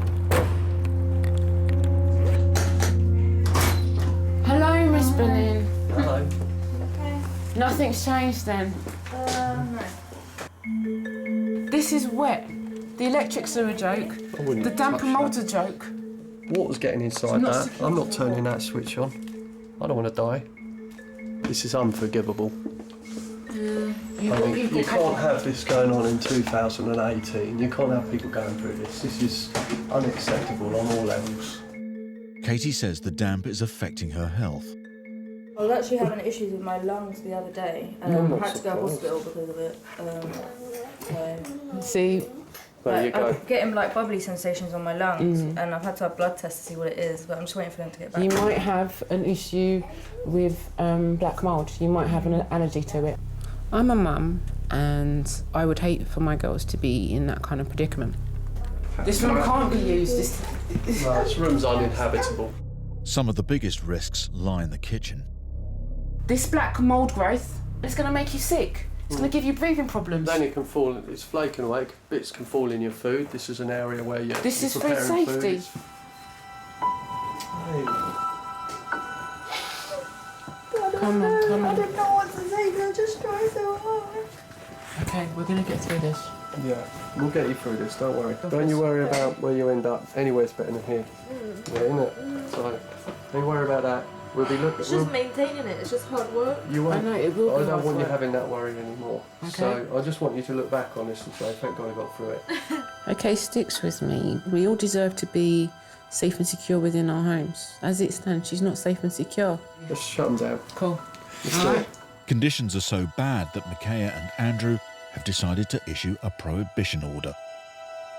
Landlord needs to step in and be responsible. So he's going to feel the weight of the law now, for sure. This means that no one will be able to live in the block until the repairs have been made. In the meantime, Katie's landlord will be responsible for rehousing her. You want to give Mummy a cuddle?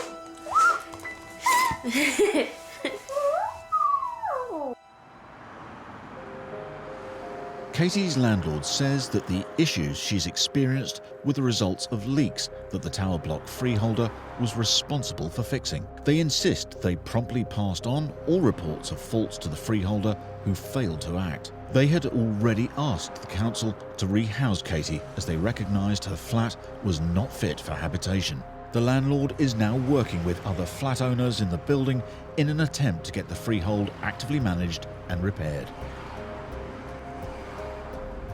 The freeholders of the block of flats, Buttercup Buildings Limited, maintain their responsibility is only the maintenance of the common areas of the flats.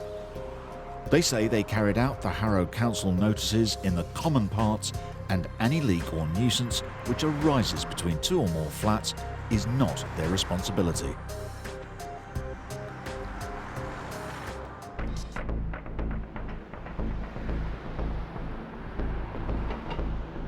Simon Mason and Pauline Dillamore have been asked to evict their antisocial tenants by the police. One of the women has left, but 3 days ago, the other tenant was still living in their flat. They're returning today to see whether she's gone. She seemed very believable, and she seemed very different to what we expected. All the arrests she's had at the property, the fact that the police have ordered us to get them evicted, leads us to believe that she's not to be trusted and that she won't be leaving today, but we'll have to find out. We'll have to wait and see whether she has gone or not. The married landlords aren't from the area, so they're meeting local estate agent Johnny Wright. He'll be assessing the flat if the tenant has kept her word and left. Anne-Marie. Hello. There she's gone.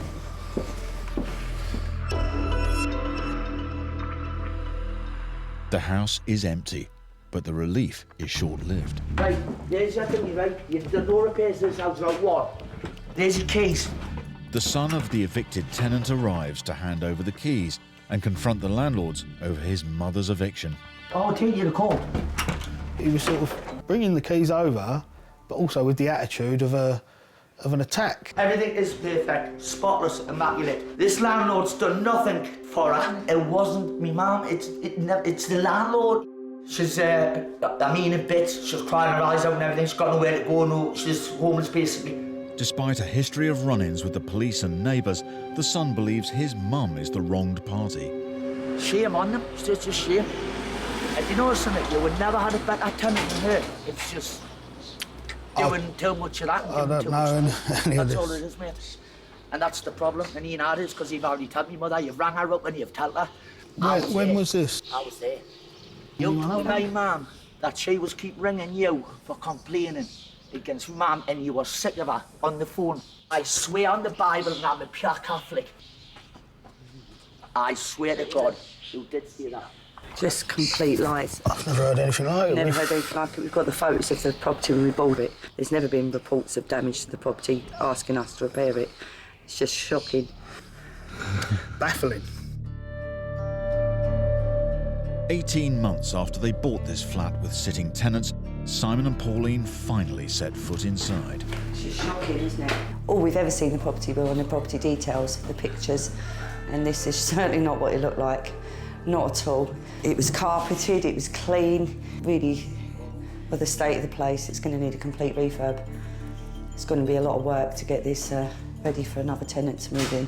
It's just shocking. We can't even gain access to the kitchen. Just bust the latch. They never reported anything. All the curtain poles ripped out the walls. Obviously needs redecorating throughout, new floors, new doors. It was a bit endless, really. Actually, this is better than I thought, other than the... Kitchen's not as bad as it seems. Oh, it's on the outside, that window, isn't it? In the case of the broken kitchen window, it looks like the tenant was telling the truth. I think the bathroom windows are smashed as well, aren't they? You lose faith in people that, you know, they've just got absolutely no respect for anything. Turned it from sort of a dream purchase into a nightmare purchase. It was a nightmare. Yeah. The property details, it was a really tidy, well-maintained flat. I mean, it was immaculate, carpeted throughout, decoration. It was in really good order. We were quite happy with the purchase. To find it in this condition, stripped bare, really, isn't it? Yeah. Simon and Pauline bought this flat 18 months ago after viewing it in a brochure. The reality of life as landlords has been a rude awakening. Glad we got it back, but yeah, it's a lot of ag for just a small rental that isn't really worth so much ag. But possibly put it up for sale. I think it might. I think that might be the way forward. Just to wash your hands of it.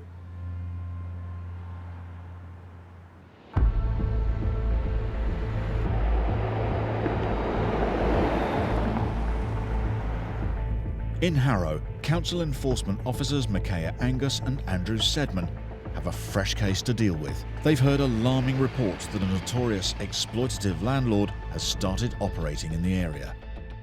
We are trying to stop people living in terrible conditions. It's not fair. If those that are collecting the rent are living the life of Riley, why should others be living in squalor? Today, they hope to inspect a property the bad landlord is believed to be running. Waiting for them is Eddie from the council planning department. See you. And you too. There's 2 keys there. The fact that the keys to this place were in the letterbox right there, there was nothing stopping us entering. Because they believe the home is an unlicensed house of multiple occupancy, officers are legally allowed to enter. Hello, London Borough of Harrow, residential licensing. Oh my God. No one is in, but it's quickly clear that someone is cramming a lot of people into this 2-bed flat. How many do you reckon we get on those beds? 2 in each easily. So 2, 4, 6, 8 people, at least 8 people in here. Look, there's a cot. Car seat and baby bath. Oh, Moses Lord. basket. Being a father, I cannot imagine bringing my children up in conditions such as the ones we saw in this property. It's unthinkable. In the other rooms, there's more evidence of alarming overcrowding. 1, 2, 3, 4 pillows, another mattress there. Yeah, there's at least 5 people in here. 2 double beds, plus another one. So what's that, 5 people in here, squashed in? There's about 18 people, at least. This is, yeah, it's just shocking. Everything that could be wrong about a property was all wrong in that property. You had a bunk bed made for 8 people. It was made from wooden planks. A minimum of 18 people, At least, yeah. all trying to use one toilet, one bathroom. It's utterly disgusting here. This landlord peers up there in the top 10, maybe top 5 of rogue landlords as we know in this country. The team now have evidence that suggests this landlord is once again renting out illegally overcrowded properties. Back at the office, Micaiah contacts him to demand a meeting. All right, I'll see you there tomorrow at 11:30. Thank you, goodbye. He's saying he doesn't believe anything untoward about it being overcrowded. It's annoying and frustrating. Micaiah and the team will confront the landlord at the property. They also intend to raid another home he's believed to operate in the area.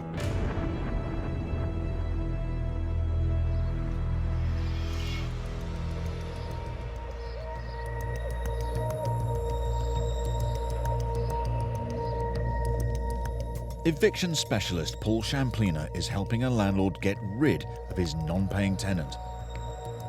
This one-bed flat belongs to a landlord called Eugene Song. He's only ever had one tenant, Brendan O'Brien. The tenant has been with him for about 5 years, and he's been a perfectly good tenant, and then it all went wrong.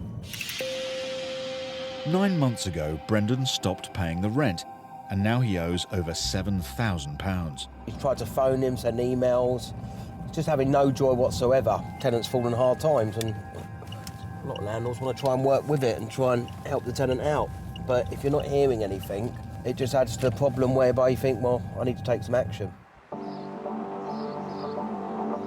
The landlord won a possession order in court 2 weeks ago, and today Brendan is due to leave. Paul's heading to the property to find out if he's complied. If it turns out that he's actually left the property, that would be great news.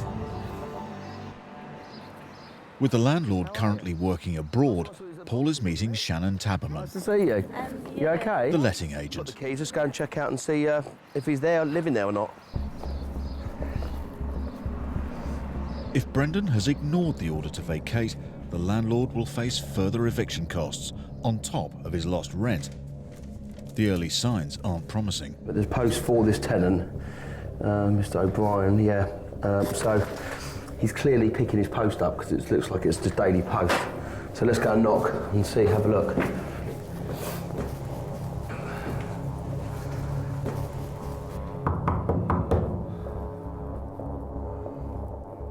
Hello, Mr. O'Brien.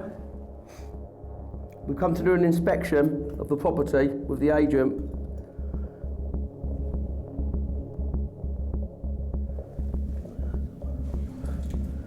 I can hear. Oh, hello. Hi, Mr. O'Brien. Yes. We're from the landlord. We've got a court order and a possession order. Well, you've got that and the rent arrears because you haven't paid any rent since July.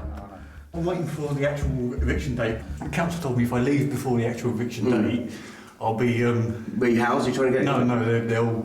I forgot what it's called, but I'll be potentially properly evicted, which means they won't... They may not help you only because you've made yourself homeless by not paying the rent. That's the problem. Yeah. If you're unemployed, then at least you could have applied for local housing allowance, and then Eugene would have been able to get some benefit. Now he's over £7,000 in rent arrears. Okay. I will not give Eugene any more problems. No, I know that. I understand your situation. But I mean, obviously, if you'd had dialogue with him, the situation might have been easier. When a tenant is down on their luck, sometimes they can't face speaking to the landlord, and they just bury their head in the sand, and they think that things will get better, and actually, most of the time, it gets worse. Are we able to do access? Are we allowed to come in to do access? I'm just about going to the job centre. Okay, all right. We've now established that we need to go to the next step, which is bail eviction. Okay. Thank you very much. Thank you. Thanks a lot. Thank you. Paul has his own suspicions about Brendan's reluctance to let them in. I felt a bit sorry for him, to be honest. The flat absolutely pen and inked, you know, it stunk of just smoking, you know, so, and I'm sure it's a complete tip in there, that's why he didn't want us to come in. Paul has no option but to return with bailiffs in just over a month's time.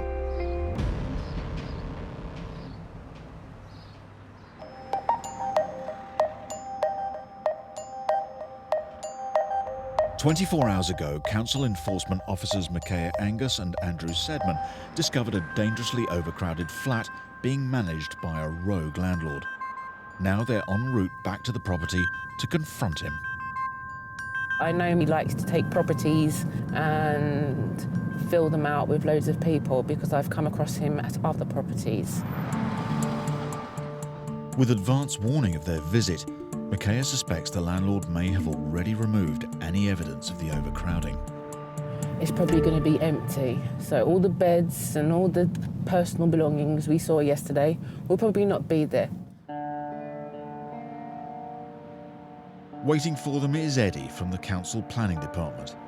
But the landlord is nowhere to be seen. He agreed to meet us here at 11:30, but Andrew and I are in the opinion he's not going to be here.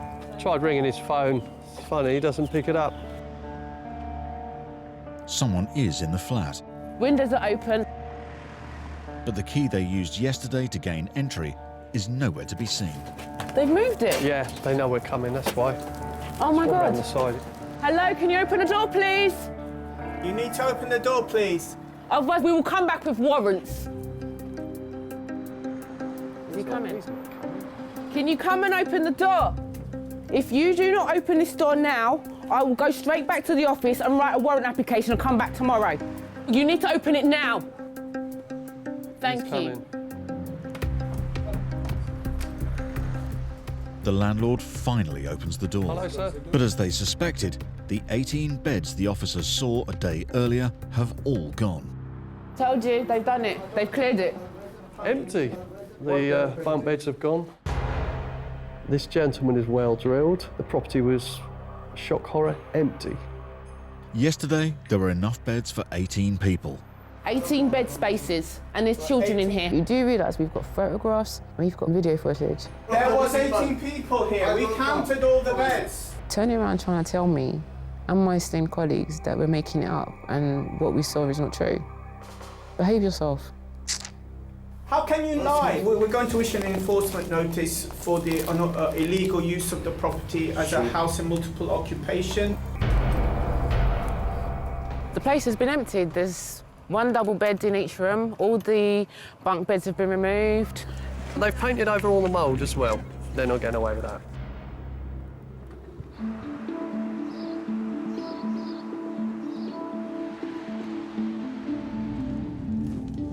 A month ago, Paul Shamplina helped a landlord win an eviction order against a tenant who owed him over £7,000. Despite the court ordering the tenant, Brendan O'Brien, to leave, the last time Paul paid him a visit, he was still living in the flat. And he was waiting for the eviction date to take to the council so they can be rehoused. The landlord is abroad. Waiting for Paul is the bailiff, a locksmith, and AJ from the letting agency. Nice to meet you. You okay? It's almost 11 a.m, the time the bailiff is legally allowed to enter the property. Let's go. Paul is about to discover if the tenant has left.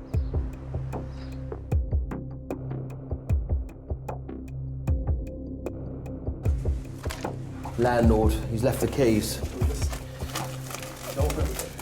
At least had the decency to leave the keys, but we will change the locks, obviously. We don't want to come back, so yeah. It's 11 o'clock now. Hello? From the court, hello? The non-paying tenant has kept his word. It looks like he waited until eviction day, but left just before the bailiffs arrived. It's unbearable.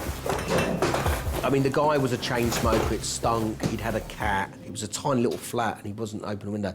It was horrible. Oh, the state of it.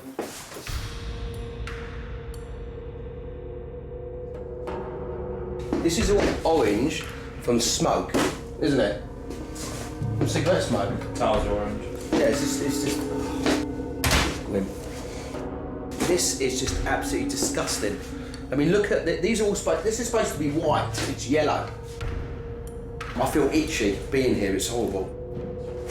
I mean, look at the pots and pans. Look, how long has that been there? Look, there's flies. Oh, it's absolutely disgusting. It's worse than the bedroom. Is it? Okay. Do I need to take a deep breath? You may need to. Oh my god.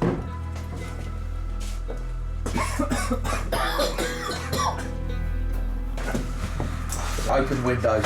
This is how people live. Look at the dampness there. Look. Oh, that's terrible.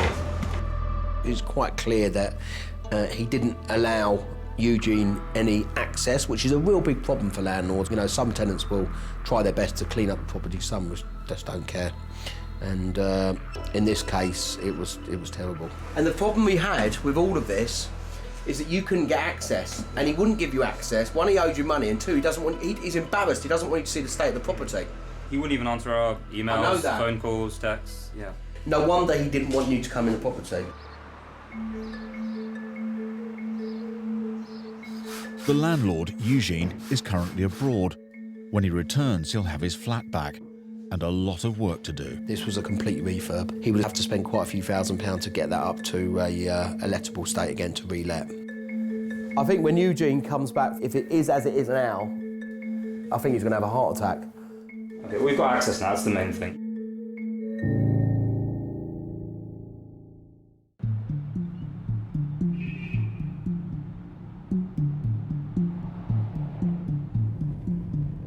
Council Enforcement Officer Micaiah Angus is on the trail of a bad landlord.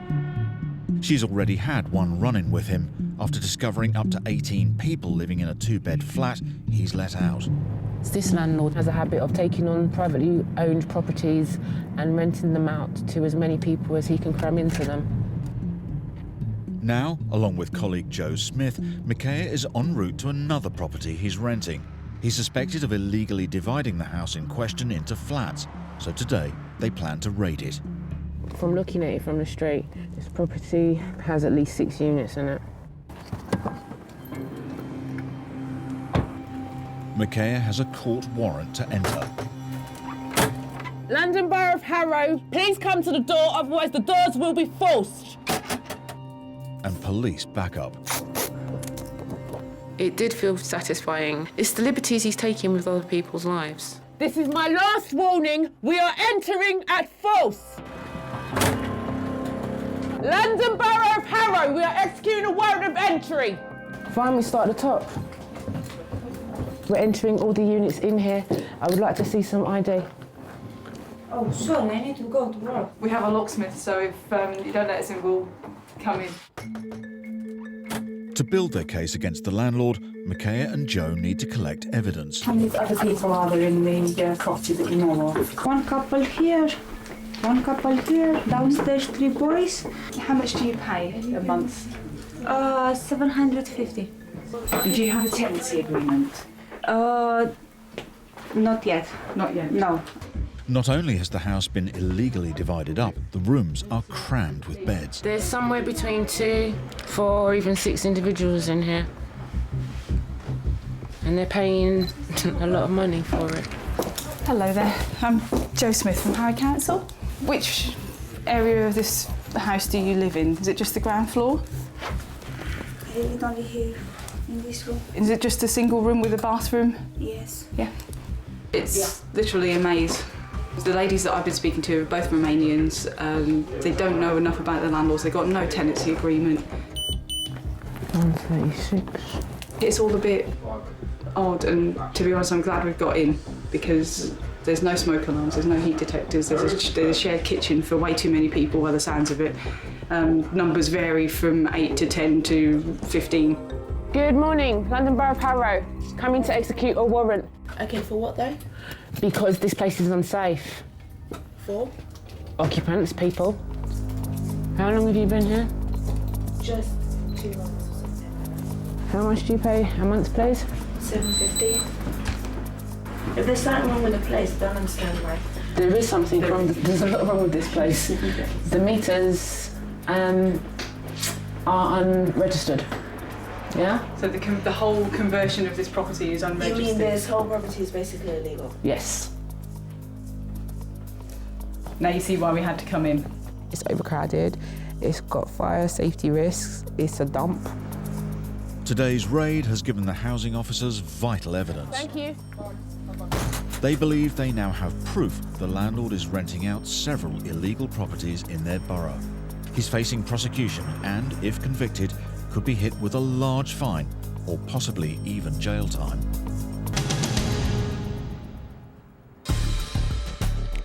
Next time, It's private property, look. Do not touch me.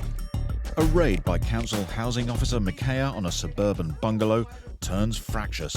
What do you want from me? Make a trouble you want I'm not me? making trouble. Make me homeless with my boy? Chris goes to the aid of a landlord whose home is occupied without her knowledge. This has got all the look, the feel, and the smell of a squat. And Paul helps a reluctant landlord Hi. evict a non-paying tenant. It's just such a mess. I just don't see how is this going to be restored.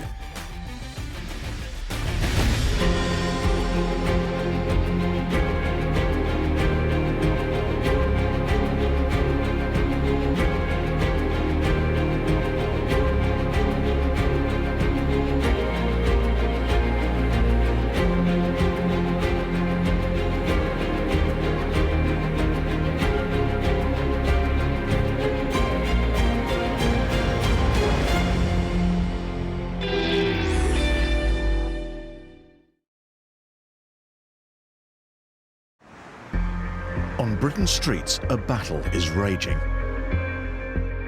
Over 11 million of us rent, I'm freaking out. I'm terrified.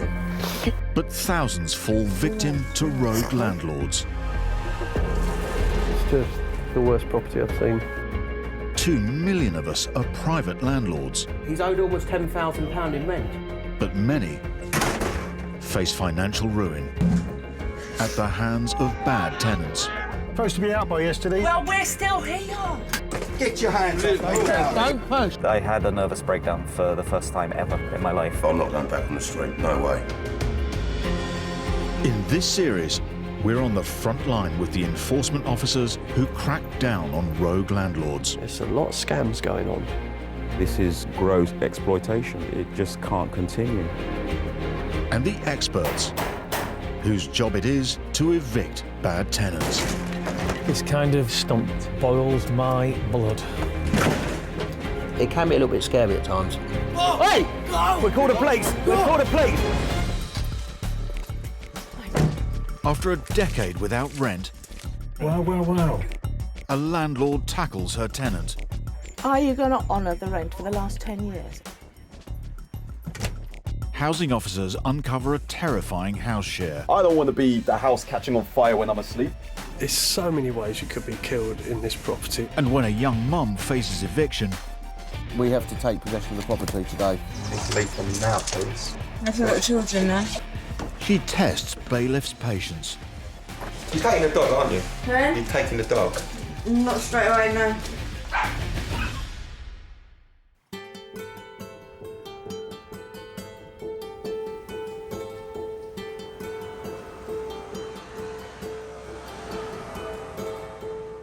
A decade ago, landlord Nishat Hussain and her husband saw the chance to make some money and help out someone in need.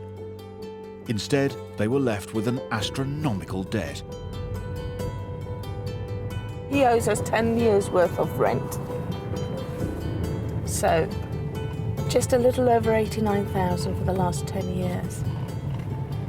That's a substantial amount. The non-paying tenant, Mr. Saunders, was the previous owner of the three-bed home. He'd hit financial problems and sold it to Nishat on the condition he could continue living there and would pay her rent. We were looking for a property to purchase, and at the same time we were helping somebody else. We had done this before. It was a win-win situation for both parties. But what seemed like a mutually beneficial arrangement turned sour after just a year. Rent dried up and the tenant's extraordinary decade of non-payment began. We tried on numerous occasions to get hold of him. We sent him letters, etc., but no response. And I took my eye off this one. Knowing the tenant had been ill, Nishat initially decided to cut him some slack. He had cash flow problems. We were made aware of his health issues, and nobody wants to exasperate any of that. Nishat's patience ran out, and a month ago her tenant was served with an eviction notice. He should have left yesterday, so she's gone to check whether he's still there. Walk up to the house. She hasn't seen her non-paying tenant since buying his house 11 years ago. He appeared very down to earth and very sincere. A decent guy, in our opinion. Mr. Saunders? Yes. Hi, I'm Mrs. Hussain. Oh, right. Hi. Well. I see you're still here. Yeah, well, man, I mean, you've seen my letters, have you? What letters? Well, We should have vacated the property by yesterday. Don't you realise the position you put me in? You didn't pay your rent. Why did you stop paying the rent? Because your address, I wrote 3 letters on separate occasions, okay, with Well- guaranteed post delivery, and they were not collected or and signed for. We've been there for It's- the last 23 years. So I can't accept that excuse. Excuse. I mean, But you stopped paying the rent. I had no telephone number. Oh, I had, yes, you did, because the last letter had Yeah, I know, the I'm so- mobile number on. Yeah, no, I'm sorry, but that was on my mobile. It was stolen. No, but the letter had the mobile number. And that mobile number hasn't changed. It's really, really peculiar. Anyway, I'm just not very happy with the way that you've well, the you've point managed managed is it. there's no question about managing. You haven't paid your rent. 10 years without rent being paid. He wasn't apologetic. He was definitely not embarrassed. He turned it all round to blame me. You've never sent me any invoices. No. I mean, you still have to pay the rent. You're living here. You're our tenant. You still had to pay the rent. Yeah, but You don't send invoices. I have to say, I am disappointed that Well, we are I've quite. not Well, received. no, it doesn't matter whether you received it or not, or etc. Whatever. You needed to have vacated the property yesterday, or paid up all the outstanding rent. Are you going to honour the rent for the last 10 years? That's how long it has been that you haven't paid your rent. That's what I was discussing with my solicitor. I honestly did feel sorry for him. He was in denial. I believe he thought that nothing's happened for the last so many good years. Why should anything happen now? You have a very good day, Mr. Saunders, and we'll be speak to you soon. Yeah. Presence. Okay. I'm just absolutely astonished at the way in which I've been managed. That's the word, managed. But you're an Detailed. intelligent man, Mr. Saunders. I'm an intelligent person. Right, so you don't need to be managed. I'm not going to say what. I'm going to consult my solicitor, okay, and then we'll be in touch with you. Yeah. Yeah. I'm very, very, very happy. Okay. All right. Yeah, goodbye. Bye-bye. He doesn't want to pay. He doesn't want to pay. For now, Mr. Saunders appears to be staying put. Nishat's next step will be to start eviction proceedings and potentially calling in the bailiffs.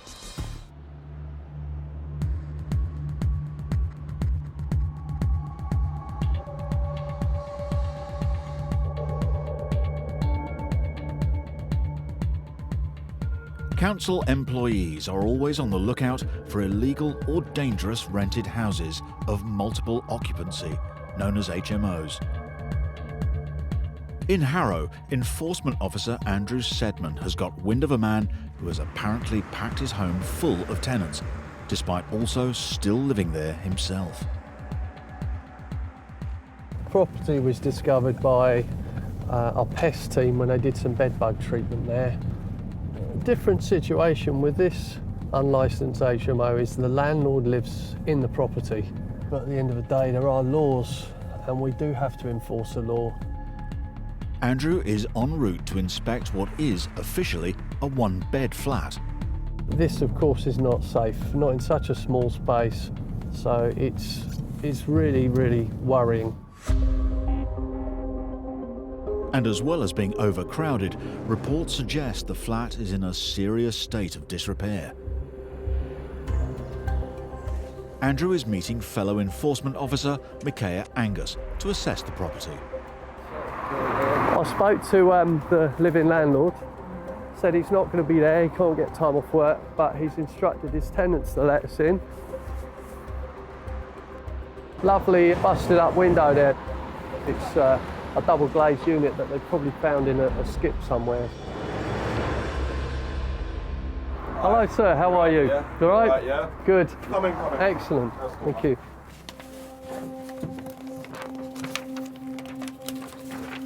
First of all, we've got a bit of a leak going on up here.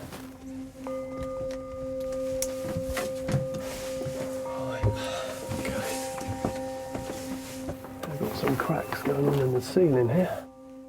It soon becomes clear this is no ordinary flat share. Hello sir, how are you? Yeah. Sorry to bother you. Yes. The lounge alone is home to 2 men, and it's in far from ideal condition to cope with the winter weather.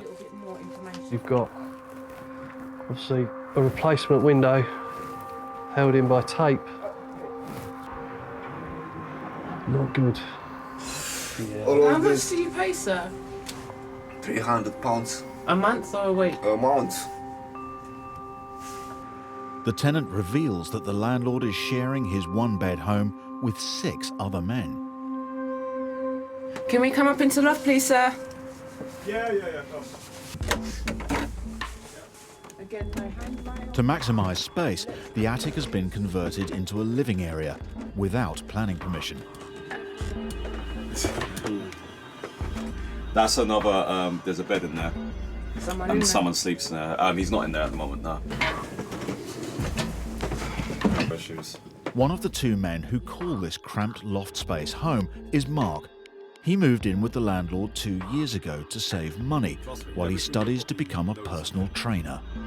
I've told him, look, this yard, it's not really livable. You need to sort this out, man. Look, the balustrade things that he's connected. Yeah. It's held together by brown tape. When he gets that idea, he will just go ahead with that. Yeah. Look, there's not enough space for a start, yeah? He's tried to do all this himself, and I told him, you need to do it professionally. You can't just try and start building something and not really have the know-how or how to do it, you know what I mean? We had people sleeping between the eaves in the loft. There was no fire separation. It was just disastrous. I told him it's not a good idea putting a toilet up here. There's not a basin. There's a hole in the floor there. Yeah. I don't think I've seen it any worse than this hazard-wise.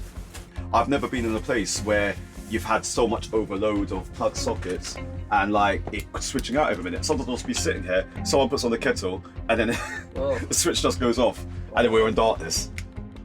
There's so many ways you could be killed in this property. It's not really livable. Yeah. It doesn't seem to be no resolve. If I have to move out, I have to move out, you know what I mean? Because I've been there like actually too long. The lack of upkeep is evident in the cramped communal kitchen. Wow. So that's the waste. That grey pipe is the waste of the washing machine.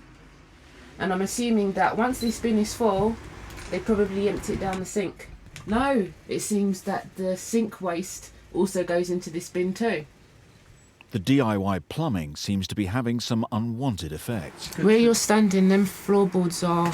Oh, they're soggy. Yes, they're not great. It's really bad. The electrics are exposed. Micaiah is concerned that vital safety precautions are also being ignored. This landlord has fire exit signs all over the place, but there's no smoke detection in here. Oh, the one that was here has been removed. They didn't even have a basic smoke alarm. A fire in that situation, they would have had no chance at all. It was just waiting to go up. These are not fire doors, but I can get my fingers through there. Once there's a gap, smoke will get through. And it's locked. If you lose the key and you're in that room, you're dead. The tenants reveal that the overcrowding and the lack of professional maintenance are the result of the landlord being in serious financial trouble himself. I don't even think he's going to sort this out, bro, to say the truth, honestly. Yeah. He can survive 1 month. You are a good friend with him. Me, I am very good friend with him. He not listening us. The wiring, man. I don't want to be the house catching on fire when I'm asleep. Are you crazy? Electrician actually is the electricians. It's not cheap, man. This could burn down tomorrow. The landlord tell me something. Please, John, don't leave me and help me because is disaster. If him stay alone, he can survive. No, because all the salary of him is going just for a mortgage. To be honest, he eat from him and from me. Wow. What we buy as a food, he eat from us. Nah, John, we need to try and get out of it ASAP because he's going to lose the place, bro. I'm telling you right now. Yeah. I'm telling you right now. Whether they want to or not, all 7 residents, including the landlord, may soon be looking for alternative accommodation. The reality is, it is a worst case scenario because it's so dangerous in here. I mean, we can't let it go on like this. We need to shut this down. Effectively, I'm shutting the property down and telling them to leave. At the end of the day, it's lives, and those lives really matter. So I had to get something done. Andrew makes an urgent call to the landlord. Andrew Sedman here. I've got some bad news for you. Your property, I've rated it. The rating is so severe that I've actually had to serve what's known as an emergency prohibition notice on you, which means you all have to vacate the property until it's fixed up. At the end of the day, if you stay in here another night, you could die in a fire. That's how serious it is. The landlord, understandably, did not react too well to this. As a professional, so I have to disagree, it is really bad. The council are just not having it anymore. Bye, sir. See what I mean? It's not nice doing this at all. I don't take pride in getting people thrown out of a house. I'm taking pride in saving someone's life.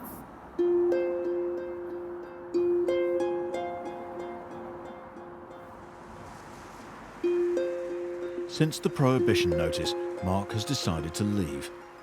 The landlord, however, is still living in the flat with a number of his tenants. The council are considering further action against him, which could include fines and criminal prosecution.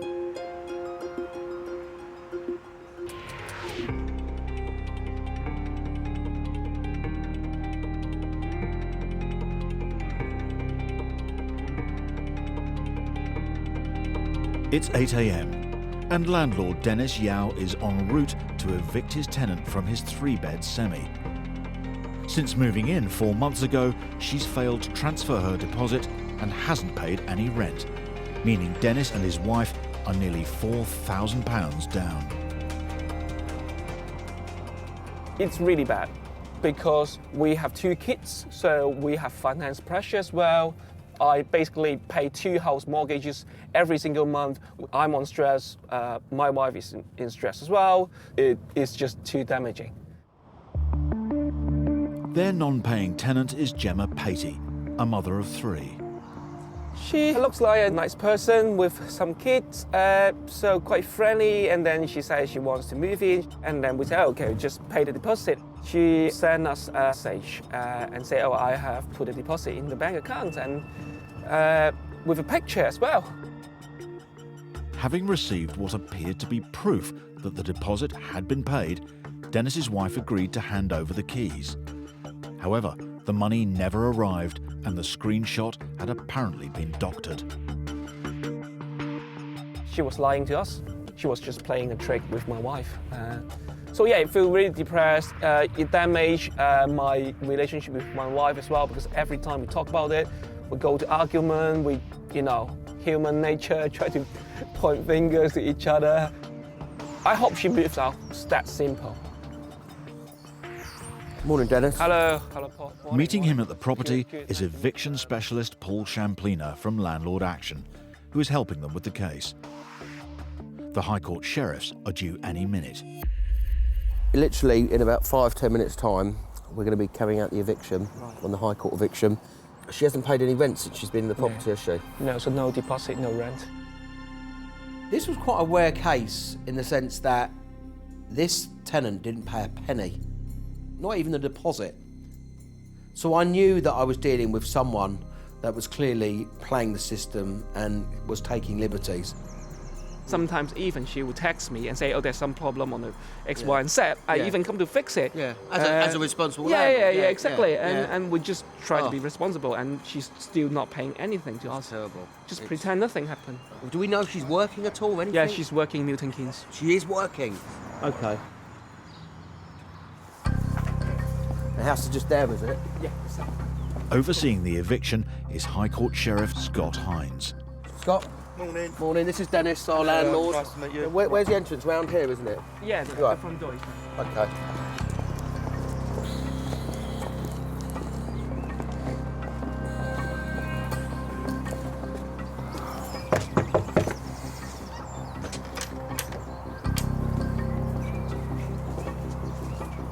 Hello there.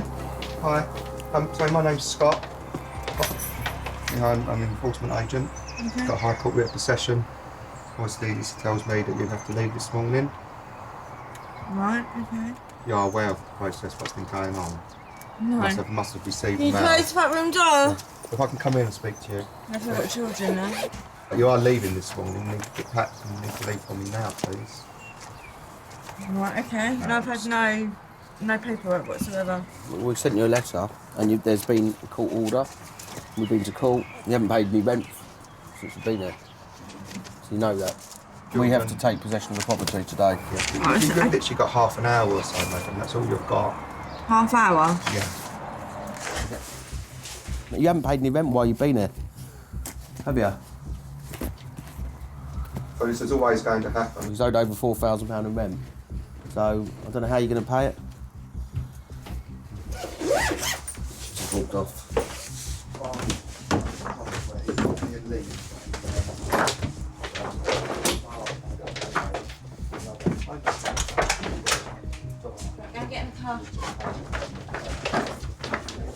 Dennis, has she got your number? Yeah. She has got your number. I haven't. No, can I have a number? You should have had, because I know you've been complaining about there's been issues with regards to property, so you've been speaking to Jessica. Property's ready to fall down. Well, no, I wouldn't go that far. There's been a major leak. Again, they didn't want to pay for that. Fence blew down. I got messages saying they didn't want to pay for that. Let me give you this number. Yeah. Okay. But is there? Do you want to talk about the rent arrears side of things or not? No, you're not going to pay any rent. That's not what I said. Okay. So maybe when you pick the stuff up, you can come to a payment plan with Dennis. No. Dennis's tenant is reluctantly preparing to leave. But there's a problem. Hi, madam. You're taking the dog, aren't you? Huh? You're taking the dog. Not straight away, no. You can't leave the dog here. It'll be in the garden. I have to come back for him. And no one's going to be here, are they? We can't leave the dog in the house. You can't leave the dog alone in the garden. You have to take it. No, I can take it.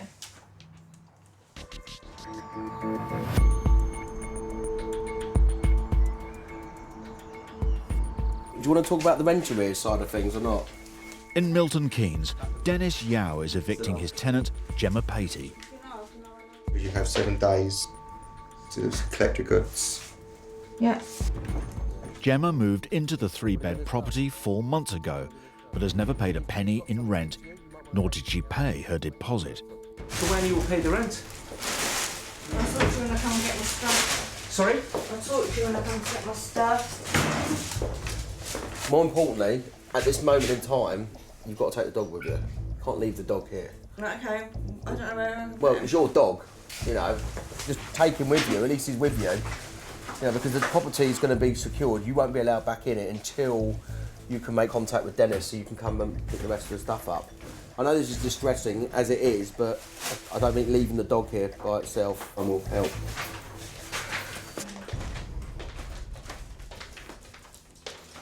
I own a dog. I wouldn't want to be parted from my dog and leave the dog. I think she was a bit delusional that you could just leave the dog and we just move on. All right? Okay. You've got the dog. I think the kids have. Have the kids got the dog? Just double check. Okay. Dennis's ex-tenant now has 7 days to pick up the rest of her belongings. Lovely. Right, okay. Thank you so much. No problem. Scott. I'll speak to you soon. Speak to you soon. Yeah, okay. Take care. Thanks for your help, Scott. Now their tenant has gone, Dennis's wife Jessica arrives to check the state of the property. Nice to meet you. You okay? Good timing. She's just left. Okay. You have your property back. Despite not paying the couple any rent, their tenant constantly complained about the state of the home. Her words were, the property is falling down. Right, does this property look like it's falling down? No. No. It's just a nonsense. It's just an excuse, isn't it? Let's go in here. And keep complaining. Yeah, it's complaining about things so that you can get out of trying to pay the rent. I mean, I think that was the angle that she was trying to use, yeah? It was Jessica who originally allowed the evicted tenant to move in, after she was sent a doctored screen grab supposedly showing that the deposit had been paid. I feel quite sorry, because I trust someone so easily. I feel totally betrayed. Yeah. Didn't think a mom of three will do something like this. Yeah, just really depressed, really. Both me and him feel depressed whenever we think about this. Yeah. Having lost nearly £4,000, this has been a very costly mistake for the couple. It's okay. It's fine. It's okay. It's fine. It's fine. It's fine. Her free riding created a nightmare for us, and it's horrible. It's quite difficult for us for the last few months. Yeah. The evicted tenant, Gemma, promised Dennis that the £4,000 she owes would be paid. But 2 months on from the eviction, the couple still haven't received a penny.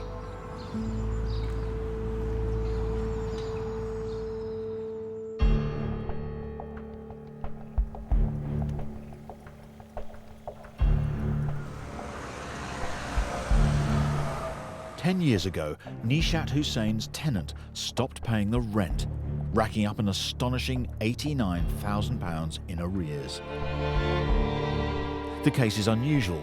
Nishat and her husband bought the house from a man called Mr. Saunders 11 years ago, and then he became their tenant. It's a shame it's come to this, but we have been chasing him. Shouldn't be like that. Mr. Saunders ignored a court order to leave, so today he's due to be evicted by the bailiffs. It wasn't a nice feeling that you're getting another human being out, evicting them. Where was he going to go? Had he prepared himself? Because he was in denial all this time. This is it. This is it. And he's going to be there. I'll be very surprised if he isn't. Okay. The Husseins aren't from the area, so they've been seeking assistance from local estate agent Mike James. Hi Imran, good morning, how are you, sir? I'm well, how are you? Yes, very well. It looks like their tenant is still in the property. With bad blood on both sides, the landlords are advised to wait round the corner out of sight while he's evicted. At the end of the day, you've got a bailiff who knows what he's doing. He'll sort out whatever occurs there this morning. All right, well, we'll just wait here then. Yeah, and then I'll give you a call as soon as we're ready. Yeah. The heart was going. It was going.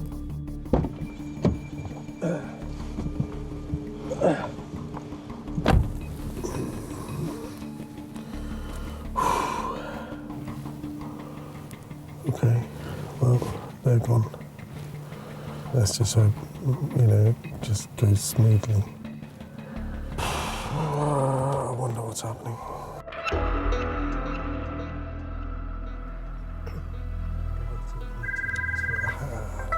That's Mike. Hello, Mike. Hiya. Just a way of an update where you are at the moment. Yeah. And the bailiffs are there? Oh, they're inside? Right. Okay, great. Thank you. Thank you. Bye. He is there. We suspected that. In his head, yes, he did think that was his house. He was not going to leave voluntarily. He would have to be evicted.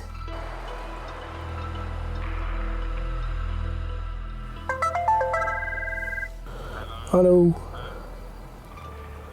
Yes. The bailiffs have left. The house is empty, sir. He's left. Okay. Come up and have a look. Thanks. Bye.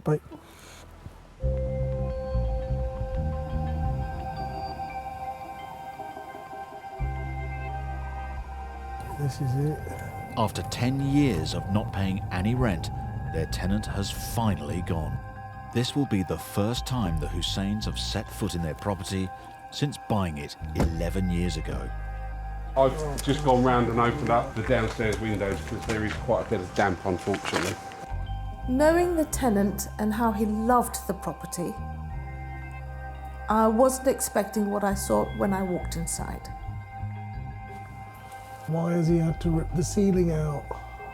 I reckon the leak has been fixed. Right, okay. But obviously all this will need to be pulled out and redone. You're in the top of the box, and I reckon by the looks of what's probably happened, because there's no carpet and stuff as well, it's flooded the hallway. Yeah, it's actually gone through the other side. And it's soaked up there. It's soaked up all underneath the stairwell as well. Okay. There, look. The floor's lifted up. I'd say that's probably from the moisture of the wood expanding. Yeah, it's bowed, hasn't it? And there's another section over there as well. Yeah.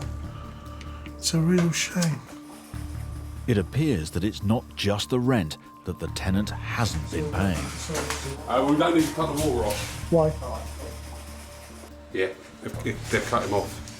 They cut him off? Yeah. He's using a bucket for a toilet in there. What? Oh, there's no cistern.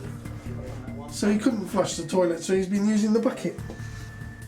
We quickly realised that this guy was having a hard time. He was cooking just on a camping stove. Felt very sad. Upstairs, there's a further unwelcome surprise. Oh Christ, look at that roof. As landlords, the Husseins are responsible for maintenance, but the tenant didn't tell them about the leaky roof and instead attempted a DIY fix himself. The top of the roof hasn't gone into disrepair, the outside, which has then let the water in and caused the damp. The Husseins bought this house as an investment, but now they face big renovation costs on top of the £89,000 they are still owed in rent. We won't see the money. We won't. We're just going to have to live with that loss. We'll obviously try and pursue him for it. At least we have possession of the property. At least we can now, start thinking about putting things right in the property and then moving on.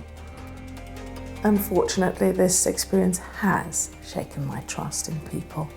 Sad, but that's how it is.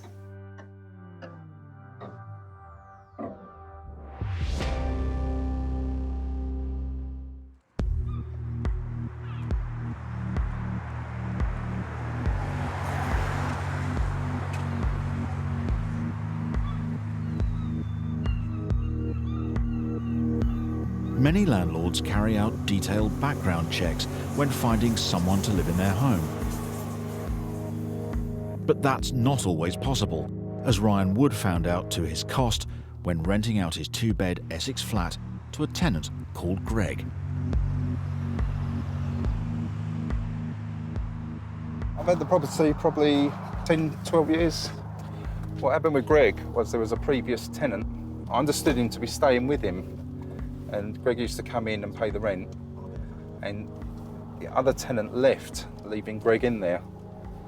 And it then put us in a bit of an awkward position because Greg was already in there, but he came in, paid the rent, it was always quite pleasant, and we didn't have a problem with him. So we ultimately issued him a tenancy agreement.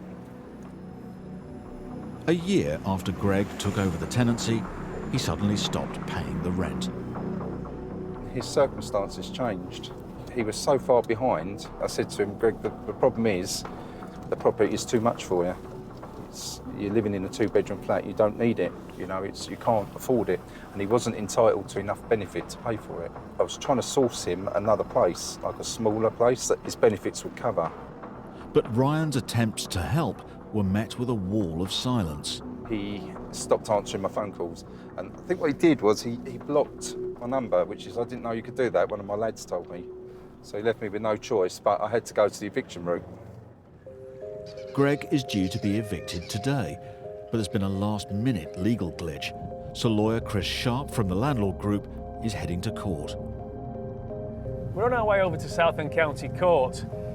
Ryan's tenant, despite having a possession order made against him, despite owing Ryan thousands of pounds in rent arrears, the bailiff is due to go around in about 3 hours' time, and the tenant has decided to make an application to suspend the warrant at this late stage. It's not the first time Chris has come across this tenant. Interestingly, this guy, we've evicted him before, and he was responsible for leaving a house in one of the worst conditions I've ever seen. And here he is again. I was actually told by the estate agent there is 1% that trash a place this badly when they leave, and this is the 1%.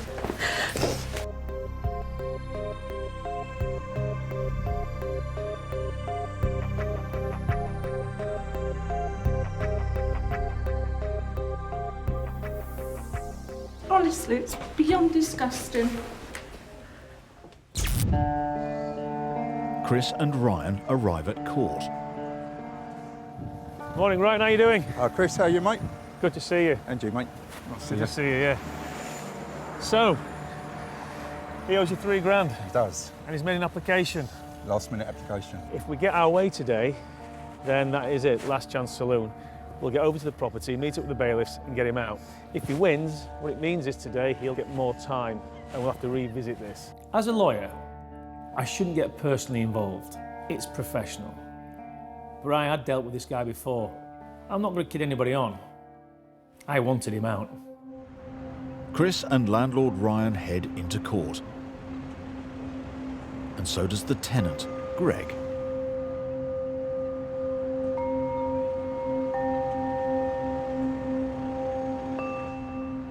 He knew of this bailiff eviction many, many weeks earlier. Why didn't he apply then? This guy knew what he was doing.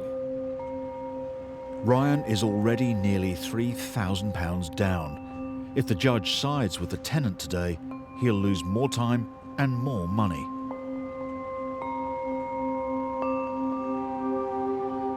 Very good result. The judge basically dismissed his application, so the bailiff eviction is going ahead. When he sauntered off out of the courthouse, it didn't feel great for me. It's quite sad. Some people live terrible lives.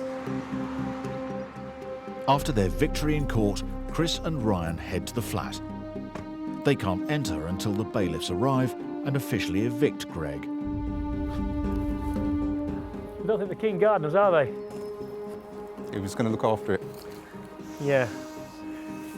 You probably noticed from my reaction that I'm not that surprised at what I'm seeing. The garden was full of crap. There was cat feces everywhere. I knew this tenant, and I was worried. I'm expecting it to be a mess. Hi. Morning, gentlemen. How you doing? Good. Would you like to come up to the front? The bailiffs are here. Ryan is about to find out whether Greg will resist the eviction and what state his flat has been left in.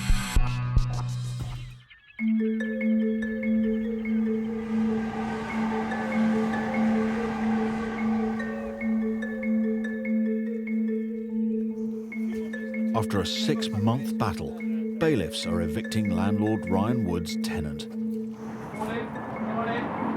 If they're not in, it is very good news. All clear. Yeah, there's 2 cats in there. Please. Cheers, thank you. Got your locksmith. Right, I'll do the honours.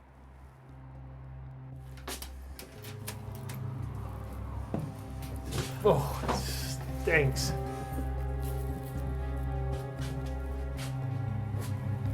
Ah, it reeks. I've been doing this job now many years, and I'm still staggered at some of the conditions I find properties. I really am. Oh, there's a little cat on the table and on the bed. Unbeknown to Ryan, 6 cats have been living in his 2-bed flat. And unlike their owner, they're still in residence.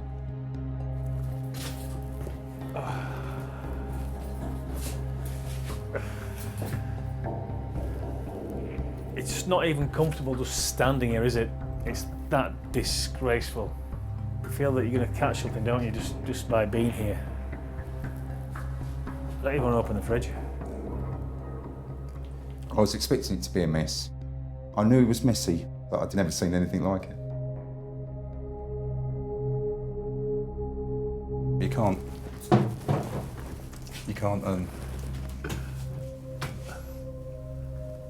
Once the water's into the chipboard, yeah, it's ruined. Blown, isn't it?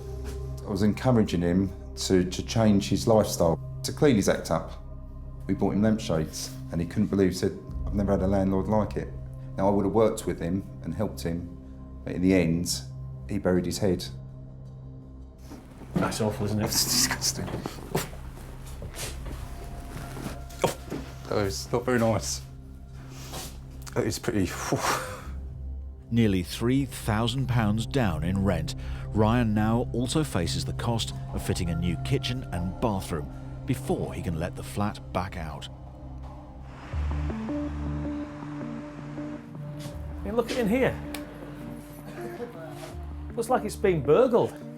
It's not good, is it? So it's just a mess. Who'd want to live like it? Now the smell and the heat in here. He's not paying his bills, he's not paying his rent, and he's left the heating on for us. It's really kind of him. Oh, there's a gun down there. Well, that's just a BB gun. It was just left there. You don't expect that. And it's bewildering. If the tenant doesn't return to collect his belongings, Ryan will also be left with the cost of removing them. He just simply wasn't in a position to leave. He really didn't believe for a second he was going today. It is a liberty, leaving it like this to someone else to clean. The eviction is over, but for landlord Ryan, now the real work begins. He's got to get his property ready for a new tenant as he tries to recoup his losses. You can't dwell on it, you end up giving yourself an ulcer. So you've just got to just take it on the chin. Hopefully we'll get a nice tenant, maybe a family, and they'll respect the place, look after it, and I will look after them. Greg subsequently came back to the flat to collect the 6 cats, but he left all his possessions for his former landlord to deal with.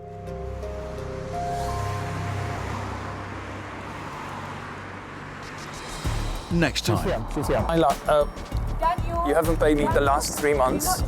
A landlord confronts his letting agent over missing rent. You're not getting your property back. You're not getting nothing back. Oh, is that right? Really? Yeah.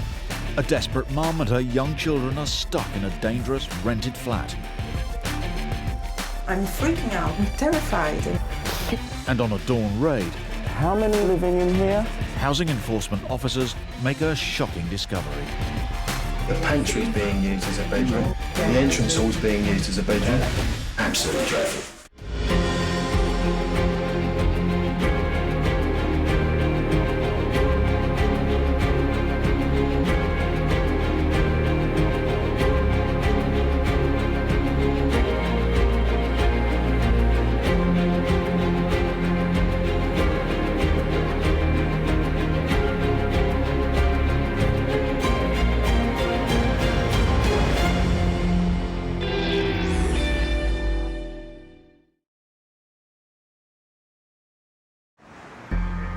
On Britain's streets, a battle is raging.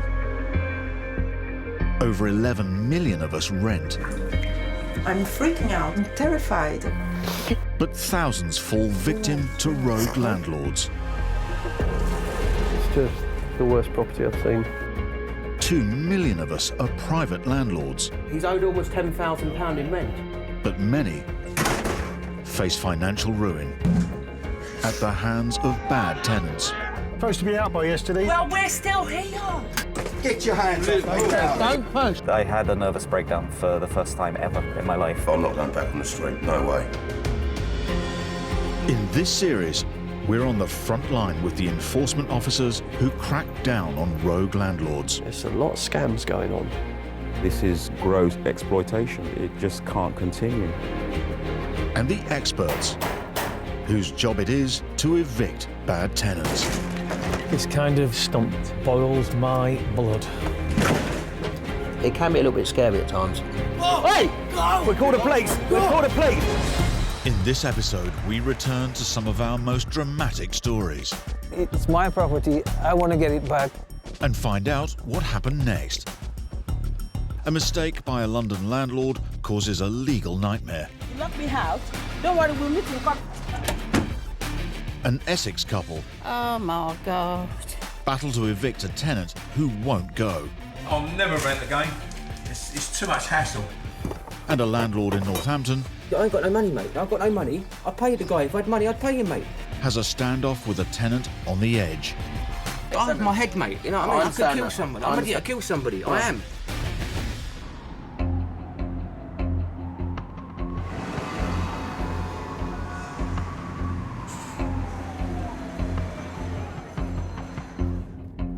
Council worker Kirk Brown is desperately trying to evict his tenant. For the past 5 years, she's never paid her full rent on time. Payment was delayed by 2 weeks, then the following month by 3 weeks, and it just escalated from there. She owed over £4,000 at its worst. Eventually, the stress became too much for Kirk, and he decided to sell the property. He found a buyer and gave his tenant over 2 months' notice to leave. I told her the date of completion. We decided that we'd help her move, provide transport.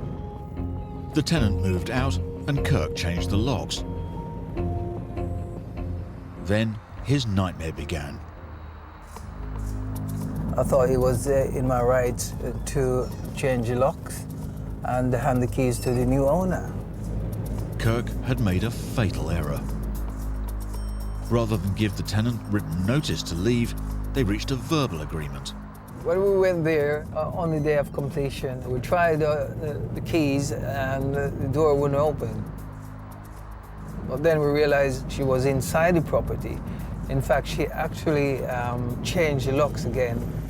Kirk was a very laid-back landlord, and I think that was one of the reasons he made a very big mistake by unlawfully evicting his tenants and changing the locks.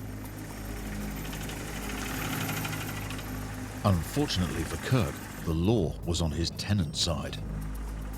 When she learned his verbal notice carried no legal weight, she moved back in. 3 months later, Kirk has lost his buyer and his tenant is still here. This is my property. I need to empty it now. I need it to be vacated so I can fix it up and get it back on the market for what it's worth.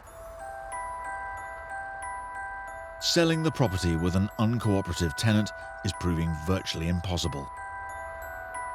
His only option now is to go to court and force her out. I'm still not confident in going to court, but all the good things I've done for her, you know, it feels hurt. It's hurt.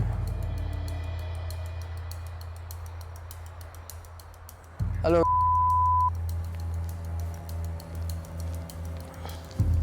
How are you? I'm not fine. You're not fine? What's the matter? I'm really sick. So have you had a letter from the solicitors about court hearing? Are you just asking me that now? I'm going to the give her the first place in her car. Pardon? You said you sold the house. I said I want the details of the new landlord.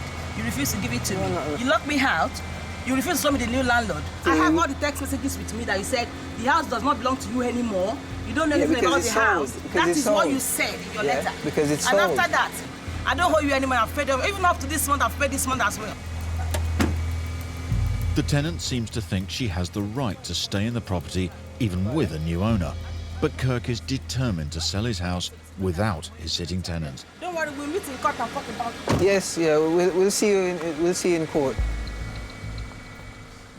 She's making all sorts of stories. She's using the excuse that I should have given her the new landlord details, but it's not a new landlord, and she's not taking that in. It's gonna get nasty.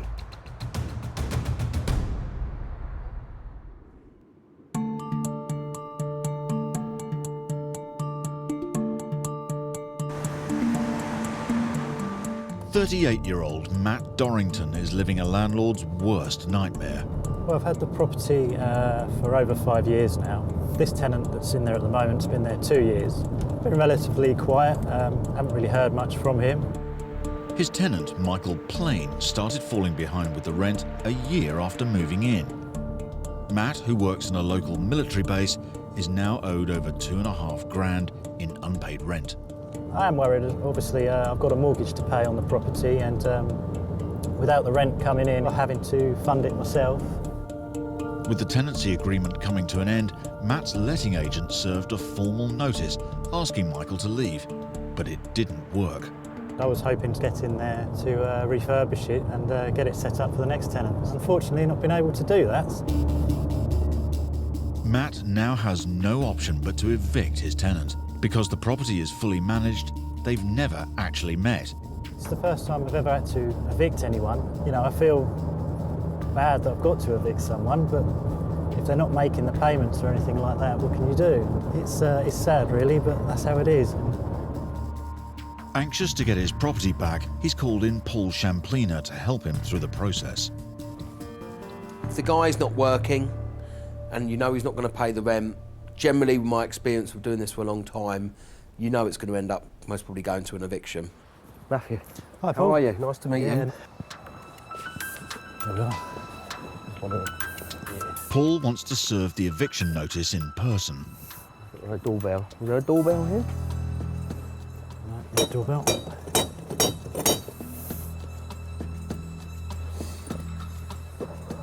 Let's see if he looks out the window. I'm going to telltale sign. Absolutely reeks. Have a smell. Smell in there. Rancid, isn't it? It is. Right, he's not answering. I don't know if he's here. Served. Paul's job is done for today, but he's not convinced the tenant, Michael, will be leaving anytime soon. Realistically, 50–60% of the time they don't leave. So let's hope you get your property back sooner rather than later. Yeah, but only time will tell who leaves. All right? Fantastic. Thank you very much, Paul. Thanks. Cheers. Thanks a lot. Take care. Matt's hoping his tenant will leave within 14 days. If not, he'll have to face a lengthy and costly court process.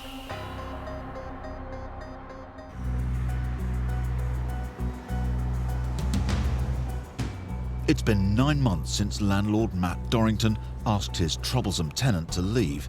Despite going to court and gaining a possession order 6 weeks ago, his tenant Michael has refused to move. Today, bailiffs are set to evict him. I'm not sure how he'll react today when we all turn up with the bailiff and the locksmith. Matt is meeting eviction specialist Paul Shamplina, who's been handling the case from the start.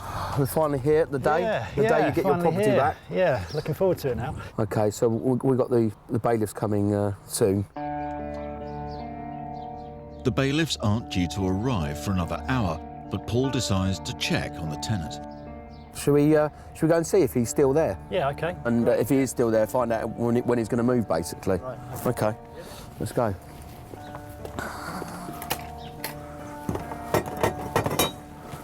You can actually smell the cat smell from here. There's loads of cat stuff. If you look through there. There's a cat in there. Looking at me. He's clearly in there.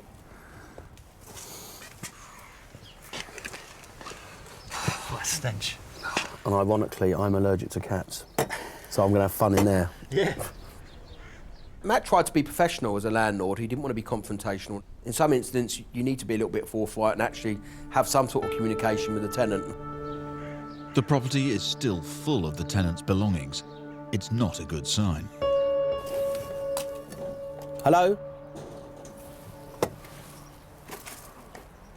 Hello there. You all right? What you here? Yeah, we're here to do the eviction. Are you? It's 11 o'clock, though. Yeah, it's 11 o'clock. We're just making sure that you're going to be leaving the property. I'm going, mate, yeah. Okay. Still packing stuff away. So. Oh, really? You haven't thought about leaving beforehand then? Yeah, no? Well, I had no money to hide out a van, you know. Right, okay. And what about the rent arrears that you owe? Oh, I can't. What do you want me to do? I'm not in the mood. What do you want? I ain't got no money, mate. I've got no money. I pay the guy. If I had money, I'd pay him, mate. Trust me. Yeah. Mate, if I had the money, I'd pay you now. Yeah. People pay me what they are. I'd pay you their money. No, well, listen, we know you've got financial hardship and we understand that. We get that. I owe the bank money. I owe council tax money. I owe money here and everywhere. Yeah. It just got out of control. Yeah. I think the problem's been is maybe the lack of communication. Do you think we could have sorted it out sooner? What do you want from me? I can't win, mate. I've been as well. You think he'd be? No, but listen. I have my head, mate. You know what I mean? I could kill somebody. I'm ready to kill somebody. I am. Okay. Kill somebody. But that ain't going to get you anywhere, is it? But I'm just, you know what I mean? My heart's going. I'm just don't need it. The amount of I'm through, mate. Yeah. I just can't stand it anymore. I mean, Yeah. what do you want from me? Mate, Okay, you know? go on, you crack on. Yeah. You pack the rest of your stuff up. All right, mate? Go on, you crack on. All right then, cheers. Bye.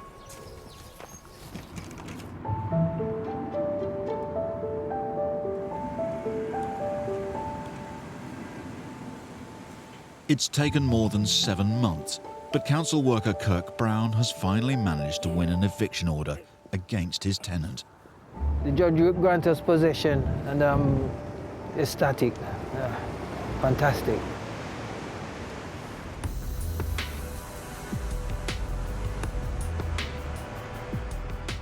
"15 days later, Kirk's keen to see if his tenant is finally playing ball. Well, I'm going around to the property now to check to see if the tenant has vacated it, and I'm hoping that the nightmare is over.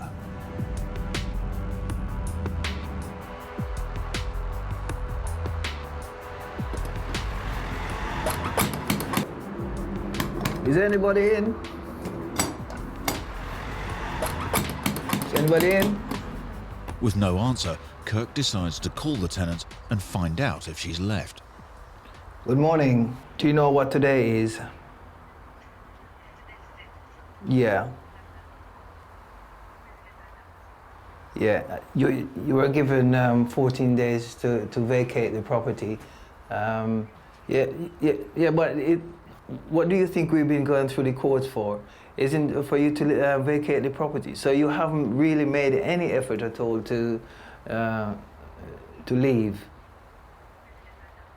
So why are you waiting until you receive the eviction notice? I'm not going to force myself into the property today, but I'm just saying to you that you should have made enough effort to leave the property without me having to go down the road of getting you evicted. All right. She hung up. And she's now saying she's not going to leave until she's forcibly put out. And that's just ridiculous. Kirk has already lost thousands of pounds in legal fees fighting the case. Paying for bailiffs is the last thing he wants. And his legal advisor, Sasha, has even more bad news for him. The bailiffs are taking on average about 6 weeks to carry out the eviction. So the sooner the bailiff are applied for, obviously the better. So we can have the application sent out today for you. All right. Thank you. Okay. You're welcome. Take care, Kirk. Cheers then. Bye-bye. By the time the bailiffs physically evict Kirk's tenant, she will have overstayed her welcome by nearly a full year. When she leaves, probably will be singing and dancing, so watch this space.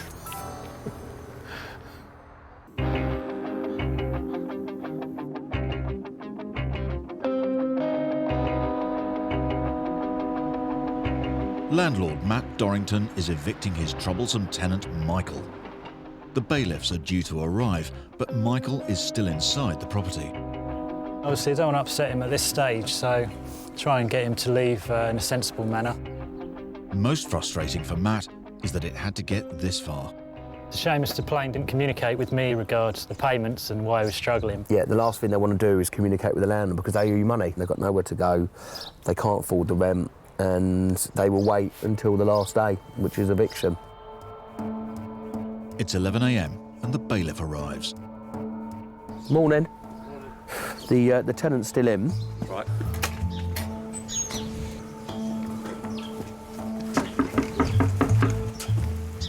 He's coming now.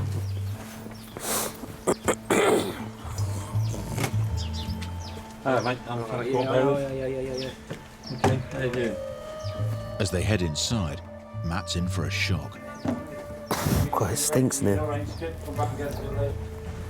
Rustic smell. How many cats you got? So I've got 7. My eyes were just streaming. I mean, he had so many cats and he had cat poo everywhere and cat wee. It was just, you could not breathe. I mean, look at the carpet, it's horrendous here. It's absolutely grim. Are you going to pick these sofas up or not? Are you going to tip them or whatever? Yeah, I'm going to tip them, but I can't do it till the end. Shit, I know. I mean, to be fair, the kitchen and the bathroom are actually not in that bad a condition because you haven't got a carpet and you haven't got sofas in it. Yeah, that's right, yeah. Do you want me to sign the warrant? Yeah. Lovely, thank you. Thank you for your help. With the warrant signed, Matt has officially regained possession of his house. But many of Michael's belongings remain. And the couches and stuff in the lounge, will you be taking those today? Not today, I won't, because I can't move them on me, eh? You know, I can only do what I'm doing my best, you know what I mean? It's a shame you ain't got no one to help him. No, it is very sad. Michael has moved most of his belongings into the garden, where he can collect them at a later date. Listen, if you're going to rent again... I'm not going to rent again, mate. There's no way I'm going for this again. Right. No chance, no. This is once, if you are, communicate with your landlord, that's the key. There's a cat down there, by the way. Yeah, don't worry about it. I'll come back. All right, thank you. I'll leave that open. As Michael sorts through his belongings, Matt and Paul head upstairs.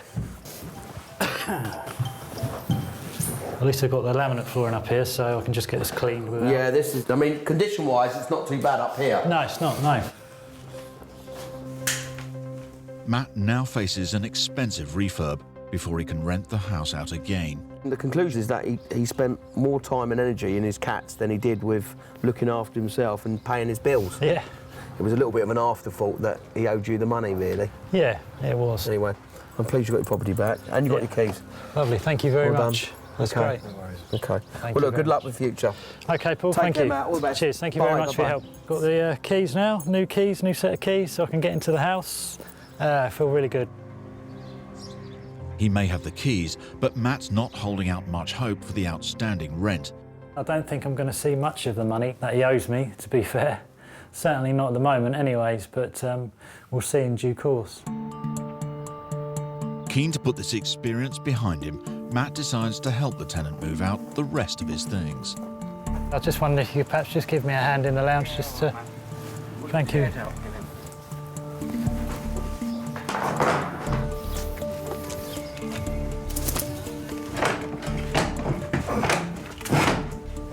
It's a bit strange trying to help out a tenant that's not paid me, but at the end of the day I'm just grateful to get it out of my way really, so get the house back and move on. Matt's a decent guy, and he most probably felt sorry for the guy. I felt sorry for the guy, actually, because he clearly had issues, and him helping moving stuff out just showed Matt's character. I'm sorry it's happened, I am. I never wanted to leave here. I thought I'd be here for a long time, I really did. It hasn't worked out. I'm well pissed off. I don't particularly feel too great myself, but... No, I appreciate it. I'll be pissed off if I was you, you know what I mean? I swear to God. Well, let's get this fridge out then and... Luckily, Michael has managed to find a flat with a local housing association, so he won't be out on the streets. I'll just double check, no cats in here either. No.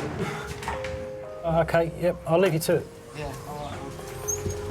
That is Mr. Plain Gold. Thank... Despite the state of the property and over $5 grand in missing rent, Matt is relieved his ordeal is finally over. Nightmare over and looking forward now to getting it relet. Hopefully we'll get some people in here that are going to appreciate it a bit better. Move on now and get on with things.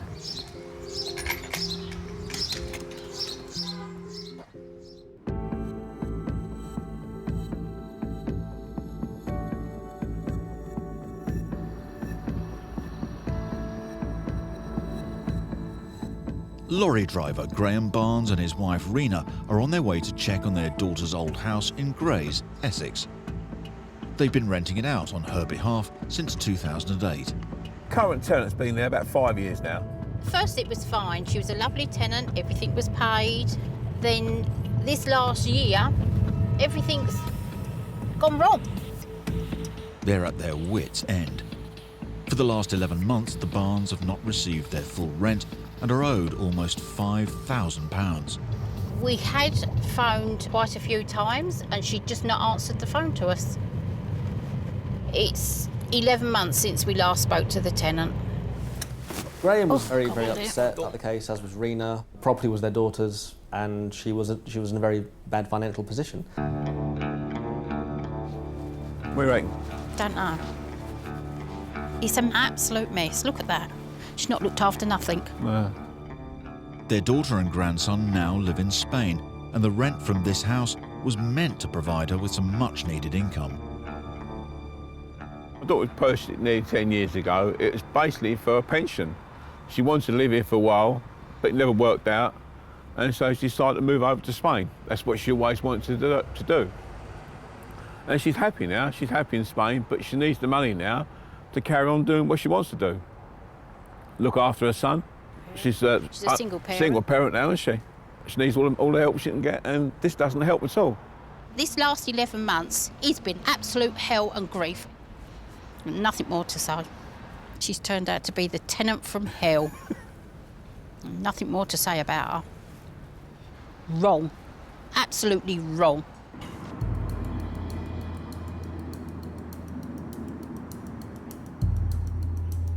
In Essex, Graham and Rena Barnes have had enough of their nightmare tenant and are starting legal proceedings. Oh, yeah. Oh, it's cold. Today, the couple and their tenant are due in court. They're hoping to gain a possession order for their daughter's property, but also to win back over £8,000 in lost rent and legal fees. But to make the situation more complicated, the tenant has hit back with a massive counterclaim. Well, she wanted £20,000 compensation for stubbing her toe. The tenant is saying that due to the property's disrepair, she injured her toe. But the Barnes believe it's a ruse to get out of paying the rent. The rent arrears were around £4,000, and the tenant was making a claim, around £15,000, as a personal injury claim. Now, if that claim was successful, the tenant would get money from the landlord. She'd also get to stay in the property. Waiting for them outside Basildon County Court is their legal advisor, Sasha Charles. Hello. Hello. As you're aware, we're looking to have the defendant's defence and counterclaim struck out today. The best case would be we'd be walking out with a possession order and the tenant's defence and counterclaim struck out. Worst case, the courts wouldn't strike it out and wouldn't grant a possession order. If it goes our way, possession order, when do we get our key? Usually order the tenant to leave your property within 14 days. If they don't leave within 14 days, we have to instruct the bailiffs. By the time we come out of court by 4 o'clock, by 4, I would like my keys. Impatient, aren't you? You know, I just want to get in there and, as they say, kick ass. Oh.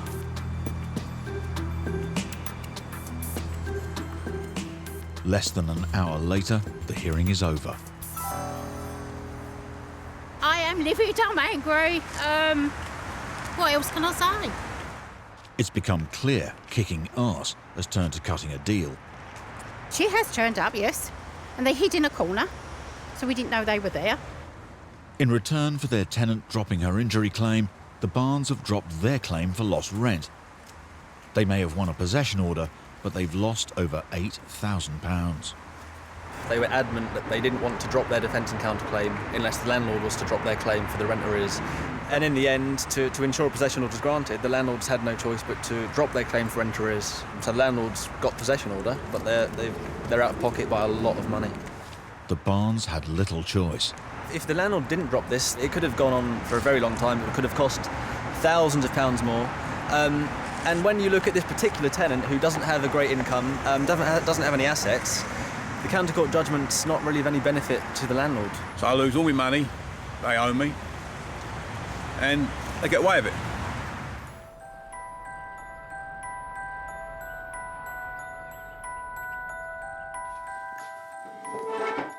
Hello, Gemma. Oh, Gemma, how you going, all right? Back at home, they break the news to their daughter in Spain. What happened was, they don't pay us nothing, and we don't pay them nothing, and they walk away. It's not the result they hoped, but after almost a year of fighting, everyone's had enough.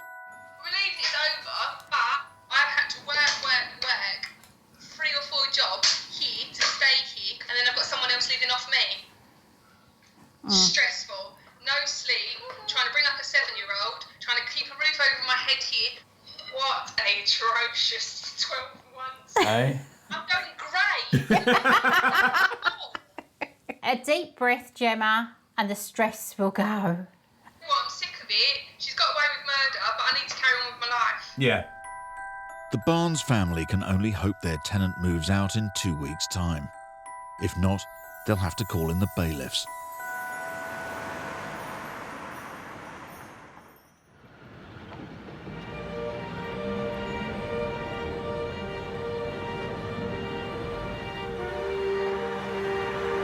Seven weeks have passed since Kirk Brown instructed the bailiffs to remove his tenant from his property.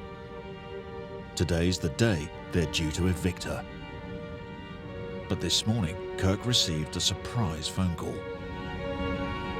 She asked me to collect the keys. When I approached her, she just handed me the keys and drove off.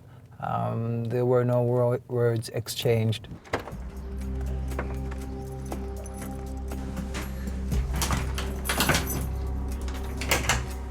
That's not working.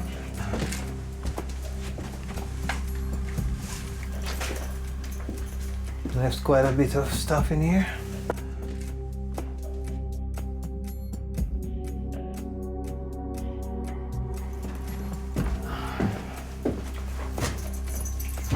Oh gosh.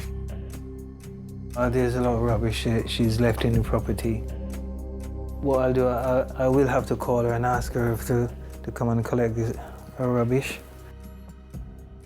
I'm inside the property and there's a lot of stuff you left behind. When are you going to collect them? You don't want them? So why didn't you arrange for them to be disposed of?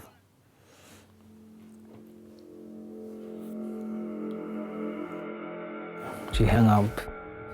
It looks like Kirk's going to have to sort out his ex-tenant's rubbish himself. There are clothes in his bag, shoes. There's also a lot of repairs to do around the house. The door is off its hinges. And the place needs a good clean. Disgusting. But after almost a year of legal battles, he's not going to let all of this ruin the occasion. I finally got my property back, along with all the rubbish, but I am happy that I can say now it's mine, she's gone, and she can't say I've locked her out because I've gone the legal route.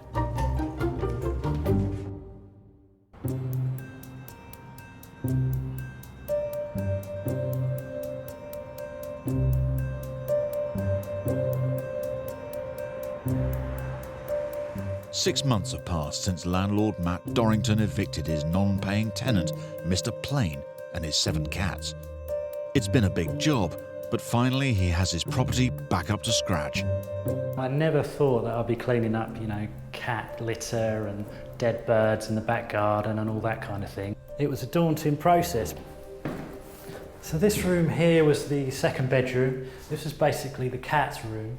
And this was where they went to the toilet, all on the floor down here. And of course the pee then went downstairs and stained all the rooms downstairs as well. So it was a right old state. The smell was absolutely horrendous. Completely stunk in here.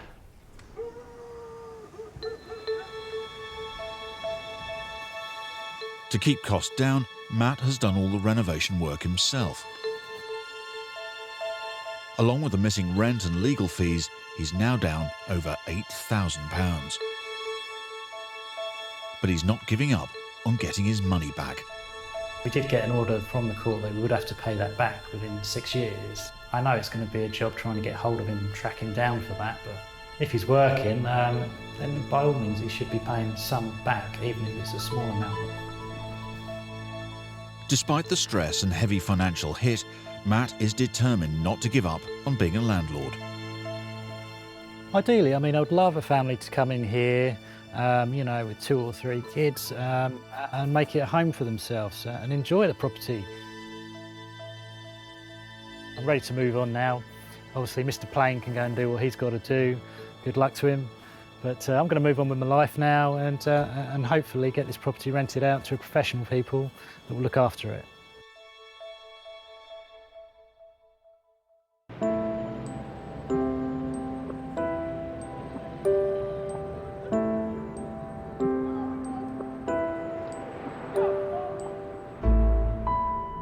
It took Kirk Brown 10 months and £6,000 in lost rent and legal fees to get rid of his troublesome tenant. Now, 10 months later, and after spending £2,000 renovating his property, he has a new tenant installed. I have to be paying the mortgage, and so I thought, you know, quickly get it rented.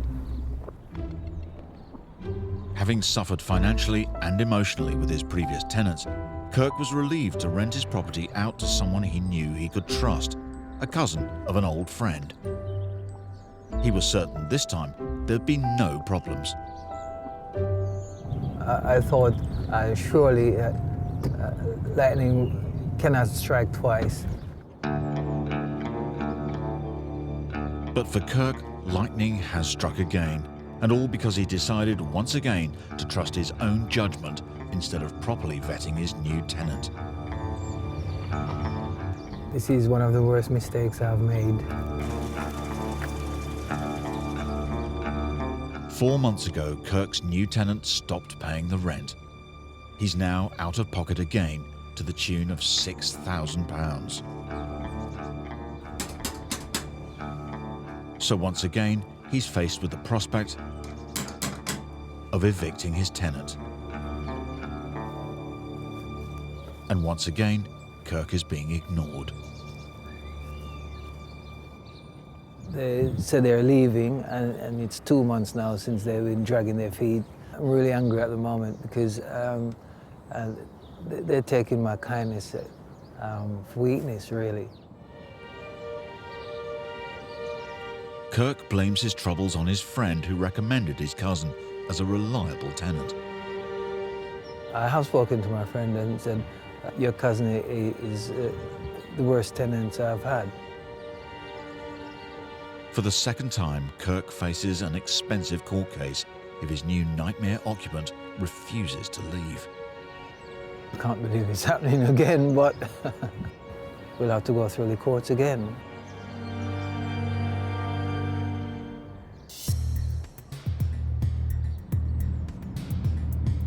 Graham and Rena Barnes are on their way to the home they've been renting out on behalf of their daughter, who lives in Spain. Owed over £8,000 in rent and legal fees, 15 days ago they won a possession order. Their tenant has just texted to say she's finally moved out. It's about time. You know, it's taken near enough a year to get her out, and I think that's enough time. They're desperate to inspect the property. It could be fine, but there again, it could be in a right mess. Don't know. It's do or die, isn't it, really? So we go in here, up the door and see what we got. Mattress, Stained. Look at that. Ugh. Yeah, you don't want to sit on that. No. Ugh. No light bulbs in here. There's no power at all. I don't know what she's done. Ugh. Chew.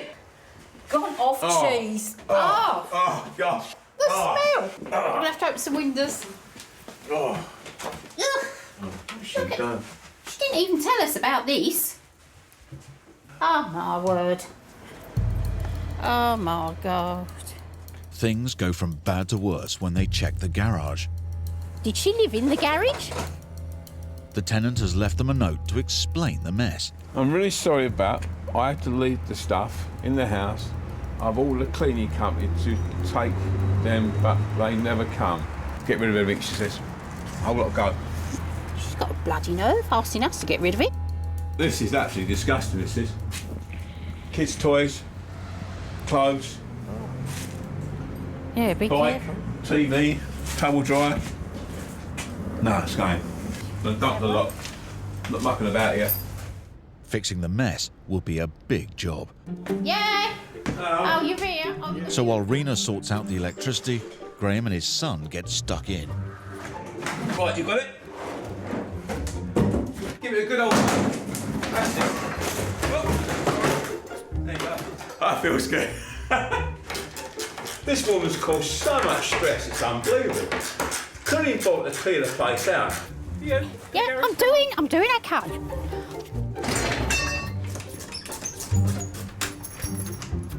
Jane coming back in now. Hooray! Jane coming back in now. New keys, new lock, that's it.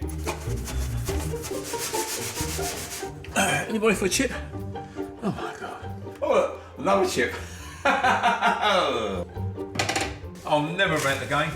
It's too much hassle. I'm actually warning people not to rent out. This is what happens. It costs a fortune to put it right. And I've got electric. We have lights. Yes. Nightmare's finished now, it's gone. It's over, she's out, and I'm happy now. Come on, darling, let's go. Oh, Graham. Marvellous. Down. Absolutely marvellous. Graham, Rena and their daughter, Gemma, can finally move on with their lives.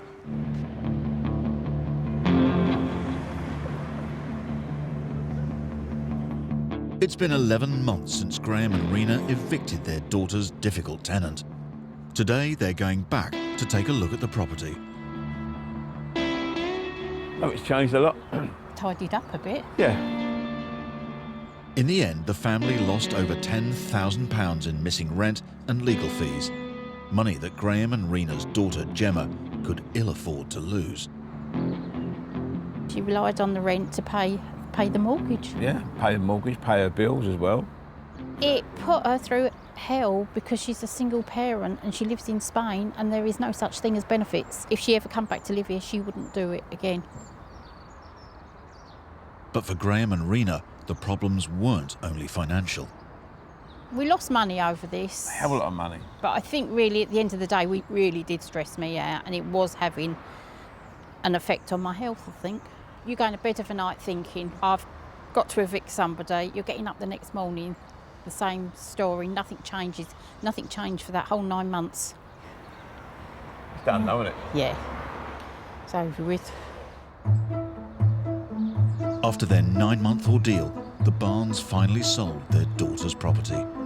We got a buyer for it, and as soon as the eviction was done, we tied it all up, cleaned it and painted it, and she took over. And it's nice, it's just nice to get rid of it, isn't it? Yeah, it's great.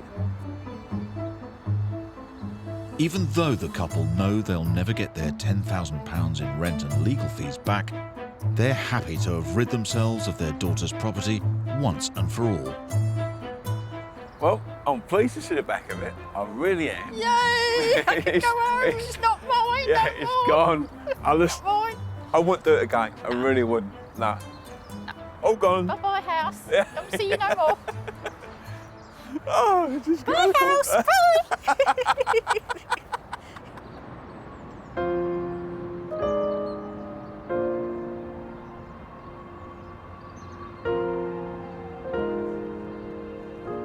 It's Groundhog Day for Kirk Brown. For a second time, the amateur landlord is faced with a terrible tenant. He rented his house to a friend of the family, and now he's owed £6,000 in unpaid rent. That's all gone pear-shaped. If the tenant doesn't move out, he faces another long and expensive eviction legal process. But today, he's received some hopeful news. My neighbors called me and told me that there's no dog barking, so hopefully they left.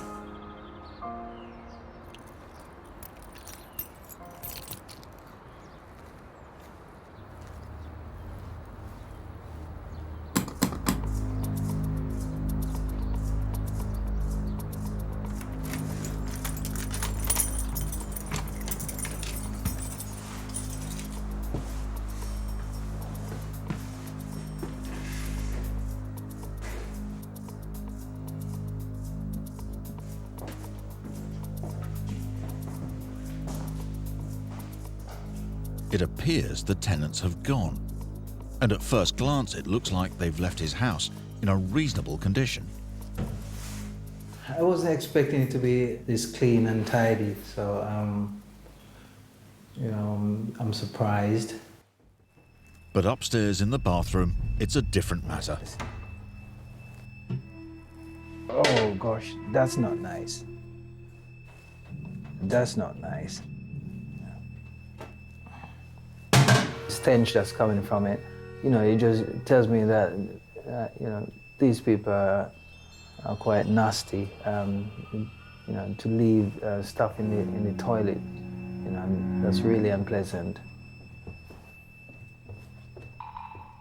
And at the back of the house, there are more unpleasant surprises.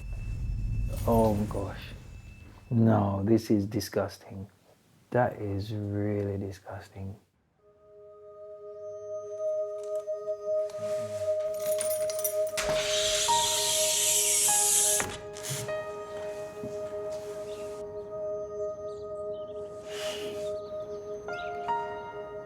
They've used it as a toilet for the dog, and they use the backyard as the rubbish dump.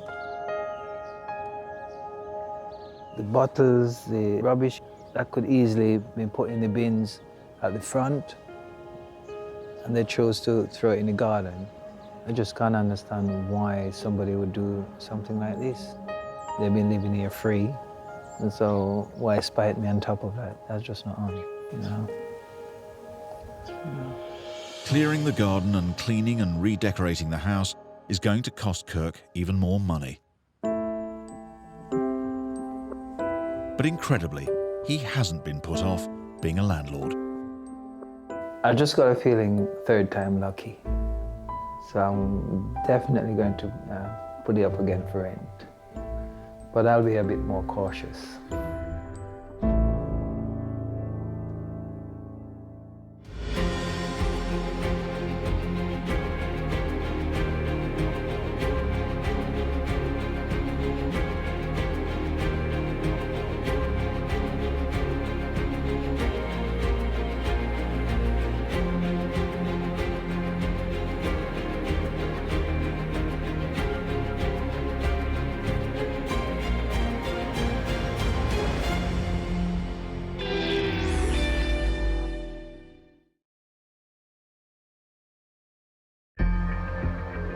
On Britain's streets, a battle is raging.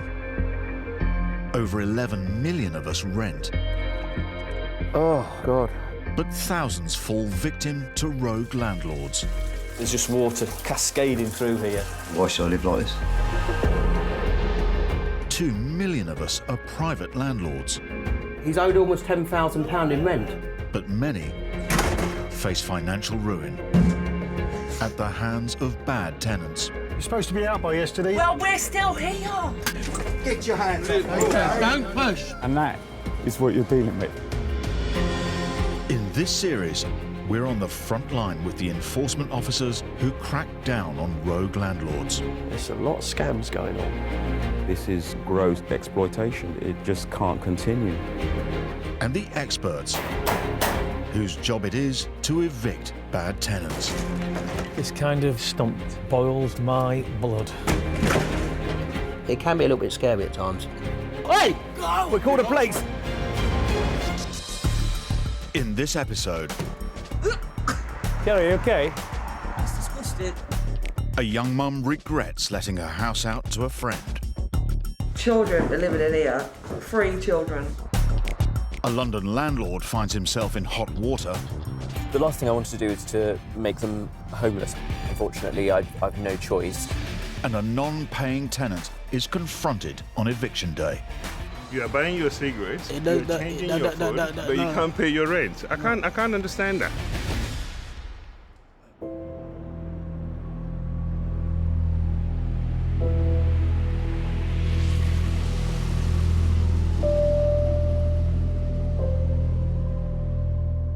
London's acute housing shortage means vulnerable tenants are often being squeezed into dangerous properties by unscrupulous landlords. It may be profitable, but it's also against the law, and it's the job of council housing officers to close them down. Responding to a blaze in a laundrette 2 weeks ago, firefighters saw what looked like someone's home in a converted storage space at the back of the business. The building is too small to be legally used as a residence. Today, along with the police, Harrow Council enforcement officers Micaiah and Joe are investigating this tip-off. This structure does not have planning permission to be used as residential. Let's get this resolved. They've arrived at dawn, hoping to catch anyone who's living behind the laundrette before they leave for work.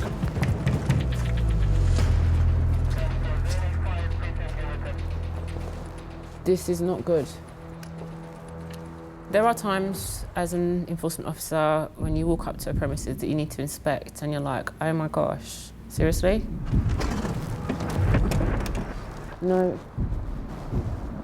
The fire brigade state there's 3 rooms, but 3 rooms could be 3 people or 30.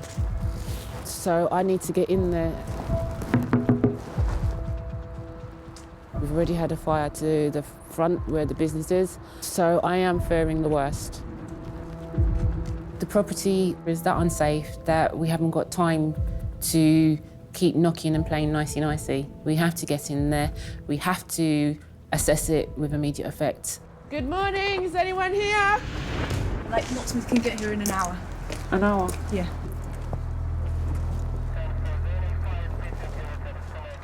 Oh, wait a minute. Good morning. No. Good morning. London Borough of Harrow. I've got a warrant to enter the premises. It looks like the firefighters' suspicions were right. Who else is here? Who else? Anyone else? Yeah.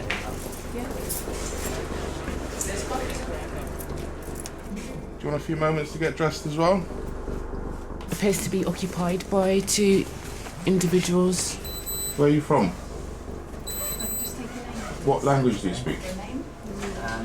Not English, but what language do you speak? The lady doesn't speak any English, or at least she's refusing to speak English. It appears that there are 2 people living here. As Joe attempts to interview them, Do you have a tenancy agreement or anything to say that you can stay here? Yeah, I need it. Can I have a look at that, please? Micaiah inspects their makeshift home. 50 centimetres. What she discovers is concerning. They've got a window that is 50 centimetres big, but it has bars on it. And then you come through here, we have a window, but it doesn't offer any means of escape. When a fire broke out in the front of the building 2 weeks earlier, it didn't spread to the storage unit. But if it happens again, these tenants might not be so lucky. If you're stuck out in this space and that door's locked and this door's locked and you don't have the key to either, you're not going anywhere. You're kind of like stuck because you can't get out. You've got people living in a storage unit. It's not all right. This is 2018. How long have you lived here? I live here. I rent here? 5 years. 5 years? Yeah. The 2 tenants are almost certainly victims, not villains. The fact they've been living in cramped and dangerous conditions for so long is a big worry. It's interesting. Just there. Manhole cover. It's incredibly weird to have a manhole in a bedroom. It's not normally something that you'd have. And if you do have one, It needs to be double sealed so you don't get any smells and rats and all manner of nasty things coming out. And this version of double sealing is just duct tape around it. Thank you. Outside the property, piles of dumped rubbish add to the risk of fire. This is nasty. It's just a plyboard structure with loads of rubbish and possible combustible goods. It's a dump. It's a storage unit parading as a home. The storage unit is too small for anyone to live in. It doesn't have planning permission and is a fire risk. Micaiah now needs to identify the landlord and force them to take it down.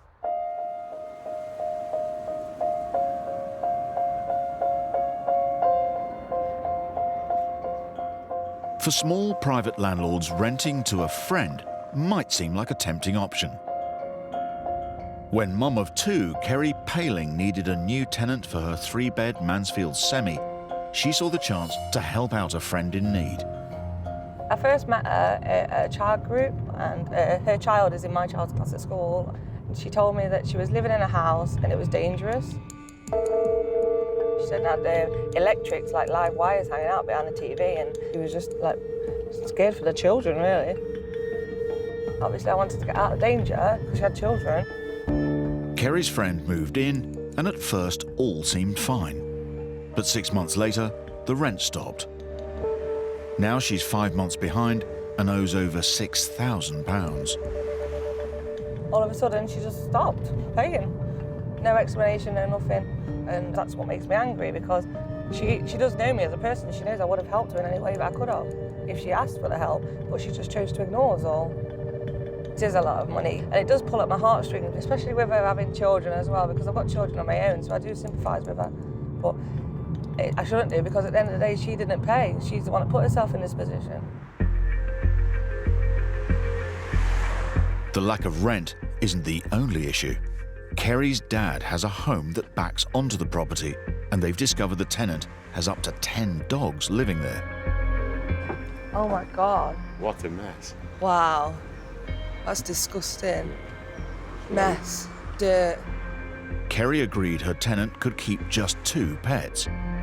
At this point, I was getting really angry because she was moving all these animals in, and it's a lot of cost. So what was going through my mind is, if she's paying for all these animals and keeping these fit and well, why is she not putting the roof over her kid's head? 4 weeks ago, Kerry won an eviction order at court, and her tenant should have moved out by today.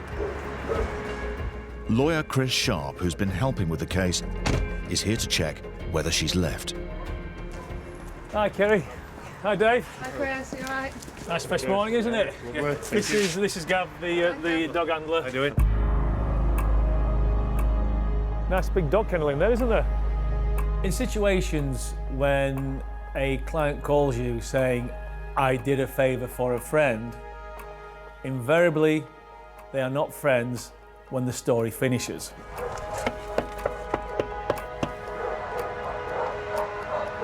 You can hear the dogs, it's clear they're in. Up close, it appears that her non-paying tenant has filled the house with rescue dogs.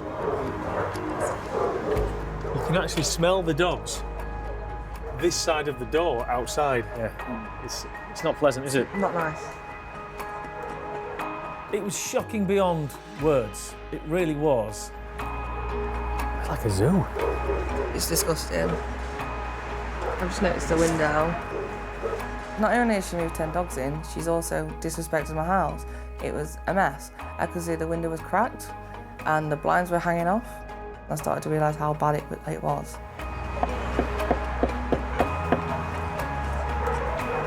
Hello? She's not here.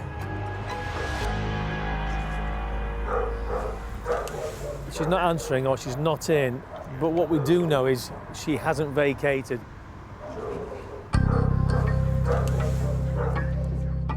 It's frustrating for all landlords when this happens. Unfortunately, she wasn't in. A pack of hounds were in, but she wasn't. The state of the house, I'm really worried about getting inside, especially for that smell. You can smell it from the front door. It was disgusting. Yeah. Bad. What about the children that live in there? Yeah. At the start of this morning, I did feel sorry for her, but now, not at all. No, she's just completely disrespected, like the fact that I was a friend. Kerry will have to call in the bailiffs.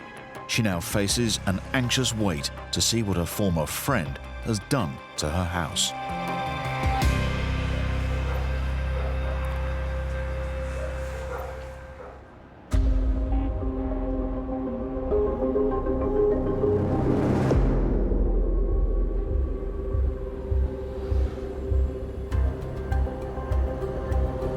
After a fire broke out in a laundrette, Housing Enforcement Officer Micaiah Angus discovered at least 2 people were living in an illegally converted storage unit at the back. 9 days later, she's returning with colleague Andrew Sedman to meet with the landlord responsible. This one was dire. It's like, seriously? Does this still happen in this day and age?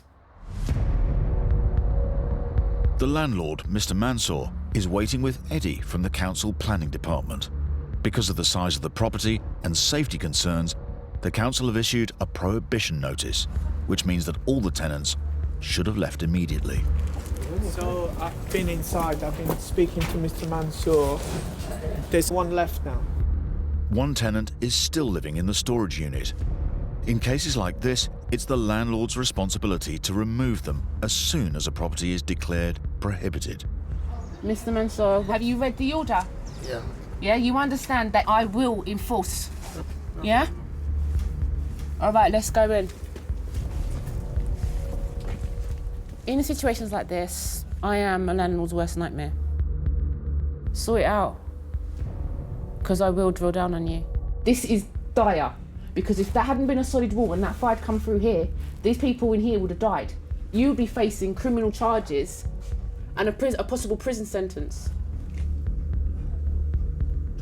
So, no, it's serious, Mr. Mansour. That's why I'm saying. Sorry, Okay, I will take it down. So, okay, take it down. And I told him the day then he's going. So I promise you, I will take it down and I will use it as a storage. I think I've seen a lot of people in the back of the quick money here. It's not possible. It's not quick money because it's just wasted space. I thought we can create it. Mr. Mansour is the freeholder. He also owns and runs the laundrette at the front of the building where a recent fire broke out. I know I sound harsh, but I have to tell you the whole truth from the get-go. There's no escape. There's no escape. If you're here and that fuse box catches on fire, it's not on fireproof retardant materials. You're dead.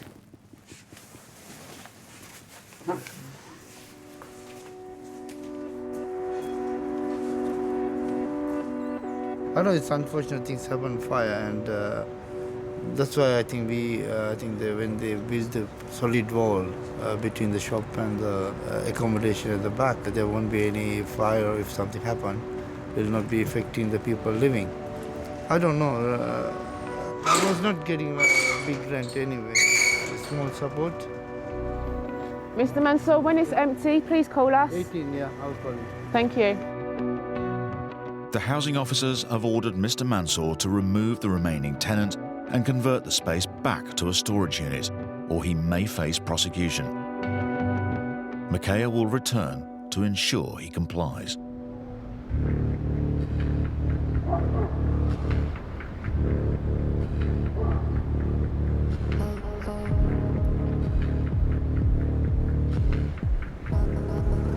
Notting Hill in wealthy West London. Rents here are sky high, so when a tenant falls into arrears, it can mean big problems for their landlord. Currently, I'm owed just under 10,000, and on Monday, which is when the next month's rent is due, I'll be owed a total of 12.5, I think. Pushan Chowdhury's tenants, a married couple with children, moved into his 3-bedroom flat 9 months ago. They were paying just over £3,000 a month.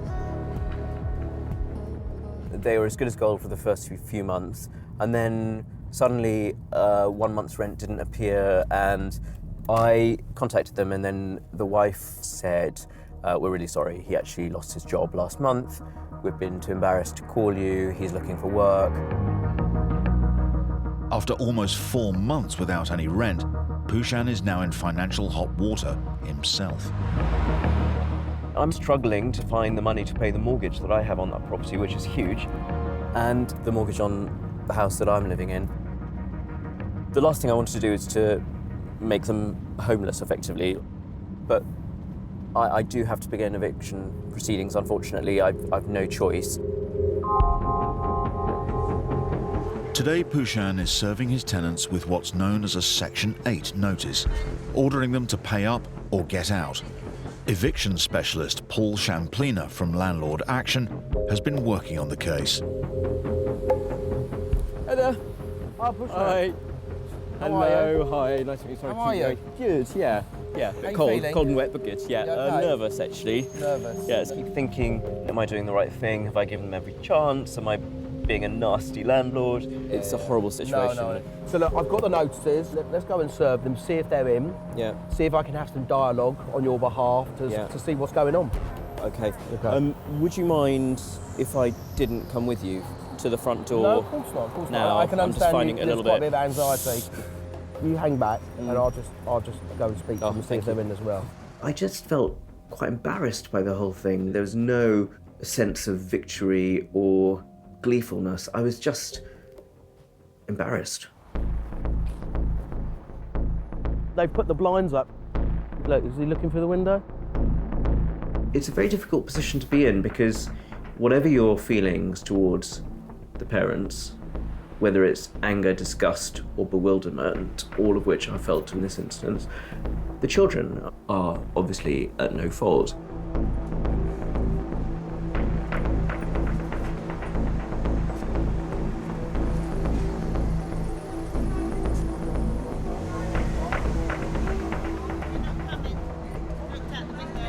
They look down the window, though. Someone has come to the door, Hello? Hi. Would open the door? but they don't seem keen on opening it. I've got a notice from the landlord. If you're not going to open the door, I'm going to put the notices through the letterbox. Okay, so you've been served with a notice relating to the outstanding rent. All right, thank you very much. Thank you.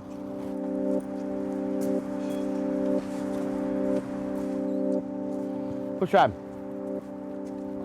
I just had a conversation with a green door. Okay. Okay. He wouldn't answer the door. He saw me coming. You spoke to him? I spoke to him. So we just got to wait and see if we get any reaction. So don't worry. All right. It may be that he would say, right, here's a lump of money. Yeah. I want to stay here and then put things back on track. If they ignore it and they don't pay, then we will be going to court to get a possession order. All right? Okay. All right. Okay, I'll speak to you soon. Take care. Thank you. All the best. This is a whole new situation for me. I just kind of felt numb. Half an hour later, and the tenants do contact Pushan, but not to offer any money. Pushan, I'm totally disgusted by your bullying tactic. The children are inconsolable and completely terrified by the aggressive language of a man constantly pressing the buzzer and shouting through the letterbox about evicting them from their home. What on earth are you thinking? Question mark, question mark. You have made us all feel like prisoners rather than people trying desperately to make ends meet. I thought you understood our predicament and wanted a smooth and amicable solution. Why would you possibly think this would help matters? Question mark, question mark. Your thoughtless actions this morning have left me very upset, distressed and angry. When I have calmed down, we need to have a frank discussion. That's what I got off. I'm sorry, I was laughing. It's all my fault. So, nothing to do with them not paying rent since, well, for 5 months now. Getting on to 5 months. It's hysterical. Not 1 penny, not 100 quid, not 50, not £1, nothing. With the notice served, it'll now be down to the courts to adjudicate what's becoming a bitter and costly dispute. It's quite bizarre. I felt like a teenager that you've been feeding and housing and is screaming at you because you don't understand what they're going through.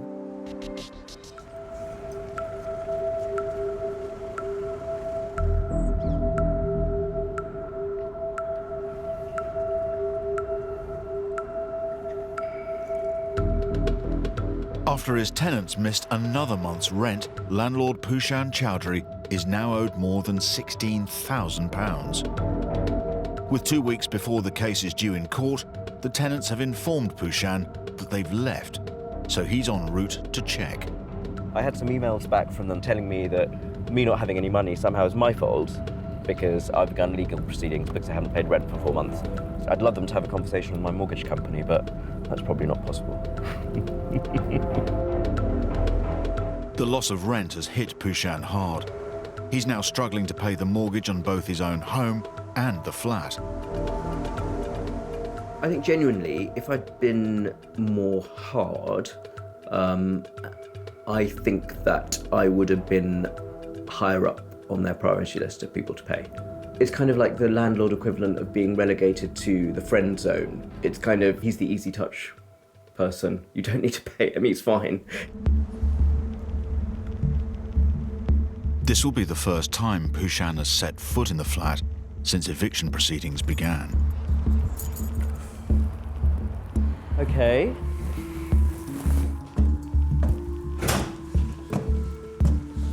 The floor is just beyond. Clean would have been nice, but there we go. It looks like the tenants have gone, which is a huge relief to Pushan. But his next task will be getting the property ready to go back on the London rental market. It's a fun staining on the loo. Oh no. I think it's been putting mugs of coffee on everything. All the, this is just, it's kind of heartbreaking. Paint all over the leather. The weird thing is, while they were still occupying my flat and they had stopped paying rent, I felt utterly powerless because I genuinely didn't know how long they were going to stick around for. Yeah, I had a few words from my mother as well. She was not impressed. This is what you need, your 79-year-old mum telling you you're rubbish at business. I think they've replaced a bit of floorboard. And they seem to have used kind of scouring pads to clean everything, so anything that was shiny is now just scratched. The tenants are currently paying Pushan £1,000 a month to clear their debts. But in the meantime, he's been left out of pocket as he's had to cover the lost rent to ensure he kept hold of the flat. The mad thing, of course, is that if I stopped paying the mortgage on this place when they stopped paying my rent 6 months ago, I would not have a house anymore. It would have got repossessed months ago. So I've had to find that cash that they have not bothered to pay me, and I need it back.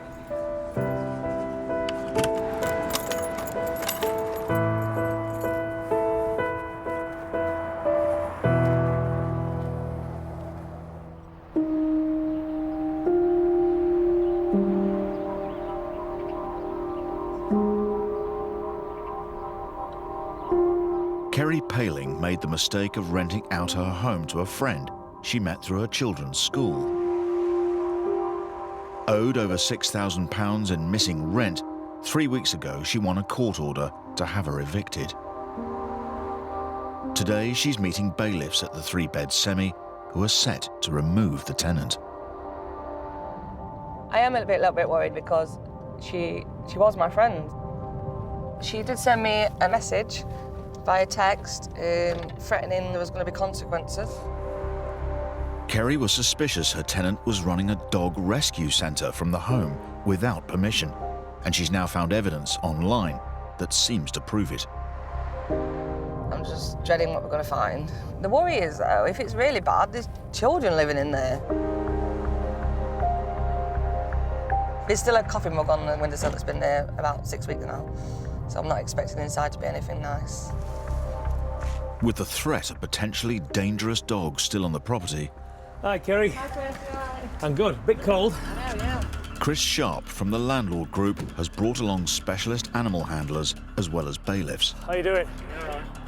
Should we do the business then?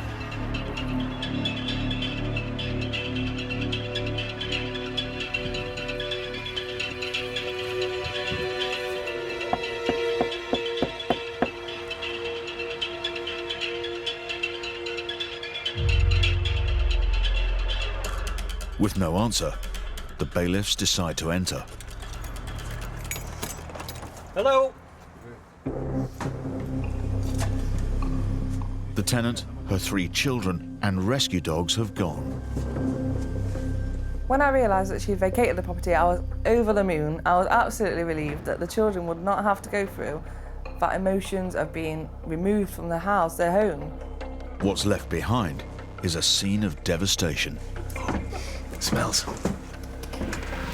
I've been in some places before, but the smell of this place nearly knocked me over. Oh. Is it clear, Gav? Upstairs. Yeah. Give it a second, Karen. Just watch your footage and there's like floorboards missing. It's making me feel sick. So clear that, man? Yeah. Looks like the dogs have been. Sorry, I can't take it. Karen, are you okay? That's disgusting. It was just the worst smell you've ever smelled in your life. It is that disgusting in there. Yeah, Deep breaths. Try again. Deep breaths, come on. Try again.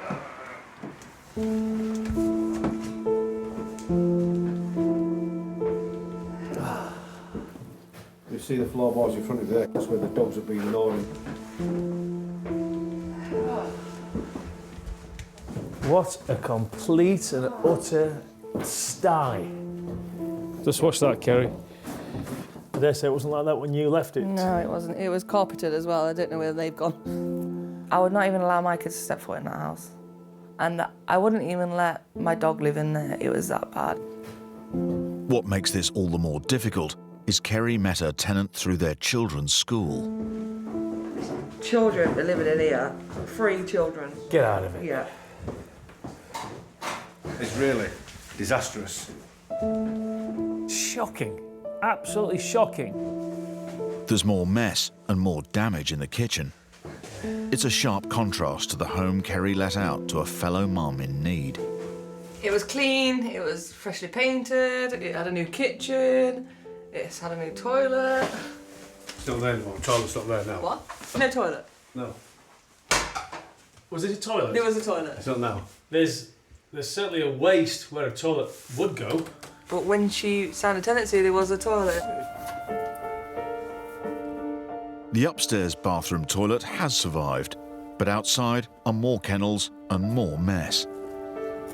Watch where you stand. Wherever you look, it's just a continuation of just filth and carnage. It's just so shocking. Dog poo, loads of dog poo. I'm shocked more than anything. I expected it to be a mess, but not like this. After a year in the property, Kerry's former friend has left her mark in every room. Oh my God, the wall's missing.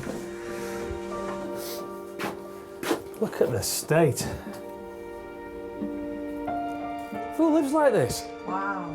Total neglect. So look in this one. Oh, it stinks. Absolutely filthy. It's not even safe for a child. It looks like a note from one of the children. It says, "Mummy is caring and lovely. She tries her best." I could cry for them. I really could. Because they are such lovely kids. They are. I speak to them all the time. Well, I used to. Absolutely heartbreaking.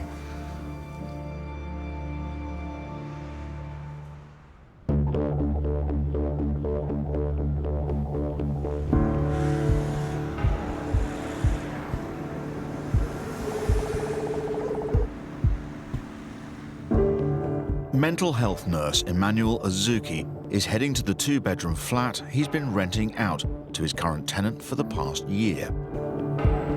10 months ago, the rent stopped, putting Emmanuel in a deep financial hole. My mortgage has gone into arrears. I'm in heavy debt. I default on most of my payments now. I get chased about by the bailiffs. This tenant has been avoiding me. I have written him, I've texted him, but I haven't had much direct contact with him. He's wrecked my life, I want to say, really. Father of 2, Emmanuel bought the flat with his wife 9 years ago and never expected to become a landlord. We intended to live there, but my wife passed away, and I couldn't manage the kids on my own, so we decided it was best to move in with my mum.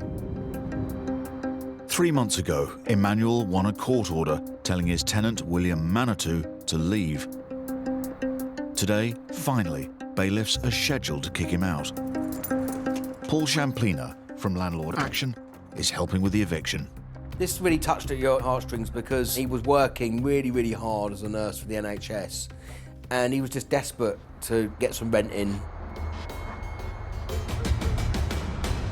While waiting for the bailiffs, Emmanuel spots the tenant, Mr. Manitou, already outside the property. I must admit that when I saw the tenant, I was quite shocked that even at this point, he is still there. Why do you think things should come to this? Why do you think things should come to this? You know, to be honest to you, it's a very complicated brother. Used to work somewhere, then the job stopped. Understand? The tenant was very, very nonchalant and very laid back and a little bit blasé about the rent. I'd be cheesed off and I'd want some answers. I explained to you what happened, you know. You're driving your car, you're fueling your car, you're buying your cigarettes, you're changing your phone, but you can't pay your rent. I can't understand that. He didn't show any remorse. There was no indication that he felt bothered. Yeah, I thought I was dealing with a selfish guy. I think the problem's been a bit of the lack of communication, so that's why you can imagine why... He will avoid me completely, he won't call me, he won't talk to me, nothing. But I mean, listen, it happens. People fall on hard times, we understand that. He will avoid me. But I think it's because he didn't hear from you, and there's been no payment. Don't say that, bro. Me and you been like brothers. I always respect you. All I was determined to do was for him to get out of the property. The reality is, he's got a mortgage to pay. My income is low, understand? How much I get a week? So I should when I was suffer for your working. income. I think Emmanuel did well to keep his emotions in check, to be honest. If we walk around here, let's go around here. Okay. Come on. It set me back so much. I'm not happy about all this stuff, but it's not my fault anyway, so it just happened, so I got nothing to say, you know.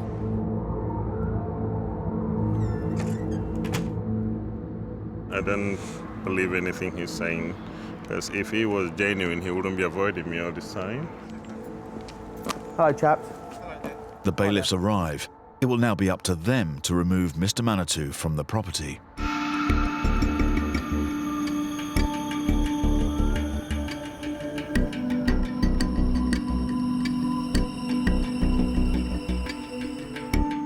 In Dagenham, mental health nurse Emmanuel has been left deep in debt by his non-paying tenant.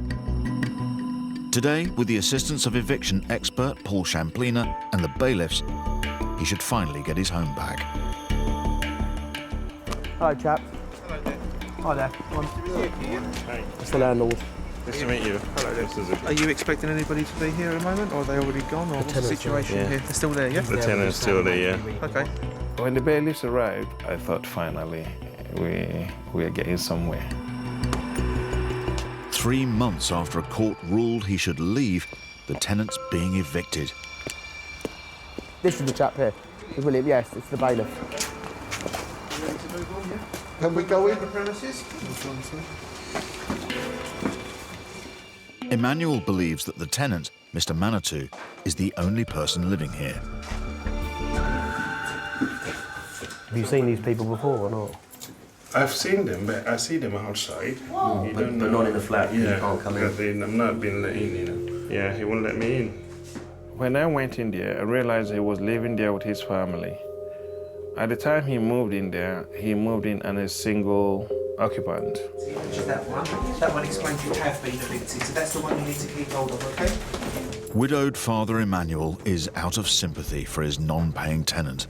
We are all in the same situation in this system, really. We all have to provide for kids. You can't use that as an excuse. I feel he's even luckier. He's got his partner. I haven't got that. And I have to do just about the same thing he does. Okay, you're free to go then.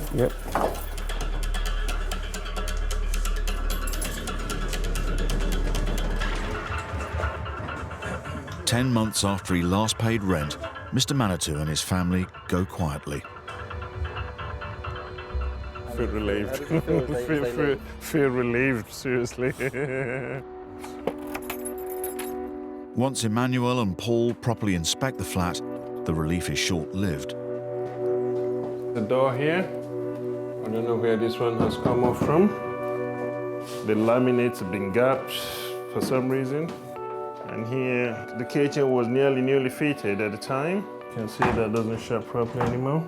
And the washing machine, I don't know where it's gone. You had a washing machine? I had a washing machine. If you've rented out for a year, you wouldn't expect a kitchen to be as badly damaged as this. The level of damage and dilapidation I saw was shocking. I would say that added insult to injury. You're getting a lot of mould at the bottom. I mean, there's dampness down here as well. The entire flat, yeah. Clearly, the ventilation's not here, but it's empty. You've got your property back. That's the main thing. Okay. If my wife had seen that, she would have thought, what a horrible experience for us, and she will be proud. I dealt with it in the right way. I should deal with things. Yeah. Having just discovered the flat he thought he was renting to one man has been home to a family of 5, Emmanuel is in for a further unwelcome surprise. Look at that. If you look at the door. Did you put locks on each door? No, I didn't. Why would you put locks on a room when you've got kids living here? You wouldn't put locks on a room for kids. Who knows? Emmanuel may never learn exactly what went on in his flat, but the single dad does know he faces a big bill to get it back on the market. Obviously, I'm pissed off with him. It's going to cost me thousands of pounds to get back in order, and he's never going to be able to repay the money. So it's about picking up the pieces, basically. And his behavior has affected my credit history, so it's not something I can borrow a loan for to get myself out of this mess. You have all these plans for yourself and for your family. You want to have a decent life, and things like this tend to set you back. But that's life for us, isn't it? Yeah.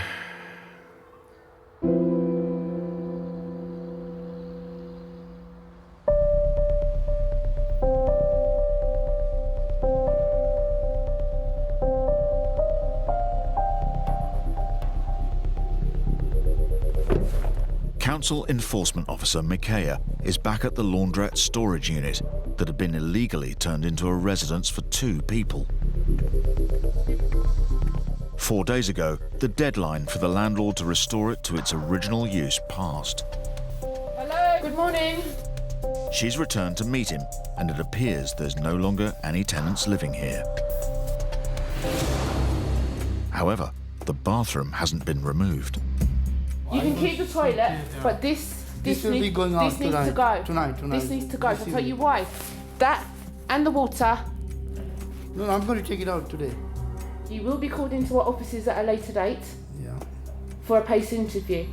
Yeah, no problem. You know what I'm saying is, I don't mind. I made a mistake. If you're going to be silly about it, you've only got yourself to blame if you end up with an officer like me. Because I will make your life a misery. Come with me, we haven't finished talking. The kitchen has been dismantled, but Micaiah soon spots other worrying issues. This is your RCD, your fuse box. It's supposed to be on protected fireproof material. It's just on a wall. On the primary means of escape. The shower needs to come out. It will come down today. And this needs to be removed. Housing officers became aware of the illegal residence after a blaze in the laundrette at the front of the building that Mr. Mansour also owns and runs. Anyone caught in there, residing there, living Nobody in there? will be. I made one mistake, I will not make again. See, I made a mistake, I know, I didn't realize it's such a big issue. But now I know it's not right place, so I will take it out. This was really unsafe, and you're lucky, because it wouldn't have been me, it would have been the coroner, the police, and you would be in a police or prison somewhere if someone had lost their life in here. It could have been a lot worse. Thank you very much, Mr. All right. Mansour. No problem. You've put people's lives at risk. The only saving grace is that there was a solid wall. If there'd been a little fault in that wall, that fire would have spread into that storage unit. There is nothing they can do to make it a safe residential unit because it's a storage unit.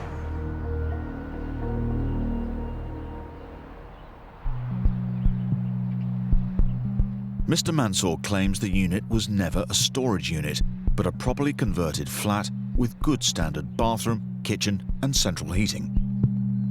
He maintains that none of his tenants were at risk as there was a solid wall dividing the shop and the flat. He points out there was no damage where a fire did break out in the laundrette. He refused to clear the rubbish amassing in the rear yard of the property as neither the yard or the rubbish belonged to him. Next time.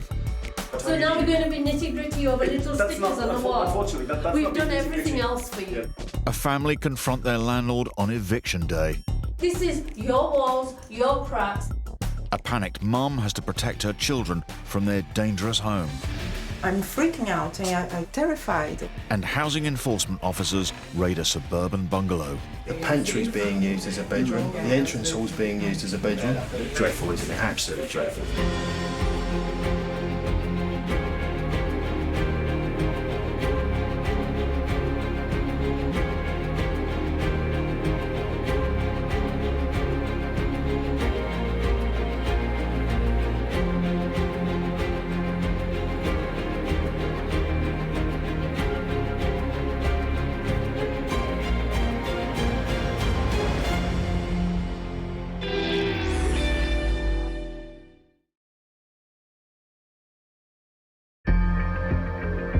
Britain's streets, a battle is raging. Over 11 million of us rent. Oh, God. But thousands fall victim to rogue landlords. There's just water cascading through here. Why should I live like this? 2 million of us are private landlords. He's owed almost £10,000 in rent. But many face financial ruin at the hands of bad tenants. You're supposed to be out by yesterday. Well, we're still here. Get your hands up. Don't push. And that is what you're dealing with. In this series, we're on the front line with the enforcement officers who crack down on rogue landlords. There's a lot of scams going on. This is gross exploitation. It just can't continue. And the experts whose job it is to evict bad tenants. This kind of stump boils my blood. It can be a little bit scary at times. Hey! Oh, we're called a police! Oh my God, look at that. In this episode, we return to some of our most dramatic stories. So when are you going to pay me the money? A Northamptonshire landlord has his goodwill thrown back in his face. They now owe me over £4,000. I said, you can pay. A widow in Lincolnshire struggles to evict her unruly tenants. That's a statement saying, up yours. Oh my God. And an elderly couple find themselves face to face with an angry squatter. Hey, Tom, finish!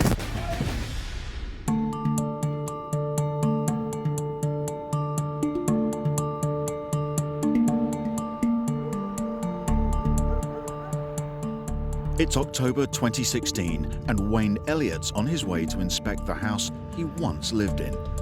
A place he used to love, but is now causing him no end of grief. I think I can help people, so you do, you know. I class myself as quite a nice guy. She was in trouble, so, you know, if we can help, we'll help. When Katie, an employee at the tanning shop Wayne runs, needed somewhere to live, Wayne offered to help. A decision he bitterly regrets. The way she became the tenant was basically she hit hard times and she became homeless. I was just moving in with my partner and my property that I was in, I was going to rent it out. So I said, look, you move in there, it's fully furnished, it's got everything. And she didn't have anything at the time. And for about 6 months, it was fine. The honeymoon didn't last. First, Katie stopped turning up for work, then stopped paying her rent. We tried to phone her on numerous occasions. She sent us a text and said, you can't phone me, you can't text me, here's an email address. So we emailed her, we never got a reply. So that didn't really work very well. At that point, I knew there was no going back. At no point did I think there was any naivety on Wayne's part. He was simply doing someone a favour, a good turn. You don't expect that to be thrown right back in your face. And when it is, it's galling. Katie now owes Wayne over £3,000 in unpaid rent. I just felt a bit of a mug, really, for trying to help somebody out. Oh, my God. Yeah, it's a right mess. You've got rubbish on the front lawn. The outside is bad, but it's the inside I'm worried about. I had new carpet in there, it's all wooden floors. You know, it's lovely inside. Really, really nice little house. Dread to think what it's like in there now. It isn't just the mess that's worrying Wayne. There have also been reports of antisocial behaviour. And we had the police knock on the door a couple of times, and because I think there's been complaints. But right, but the police have been round a few times. Yeah. Twice they've knocked on our door and said, "Have we seen anything?" I've just been told that the reason why the police were called, because 2 of them were scrapping on the front lawn. Poor neighbours. I feel so sorry for them. Cheers, mate. Just as Wayne is checking the back garden, he spots something. A man has dashed out of the house and disappeared into the woods. Why are you running, mate? Why are you running away?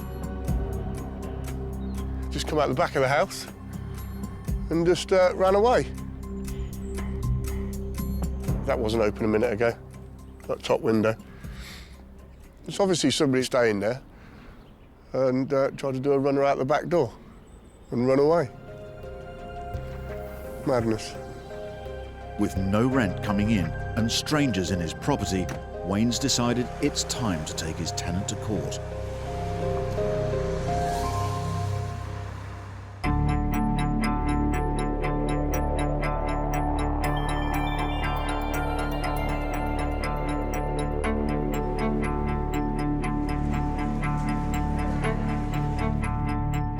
In March 2017, we met retired surveyor John Moxham and his wife Irene.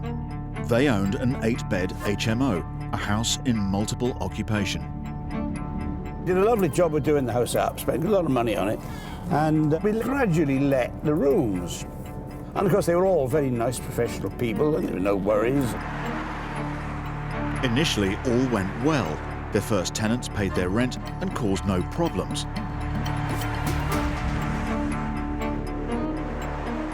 But 2 years ago, a new set of tenants moved in and their retirement dream turned sour. All of a sudden things changed and it's gone downhill.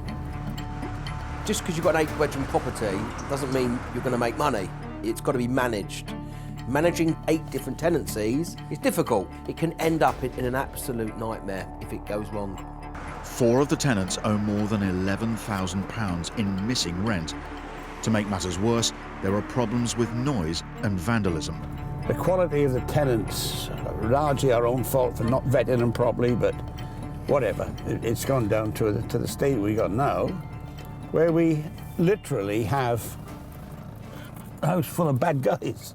I absolutely hate going there. I loathe and detest it. I will do anything rather than go, but of course you have to. Oh, it's just awful. I really feel quite sick when I go in. Irene hates going there because several of the tenants have been abusive when they've raised concerns. Today, they're checking the state of the property, but even from the outside, it's clear that at least one tenant doesn't much care. Just drops the rubbish out of his window. Normally, if it's liquid, it goes down the wall. Well, it's dry at the moment, and he drops it right down to here. Because he can't be bothered to put it in the rubbish, he just flings it out of his window into the garden. As the property is an HMO, by law the Moxhams are allowed inside to inspect the communal areas. Within minutes, it's obvious there's been trouble. One of the bedrooms, which was empty and locked, has been broken into and is now clearly occupied. By whom, they have no idea. Oh my God. And they've obviously gemmed it open. Oh, the smell is absolutely Awful. Dreadful. Dreadful. Oh my Christ. Somebody spewed in the sink. Absolutely awful. I can't believe it's this bad, that it's turned into this. I can't believe that they've done this to it. I can't.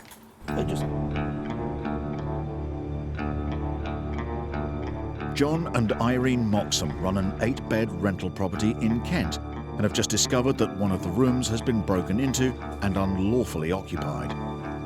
Downstairs in the kitchen, they meet the possible culprit.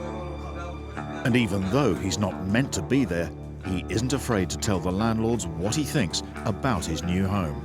So it's not nice, John, bro. You know what I mean? People have been paying you a lot of money for living here, yeah? Look at the stakes in the Facebook. You're going to sort of name cat in here, yeah? Right, come on, where's the excuse? The water mains is bruv, coming from the bath water, bro. The house is bodged up. Look at the state of it, mate. You've only remembered thing, you're something special, bro. You rich people with money, yeah? But this house, yeah? Oh, you get paid like $3 grand a month, yeah? So, yeah, I don't care, yeah? Yeah, I don't live here. I've got my own place.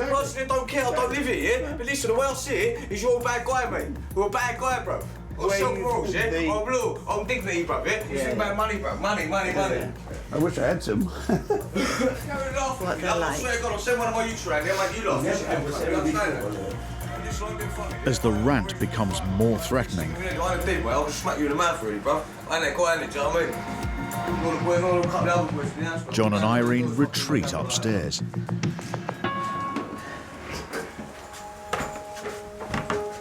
It's just dreadful. Dreadful. He doesn't even live here, no. Doesn't even live here. And that's the sort of thing that we get. That's why I said to you I didn't like coming down here.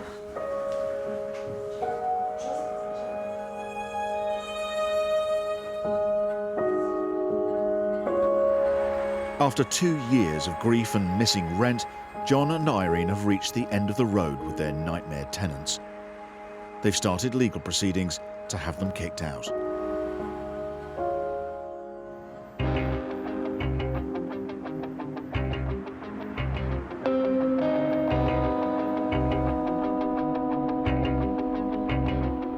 In Kettering, landlord Wayne Elliott has obtained a court order telling his former employee and tenant, Katie, to leave his property within 14 days. The deadline has now expired and Wayne's on his way to find out if she's abated. She caused a lot of pain, a lot of stress. It's hurt more than anything else. I thought, you know, we had a relationship. She worked for me, she was a tenant, and she's completely abused that. I'm hoping she's out, but I doubt it. If Katie is still there, his only option is to pay bailiffs to physically remove her. To be brutally honest, I want her evicted by bailiffs. I want the humiliation, because she's cost me so much money and embarrassment after all the help and assistance I've given her. There's no key in the door. It isn't clear whether Katie has left or not, but Wayne isn't allowed to enter if there's any chance she's still there. With no answer at the front door and the curtains closed, Wayne goes round the back to search for more clues. Look at the state of this. You've got a dead bird, and then you've got a kid's toy next door to it. I can't even clean it up. That's unbelievable.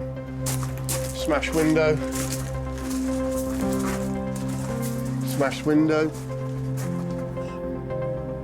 No, she's definitely still in there. Convinced Katie hasn't left, Wayne calls his lawyer, Chris Sharp, for advice. Hi,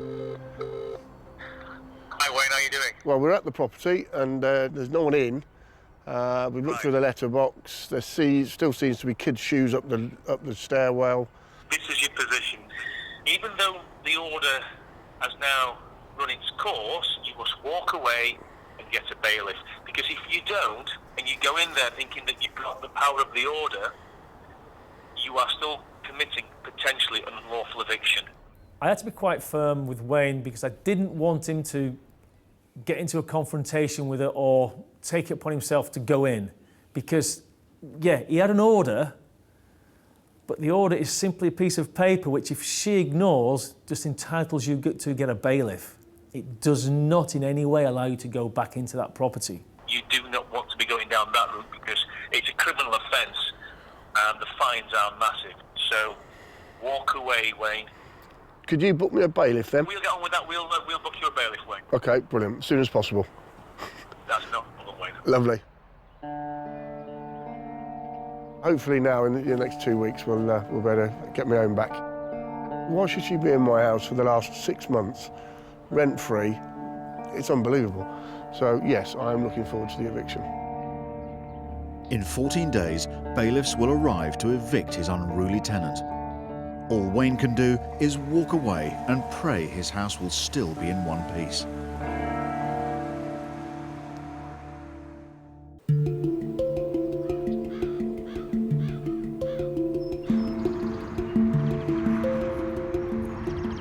At the end of 2016, 59-year-old widow Jill Mercer was fighting for possession of her rental property.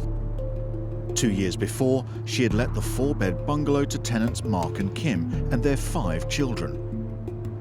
It's a decision she wished she'd never made. Basically, they now owe me over £4,000, which is quite a bit of money nowadays. Jill has already served her tenants with an eviction notice telling them to pay up or leave. She's about to find out if it's had any effect. It looks like a junk site.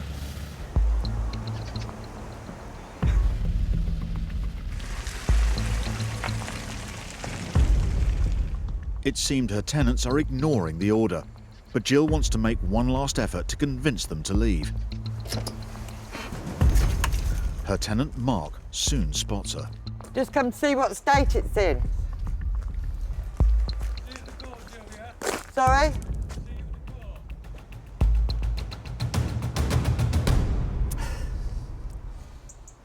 Obviously, he has no intention of leaving, does he? Jill's case was quite a sad case because her and her partner worked very hard to purchase the property and she heavily relied on that rental income. To make matters worse, Jill has grown fond of the family and evicting them is the last resort. I do feel sorry for him. I know he's very much a family man. It is sad. I do feel guilty because I've got 5 children, but I can't afford to do it. With no rent coming in, there's no mortgage being paid. Mark and a friend then come to confront Jill. Don't think it's got anything to do with you, has it? Yeah, a little bit. Why? Do you live here? No, so what's it got to do with you? It's got nowhere. After when you kick him Look, out. I Where's he bent going? over backwards for Mark. Metal work I've done to your friends as well. Unbelievable. You get paid for it. Unbelievable, Jill. You get paid towards for your it. rent. That's the funny thing about it all. Yeah. The work I do, I said to all you, goes to you. When you exactly. come back, Yeah, I said, yeah. you can pay this month's rent. You went, no. Well, I've been paying you cash, Jill. At the beginning, Jill? yeah, you were making it up, but not the full rent. You Jill, say what I'll you see like, you Mark. at court, don't you? The 28th. Yeah, that's fine. Yeah, I know. Yeah. I know. You drop yourself in it, not me. That's Okay. it. Ta-da. Obviously, he has no intention of leaving, does he? You know, I'm upset. He knows what I've gone through. Bye. Bye.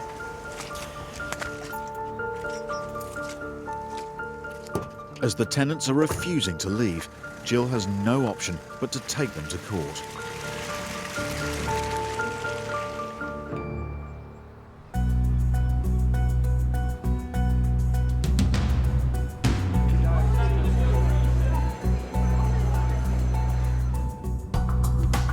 John and Irene Moxham's dream of supplementing their pension with an 8-bed rental property has turned sour. 2 years ago, an unruly group of tenants moved in and have turned their nest egg into a money pit. They're now owed over £11,000 in unpaid rent. Well, we want our house back. Yeah, we want the house. Yeah. It's our house, we want it back. And we want to be able to do things, make it nice again as it was.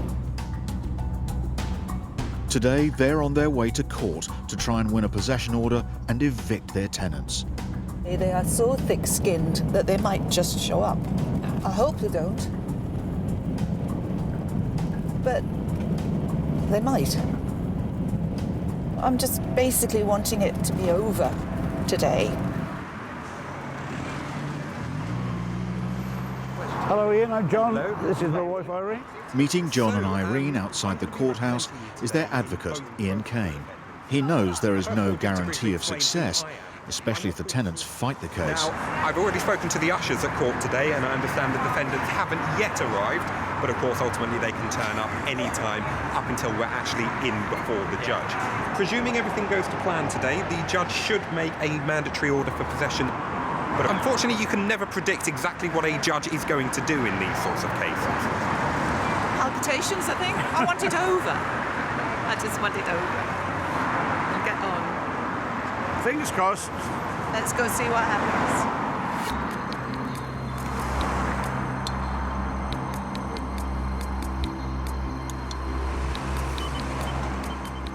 Less than an hour later, the hearing's over. We've got it. Panic over. Everything's going to be fine. Great, isn't it? Yeah. What a relief, eh? Yes. They were really, really stressed. So I was really pleased that when they got the 14-day possession order, that it meant that we were almost there. John and Irene's tenants now have 14 days to leave the property. If they don't go voluntarily, John will have to pay bailiffs to physically throw them out.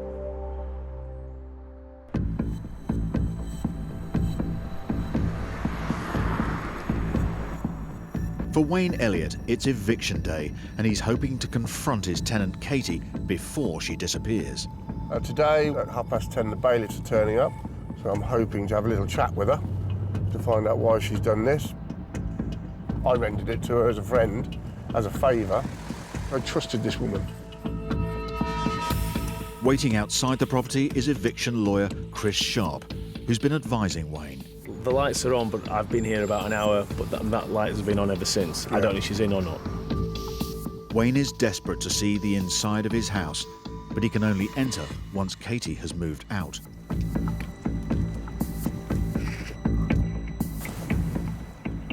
The key's still in the door. There's still somebody in there, definitely. Just have to wait, Wayne. Yeah. For the bailiff. In no way get confrontational. Just let them get on with it. Let them go. Yeah. Yeah. The last thing you want now is for her to just have any reason to call the police. Minutes before the bailiffs arrive, Katie makes her move.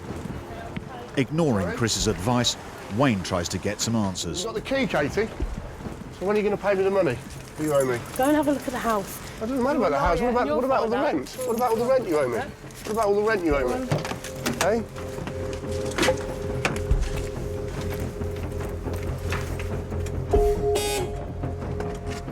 So I can go in the house now then, yeah? Yeah, of course so you've got to say it on camera. Have a look, it's all tidy. It doesn't matter. What about the rent, Katie? What about the inconvenience and all the money?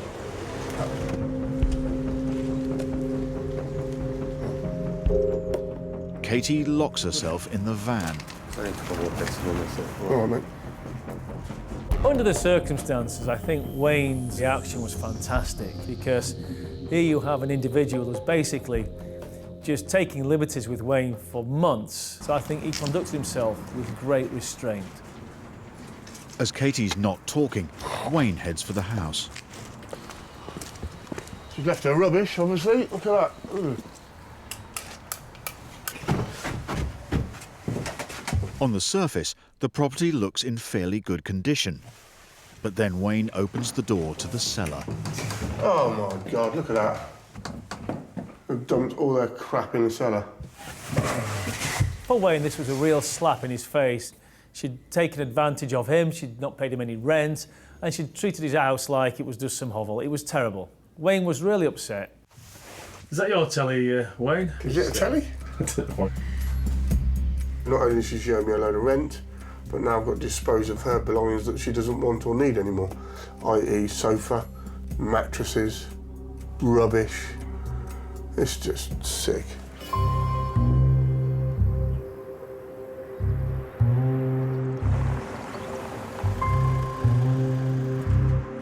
In Lincolnshire, Jill Mercer is on her way to court. Her tenants owe her over £4,000 in rent, and today she's hoping to win a possession order so she can evict them. But a letter from the tenant solicitor reveals some worrying news. They want to put up a defence of some sort and put in a counterclaim. I'd love to know what the counterclaim is. I couldn't believe what I was reading. And I was cross, angry, sick. If the judge thinks the tenants have a strong defence, the case could be adjourned or, worse still, thrown out. As Jill's struggling to keep up with the mortgage payments on the property, it's a huge worry. Try and get on with my life. Can't afford to spend any money. It's cost me thousands and thousands. And of course next month it'll be another 600 on top of that.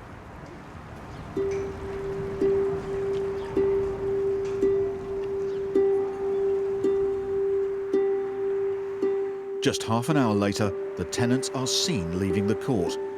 For Jill, it's not good news. Well, basically we have to go through it all again. The judge didn't dispute the fact that there was rent arrears. It's the fact that it wasn't in both names. The Section 8 was only issued to Mark Loveday. It is basically null and void and had to go through the whole process again with her name on. As both tenants' names were on the tenancy agreement and only one was on the Section 8 notice, Mark and his wife have bought themselves more time. As they left the door, hearing that I would have to pay court expenses, they laughed and walked out. So basically, they've gone away laughing. Still got to pay the mortgage, and they're still living there for nothing. So I'm fuming. But I just feel, what is the justice? You know, what is the justice? I don't know. Give up. Well, I don't give up, but I do. I'll end up having to give up.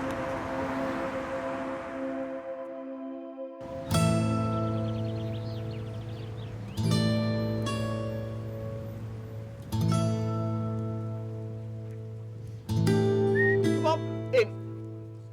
It's 7 months since Wayne evicted Katie, and he and his girlfriend have been busy. The conditions of the house when we first got it back, it was absolutely filthy. It was minging, completely minging. The windows were smashed. It was rammed with rubbish.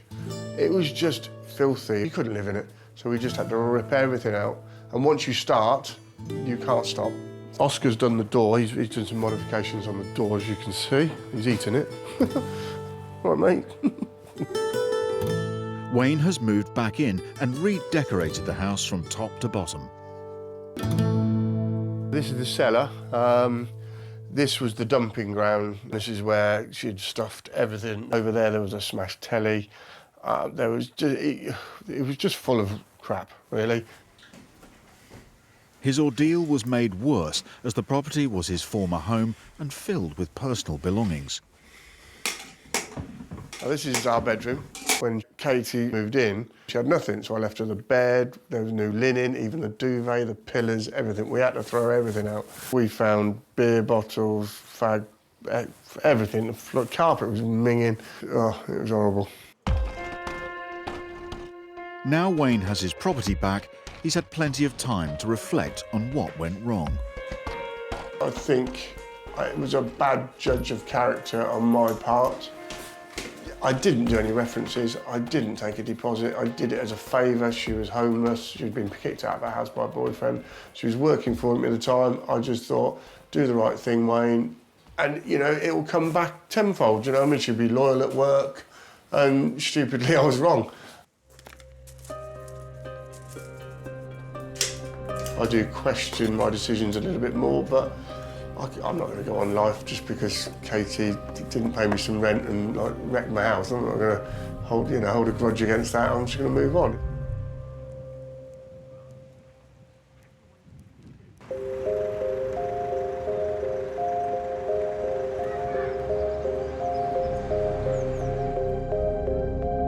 Two weeks ago, John and Irene Moxham won a court order telling their tenants to leave their 8-bed HMO. Now they're on their way to see if it's had any effect. Well, we're up to do our check. Know that the notices are expired. to see if anyone's left the property voluntarily, as it were.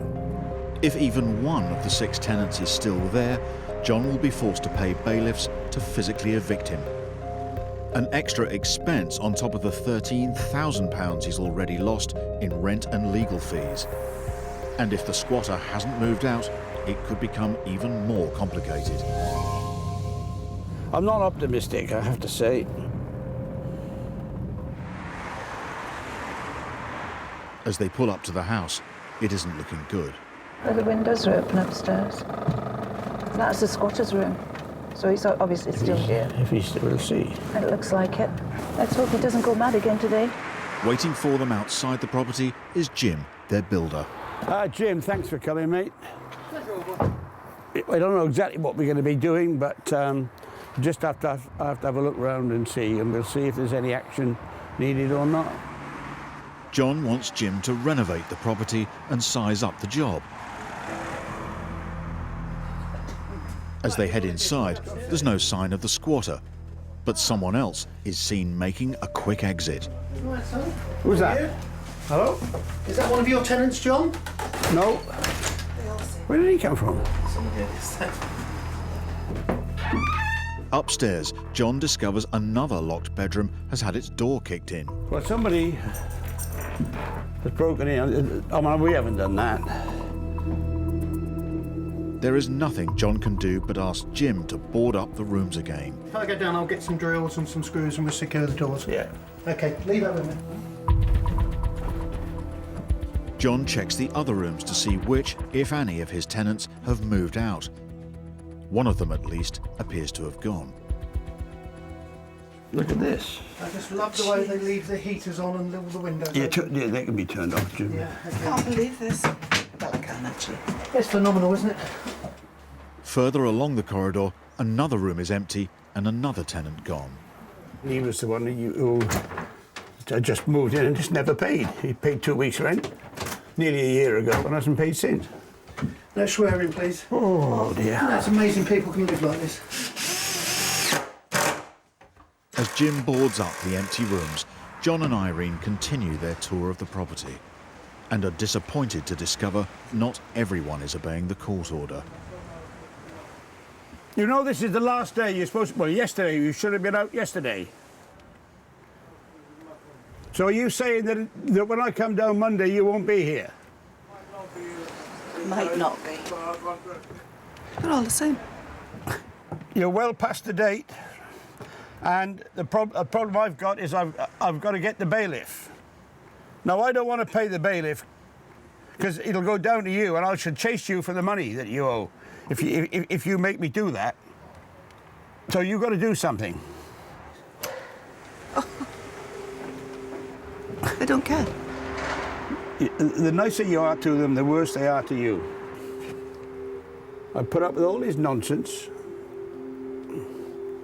Drunken women, smashed bloody showers, clean as pissy drains. I'm actually disappointed in humanity. To avoid paying for bailiffs, John and Irene give the remaining tenants a few more days to move out. They can only hope they cooperate.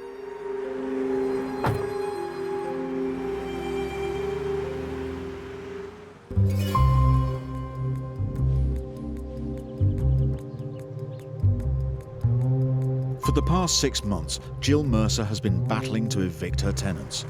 But 5 weeks ago, there was a surprising twist. The tenants have agreed to surrender the property in exchange for writing off their £7,000 rent arrears.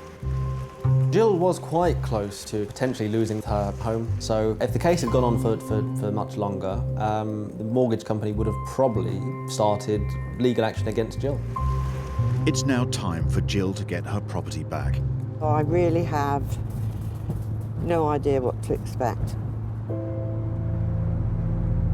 Despite the agreement, Jill's worried that they won't stick to their word. It's almost like apprehension going up there now. They've caused so much aggro, I feel they've got some little twist at the end of it. It's Jill's first visit to the property in 5 months. Oh, there we go.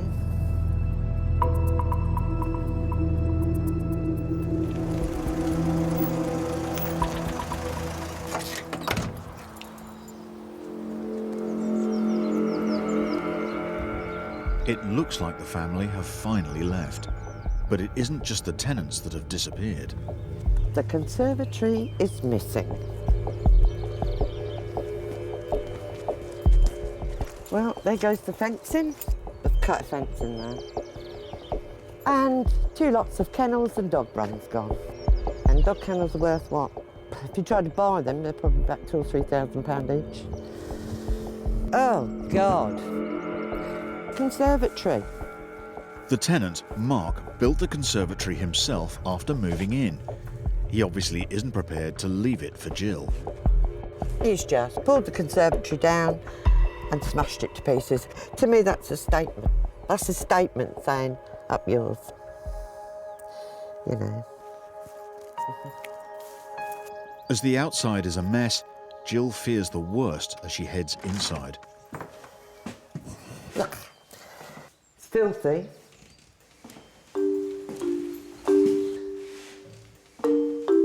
But she's pleasantly surprised. Not as bad as I thought it could have been. Windows are all intact, doors are basically intact, broken lock, no loo seat. I'm feeling quite relieved that it's not absolutely destroyed. Now the property is back in her hands, Jill has time to reflect on the traumatic experience. If this had gone much longer, I would have lost everything, including my mind, I think. It just seems such a shame. You know, why?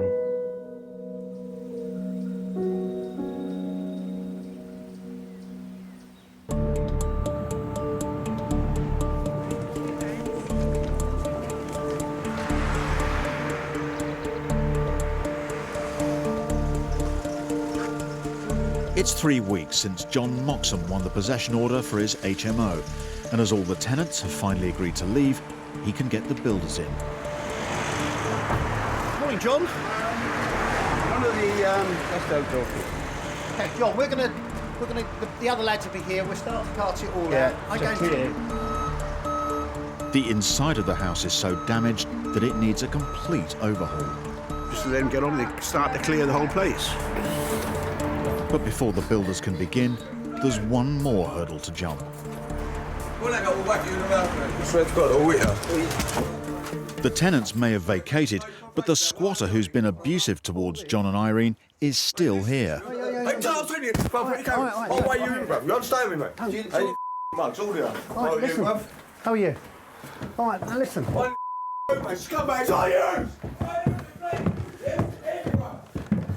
This guy had no right to be in the property.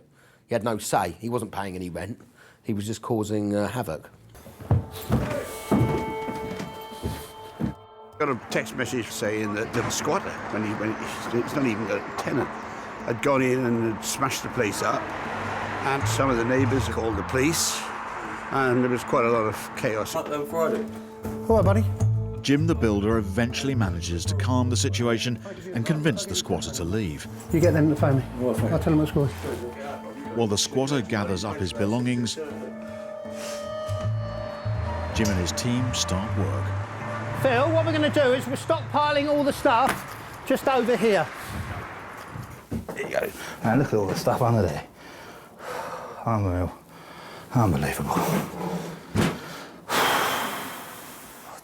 No respect for people's property.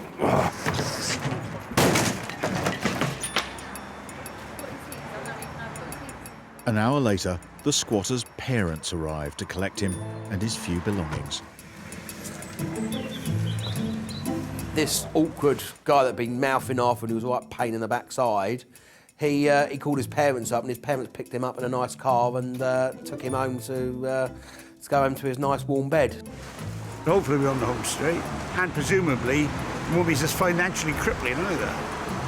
Because, I mean, you wouldn't believe the cost of all this so far. I mean, it's unbelievable. Now everyone is out, John and Jim's next job is to turn a hellhole into a habitable home.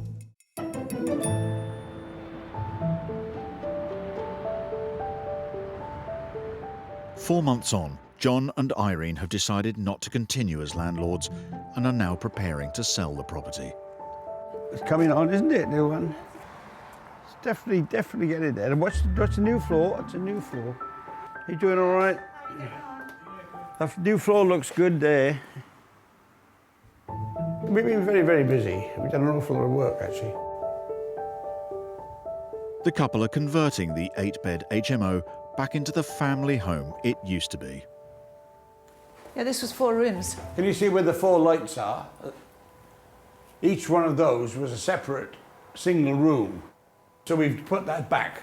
So it's a nice big room now. All the partitions have been ripped out and the walls made good, and we put it back to a single room again, which it always was. It was originally built. Oh, this was the room that had the famous bowl of sick in it. All the remains of the sick around there, and there was like a tide mark of sick around at that height. It was dreadful. It was. You can laugh about it now, but it's not really funny. It wasn't funny at the time, no. It was soul destroying at the time. And this was the room that the squatter was in. It's coming together, as you can see. It's quite rewarding, really, to see it.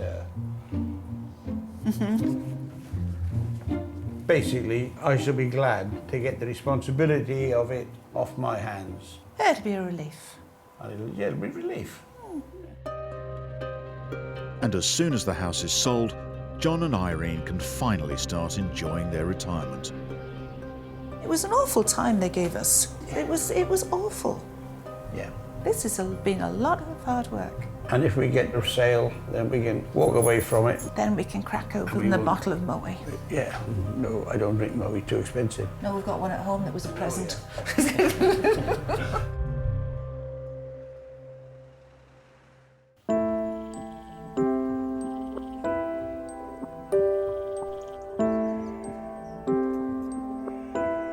It's 6 months since Jill Mercer's tenants left her property.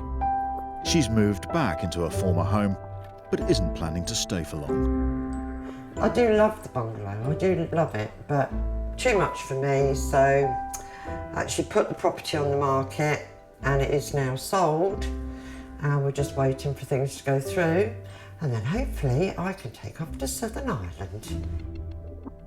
Even though Jill loved living here before her partner died, the recent events have ruined those memories. As much as I love it, it hasn't got the same appeal anymore. There isn't. It's too much good history, but there's too much bad history now. At the end of the day, it's time to move on. Now's the time to let somebody else enjoy it. Getting her troublesome tenants out cost Jill over £7,000 in lost rent and legal fees. But that wasn't the last she heard from them. The council sent me a letter because they want to go on the housing register. Would I give a reference? Well, I thought, they're having a laugh. Reference? So I just said to the council, look, I'm not giving them a reference. Suddenly they turn up at my doorstep, just ranting and raving and telling me I have got to sign this thing for the council or else. I just couldn't believe the audacity, because there's me thinking that's it, over, and they're still harassing me. And in fact, it's got that bad, I'm leaving England. I'm going to go to Ireland. Yes, I should be glad when it's gone and I can move on. While the inside of the property just needed redecorating, the outside needed a lot more work to put right. Conservatory windows up there, smashed. There's tyres all over the place. There were tyres in the hedges. And all the fencing was all broken, smashed on the floor. So I've cleared all that. The worst thing is he cut my cherry tree down, because my partner, who I lost, he died very suddenly. We planted it when we moved in here. Everything else is materialistic, replaceable, has no real meaning, but the cherry tree did. Still, as you can see, still a lot of tidying up to do, but we're getting there. It was hard work. And staying strong was quite hard. But we got there.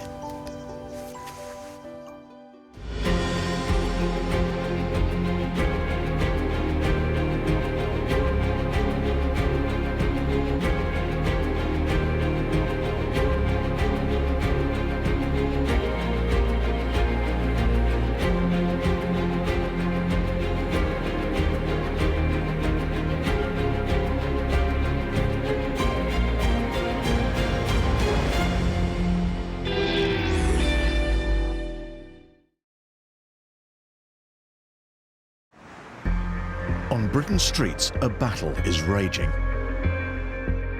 Over 11 million of us rent. I'm freaking out. I'm terrified. But thousands fall victim to rogue landlords. It's just the worst property I've seen. 2 million of us are private landlords. He's owed almost £10,000 in rent. But many face financial ruin at the hands of bad tenants. Supposed to be out by yesterday. Well, we're still here. Get your hands up. Don't push. I had a nervous breakdown for the first time ever in my life. I'm not going back on the street, no way. In this series, we're on the front line with the enforcement officers who crack down on rogue landlords. There's a lot of scams going on. This is gross exploitation. It just can't continue. And the experts, whose job it is to evict bad tenants. This kind of stump boils my blood. It can be a little bit scary at times. Oh, Hey! go! We called the police! We called the police! In this episode, I feel so nervous. I'm actually shaking right now. a dispute between a landlady and tenant reaches boiling point on eviction day. Now, I'd like you to go down the end of the road before I call the police. Housing officers get a shock Why are you hiding? Come here! when they raid a suburban home. I don't know what is going on. And squatters take over a community church. For what you've done, you should be apologizing to the community.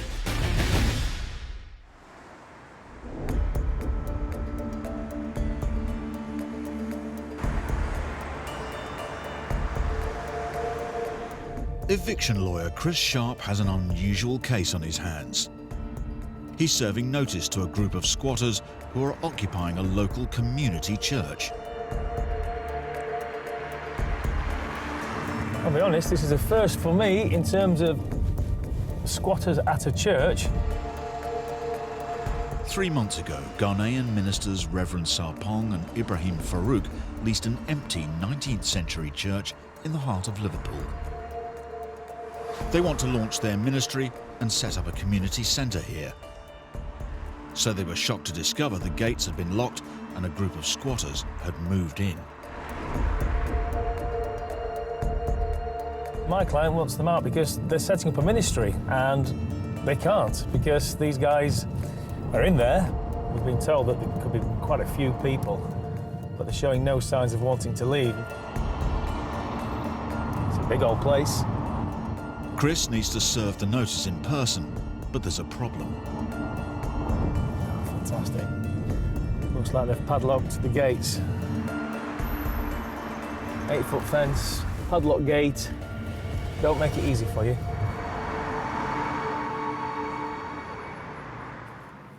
I said about 8 foot. I think you underestimated it.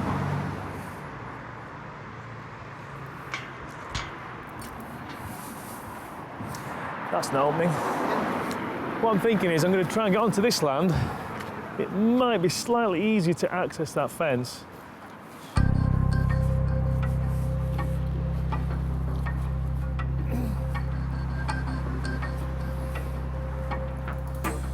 In.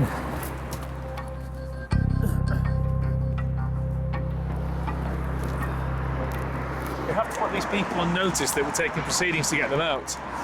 So making these signs visible puts them on notice that we are here to notify them that there's a court hearing coming up. Changes in the law over the last few years has meant that squatting a residential property is now illegal. It's far less problematic if they go for an empty commercial unit, a factory, a corner shop, or a church. So what I've got here is a usual notice saying that they are now occupying. Right, I'll give it a knock.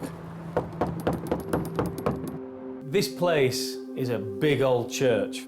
You could just make out silhouettes at the back. Hello? Hi.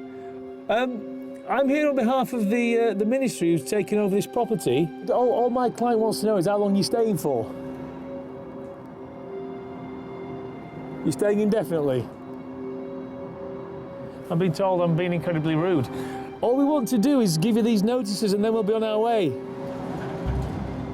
OK, what I'll do, I'll hand them through, OK? There you go. OK? There are other members of the community other than yourselves that want to use this property. He's walked away from that argument. I'll leave that with you anyway. OK, thank you. They were saying something about they've got a legal right to be in there. No, they haven't. Absolute nonsense. They're unlawfully occupying. They are trespassers, squatters. Cut it however way you want to. They are not meant to be in there, and they have got no legal right to be in there, no matter what they say. One of the squatters comes to the gate to talk. We currently have occupation of the building. We have the legal standing to be in this grounds. You haven't given us any proper notice. You haven't been invited onto the property. Whatever arguments they have, well, the correct forum is in court next week. So we'll wait till next week and let's see which way it goes. Chris and the ministers will now have to take their case to court. They can only hope the judge rules in their favour.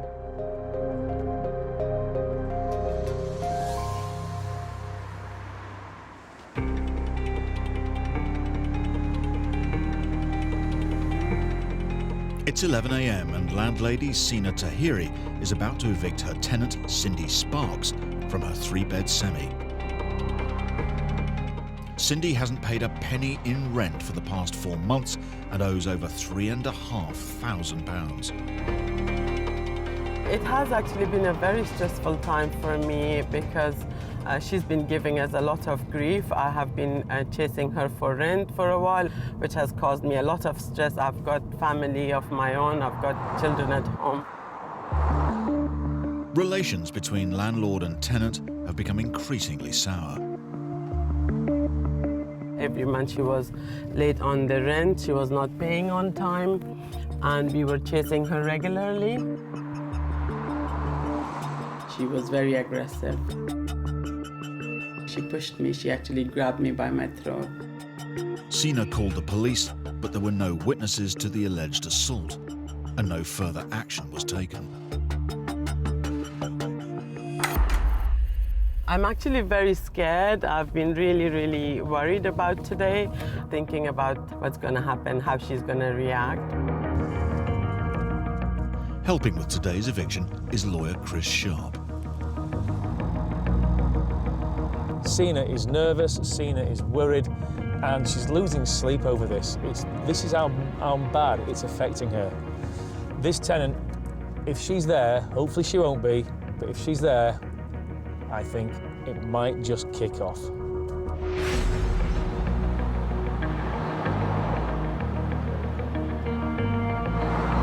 Hi, Sina. Hello, nice to meet you, Chris. I've just come past the property. They're actually getting packed up now and going. Should we go down and see what their plan is? OK, let's go. Most landlords on the day of an eviction are nervous.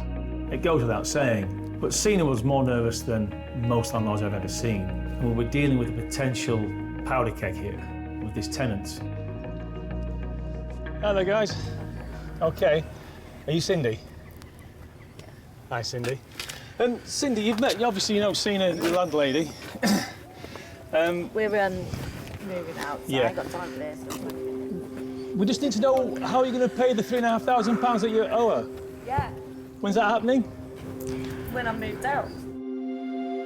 So I'd like you to just piss off now, please. Otherwise I'll call the police. We're just waiting for the bailiffs to No, come. you're arresting me while I'm trying to move out. Now I'd like you to go down the end of the road before I call the police. But what we'll do, No, we'll wait here until 11:30. Shut your mouth, then. OK. Fine, you call the police. A waste of time, because we're not doing anything. It's not like we're committing a criminal offence. So my sympathy just dwindles and dwindles until the point it just goes poof. I feel so nervous. I don't even want to go and face her, actually, to be very honest. I'm actually shaking right now. Yeah, well, do you know what? What never fails to amaze me in these situations is you've got a tenant here who had notice served on them months ago. Yeah. They've had to be taken to court. They owe you nearly £4,000. Yes. You turn up here having got the bailiffs, and they act like that. Well, looks like who's called the police then? Though no laws have been broken, Cindy, the tenant, appears to have called the police. This is Sina. She's the landlady. There's a court order and a bailiff eviction today at 11:30. We've got here about 11:10. We're going to wait until the bailiff can go in at 11:30, and that's it. The tenants are a little bit aggressive. While the police officers speak with Cindy, the bailiff arrives to start the eviction. You've got a contact number so you can get the remainder of her stuff. I've got what, sorry? A contact number. Yeah, we can give her a contact number, yeah. And I've told them it's got to be done within the next 7 days. Yeah, but they're not coming in without supervision. That's right. To be honest, I wouldn't feel safe to come back and face her again, so it has to be accompanied by a police or somebody or bailiffs again for them to come into the property. Yeah. Is everything okay, officer? Finally, Cindy leaves.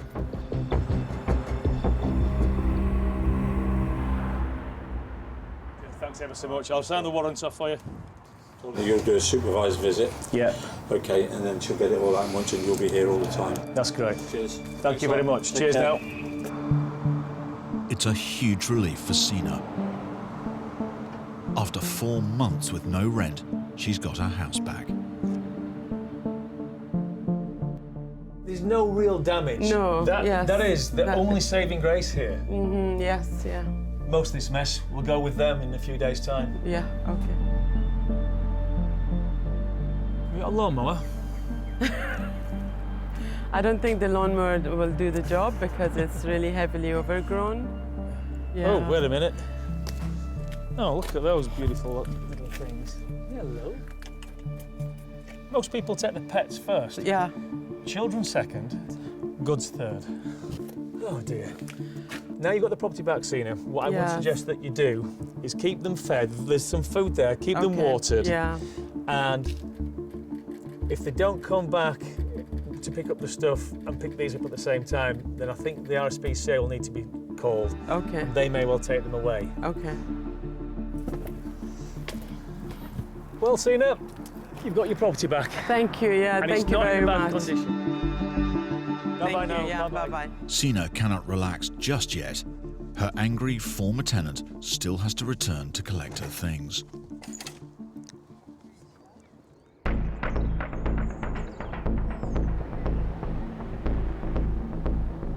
In Harrow, Council Enforcement Officer Ozzy Al-Bayrak and Team Leader Joe Smith are leading a surprise raid on a 3-bed semi.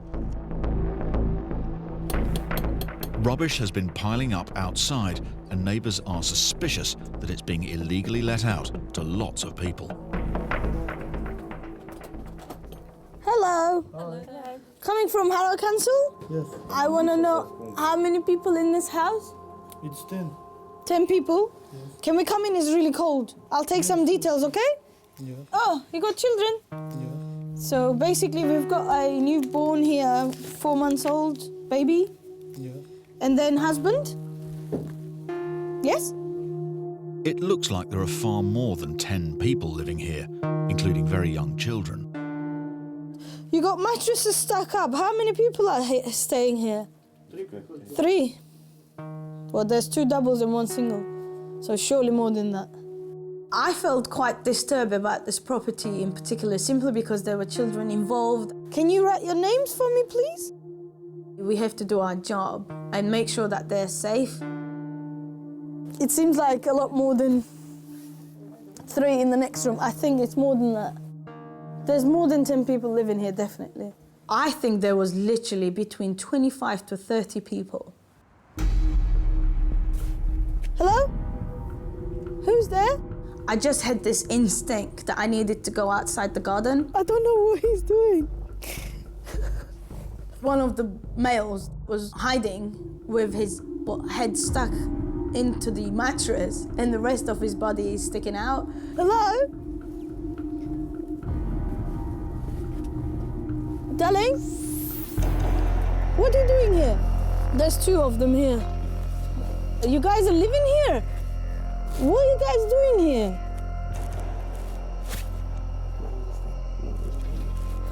Oh Oh my God! You scared me! There's somebody else? There's another one in there. I don't know what is going on. It's unclear whether the 4 men are using the 2 sheds to sleep in or are simply afraid of the housing officers. Why are you hiding? Come here! There's another one down there. Darling, come outside. What are you doing? Come. Come. Why are you hiding? Why are you hiding? What happened? No. Huh? Why are you hiding? He probably thought we're from immigration or something to do with tax, because that's what they're scared of mainly. Inside the house, there's a breakthrough. The team identifies the man on the tenancy agreement who is subletting the house to the others. So you got all these people here. Yes. You know you shouldn't have done that. It's normal. It's not normal, darling. Too many people here. I know. Okay, and there's fire risk. I understand what you're saying. I wish I could tell you.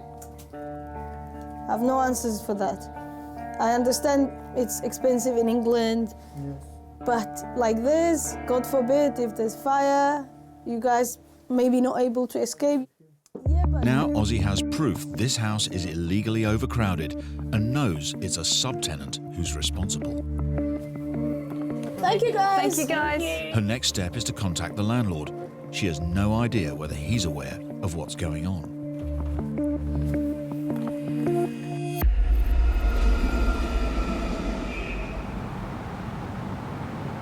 Hello there, good afternoon. I am calling from Harrow Council. We've been to your property. There was minimum 15 people in your property. So you knew about this situation. Okay, so you served them a notice. Now you're waiting to hear from the court when they're gonna basically be vacating the property. Wow, fantastic news. All right, bye-bye. He seems really fed up himself that the tenants are not paying rent and they're destroying the property. What's important here is the health and safety of the tenants and protecting their well-being. It's good news for the council. The landlords are in the process of eviction, which means the dangerous exploitation of the tenants should be over.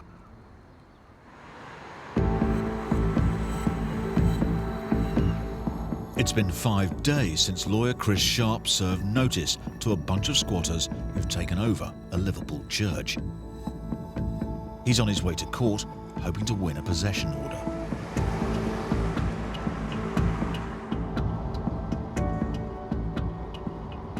You know, this is important to my clients because, you know, they're wanting to introduce this church back into the community, and by these guys who are in there, you know, pulling down the shutters and barricading themselves in, they're basically giving 2 fingers to the community. It's simply unacceptable. We will get our property back. We absolutely will get those people out of there. Waiting for Chris are Reverend Sarpong and Ibrahim Farouk. Morning, Reverend. How are you doing? Their ambition is to launch their ministry in a community centre in the church, but so far they've not been able to set foot inside. I tried to enter into dialogue with them, but they turn around like, you are not supposed to be here, you are trespassing. They were trying to say they have right to occupy the property. I don't know if the guys who were in the property will be turning up today. They did make it clear to us, though, when I served the papers, that they had no intentions of leaving and they wanted to stay as long as they could.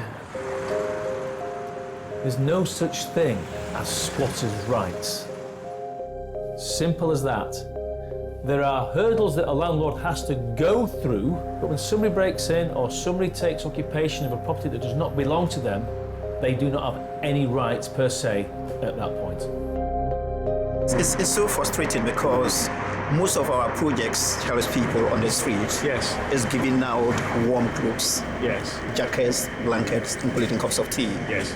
And our intention was to open up a cafe within the building so that many people can come. Well, look, let's try and at least secure the order for possession. Okay, let's go then, guys. Cheers. Chris presents his case to the judge. and so do the squatters, who are able to delay the eviction on a technicality.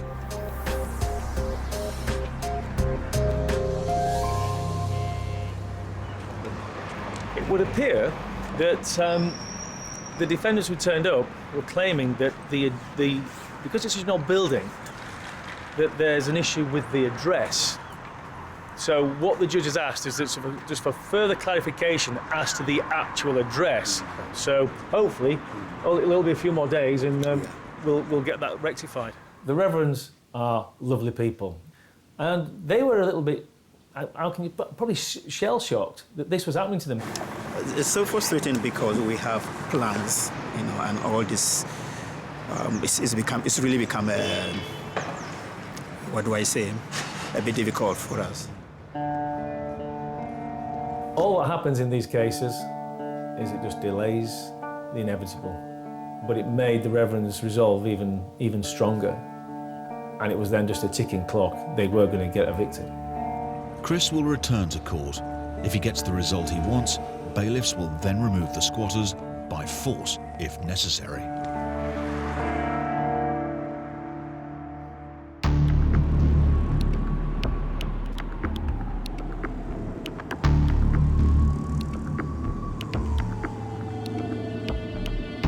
In Harrow, enforcement officers Andrew Sedman and Sheetal Rajani are paying a visit to a landlord, Mr. Branca.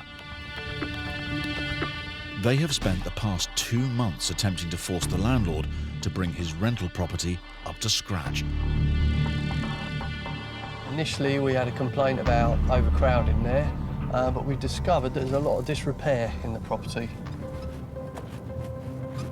I had a quick look at the property when we attended the suspected overcrowding issue, and you could see, just by having a very quick look, that it's pretty terrible in there. This property's been going on for ages. It's one of these cases very difficult to deal with. Hello. Hello. They last paid Mr. Branca a visit 2 months ago, and he assured them everything would be fixed. That looks pretty awful. Can we check the bathroom? Pretty dreadful. It's horrible. We've got trip hazards here on the liner. Quite bad hazard behind the door here as well. Someone my height, that could go directly into my eyes. Yeah, these would do a lot of damage. There's a lot of disrepair here. Needs sorting out immediately. There's a lot of hazards in here. This window ledges aren't good. So crack window? Okay, yeah. We were putting a lot of pressure on him to get the place fixed up. And at first, he seemed to be playing ball, but it was certainly going downhill. Mr. Branca has 4 tenants, each paying £480 a month. Kelvin is one of them. Lots of hygiene issues to the place. As you can see, that should be put in the museum. The bathroom. Maybe you should go to his house and have a look in it, in the conditions how he lives to how he lets people live. Kelvin, are you using the kitchen for cooking facility? You don't use it? I don't walk No. in there. No. Andrew and Sheetal discover why Kelvin is reluctant to use the communal kitchen. Right, where to start? All these cables in here, just loose like that. A defective plug socket hanging off the wall there. When you've got things boiling and steam can get into that. Yeah, quite a lot of work in here to do. As an understatement. It's pretty terrible in there. It was a licensed HMO, but things change, things deteriorate, things don't get fixed, especially when it's not being managed. The property is still in a terrible state. Andrew and Sheetal order the landlord to make urgent repairs, and they will return soon to make sure he complies. Kitchen, he says he's been working on it for 6 months, but I'm not convinced. To me, it looks like it hasn't been touched since the thing was built. It's terrible.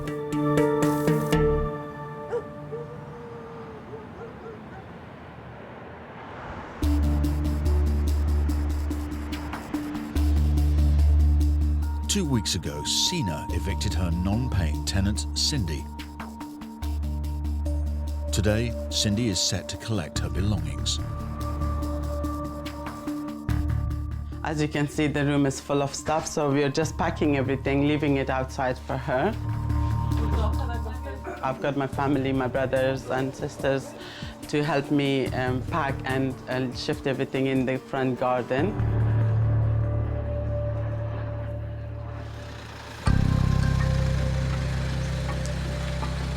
I'm actually very nervous.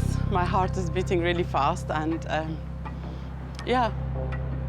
Jay, a van just arrived, so I don't know if it's Cindy. There's a van just right here.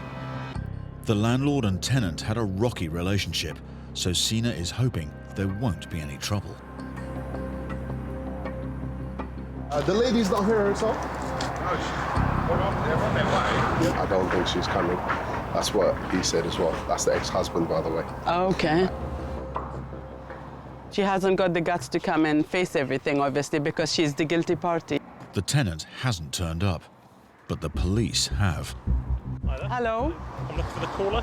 Who called you? Are you the caller? Okay. Who lives here at the moment? Nobody. Cindy used to live here. Okay, where's Cindy now? She's been kicked out. Okay. And now we are trying to remove her items. The chaps are here to collect the items. Okay. Are you landlord? Yes, she's the landlord lady. I'm her brother. Okay. Yeah. Cool. Have a good day. Cheers. I think Cindy must have called her because I haven't called her. And why should we call the police? Because we haven't done anything wrong. Hi, can I speak to Cindy, please? She told me that she will pay the outstanding rent, everything today. I'm asking if she's making that payment today. Oh. She just hung up the phone.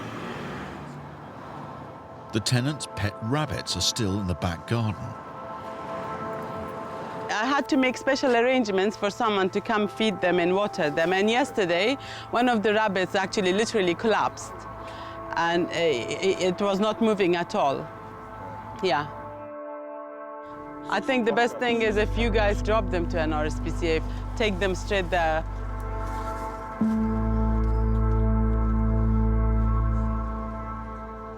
Please make sure that something happens, yeah, to the rabbits, yeah. Okay, thanks, yeah.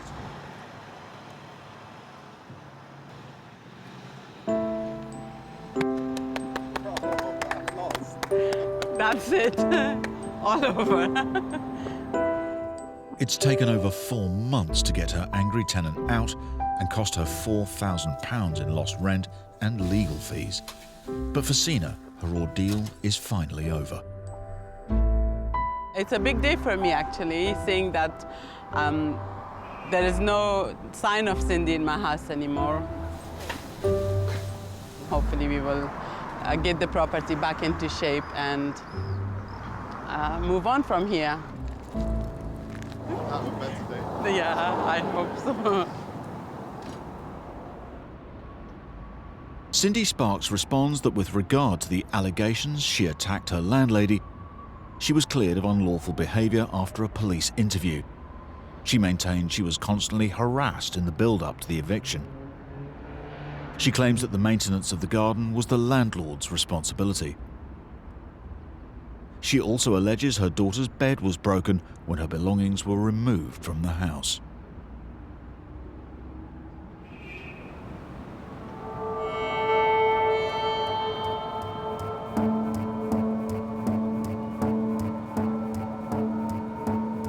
Enforcement officers Andrew Sedman and Sheetal Rajani are returning to inspect Mr. Brankas's property again.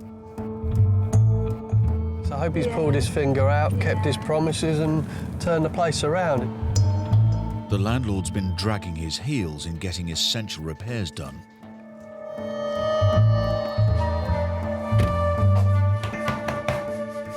Mr. Branca. I'm here.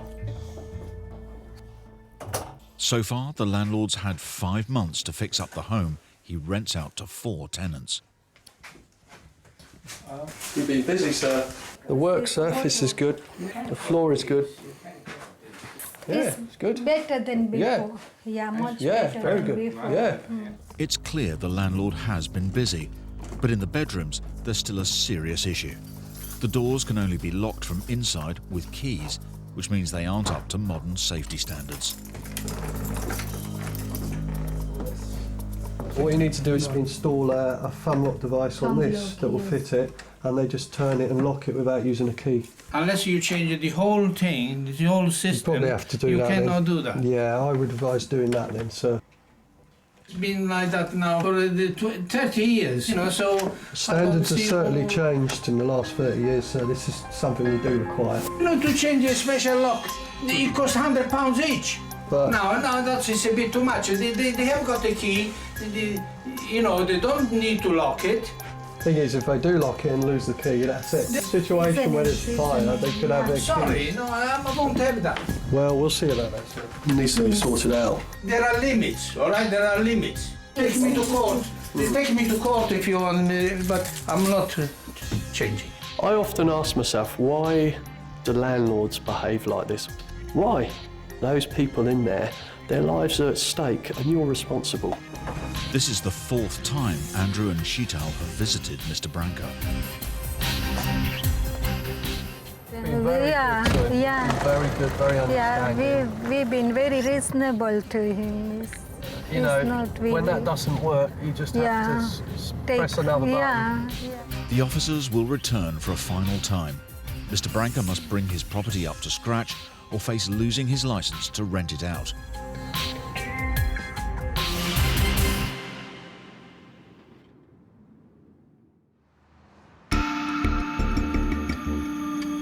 It's just after dawn in Liverpool. Today, the squatters who've taken over this 19th century church are set to be evicted. Lawyer Chris Sharp has won a possession order on behalf of its leaseholders, Reverend Sarpong and Ibrahim Farouk. Morning. How are you? All right? Good, thanks. Yeah? Good. Well, finally, the morning's come. Yes. Very early, I know, but it's always the best way. It is. Catch people unaware, and also, with it being so early, might be a bit of commotion. Best that there's no masses watching as well. They've been tipped off that there are up to 20 squatters living in the church. So Chris has brought in a large team of High Court sheriffs to carry out the eviction. Good to see you again. Evictions like this can turn nasty. We'll basically follow Mark's lead. Simple as that. Okay. If he says, stay there, we stay there. Yeah, Okay? best thing for you to do is just stand the other side of the road, maybe, and just watch whatever's going on until we've got control of it. But it's a big old building. So.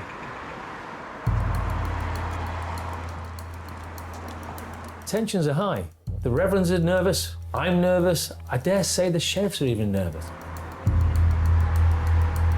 You just got to be on your toes, really. Expect the worst, and then if it's any better than that, you've had a result, haven't you? Wire cutters make gaining entry to the site easy, but the element of surprise is still key, as with just one door into the actual church, the squatters could easily barricade themselves in. I can't see anything behind it, no barricades or anything.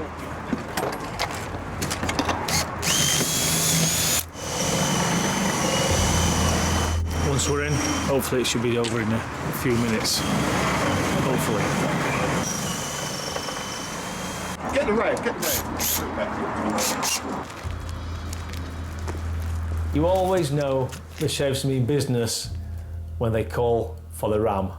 That right, yeah? Yeah, that's where the lock is.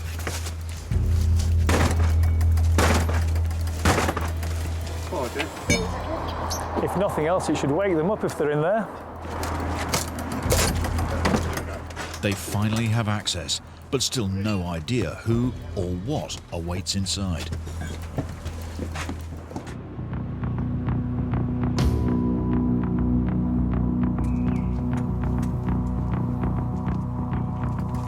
In Liverpool, High Court sheriffs have entered a church that's been illegally squatted for 12 months.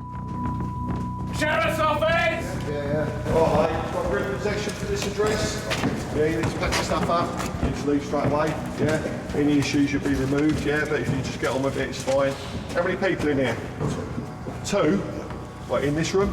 Well, that one. That one and this one. Right. Morning. Morning. Right, how long have I got to pack up my stuff? Well, pretty much half an hour. You've had several months, so half an hour, yeah? Yeah, OK then.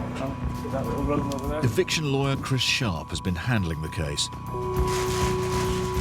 To show just how organised these people are, they've got a little crib sheet here. If the cops come to the door, here's what to say or not to say. There are far fewer squatters today than Chris had feared. But it's clear that many more people have been living in the church. There's lots of rooms in here. I think there's been tens of people here from time to time. Oh, just look at that. Look at that. Just disgrace. Oh, it stinks as well. As the two remaining squatters pack their stuff, Reverend Sarpong and Ibrahim, who own the lease, enter their church for the first time. You OK, mate? Hello, how's it going there? Yeah, great, yeah. You okay? How are you? Fine, thank you, fine, thank you, yeah. Sorry we have to get to this point. I know, you've got to do what you got to do, eh? Yeah. I've been here since September last year, so yes, it's been a while. I was sleeping rough after my universal credit was stopped, you know. This man's been living here for almost a year. It's felt like my home, yeah. It feels nice.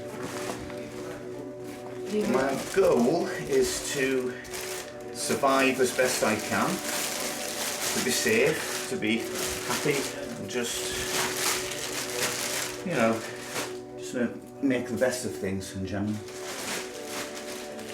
Lots of empty buildings in Liverpool, so, you know, we'll find somewhere quite easily. Hello. Hello. How are you doing? Really happy, mate. How are you? Oh, good, good. The other remaining squatter isn't so friendly. I will invite you to come and have service with us. You're a funny man. I understand 11 million homeless people across Europe and 3 to 4 million empty homes. I understand, yeah, I understand very well. For what you've done, you should be apologizing to the community. You get what I mean? It's fantastic, really top stuff. Very compassionate, a very warm country. And yourselves really make me feel very warm. Especially this man, very friendly looking. These are just greedy guys, that's who they are. Very selfish guys, you know. They're not even feeling the remorse for what they've done. I mean, it's just not on. This is not on. You have mixed emotions. You've got to remain absolutely focused on the professional part of it. But you still have an emotional reaction to this.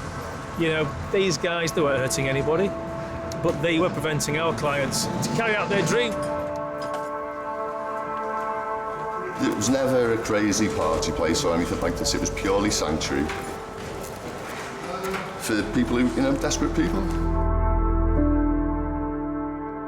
I left the rat race to try and help make the world a better place, raise the conscience of the human family. That's what I've spent over 20 years doing. And to me, it's criminal that any system can leave properties empty for a long time and people on the streets. Right, are you done, Dave? The two remaining squatters leave. Good luck. Thanks. Have a nice day. Like,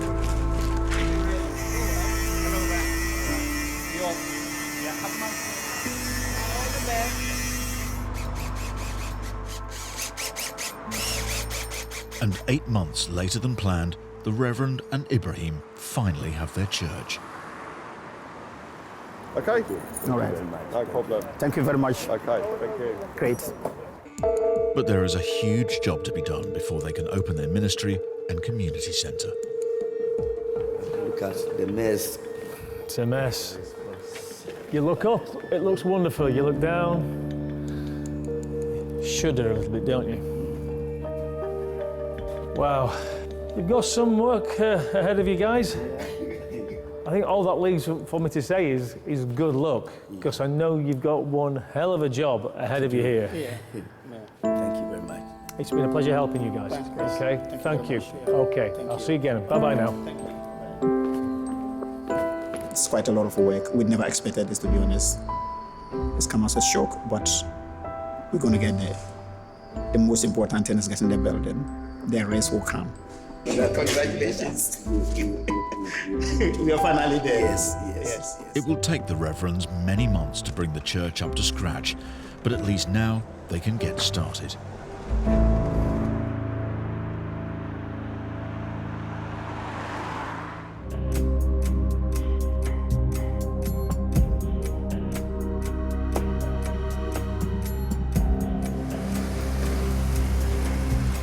In Harrow, enforcement officers Andrew Sedman and Sheetal Rajani are returning for a final time to landlord Mr. Branca's property. Hello, Mr. Branca. How are you? Okay. On their last visit, Mr. Branca refused to carry out vital safety work. This is his last chance to comply, or he will lose his license to rent the rooms out.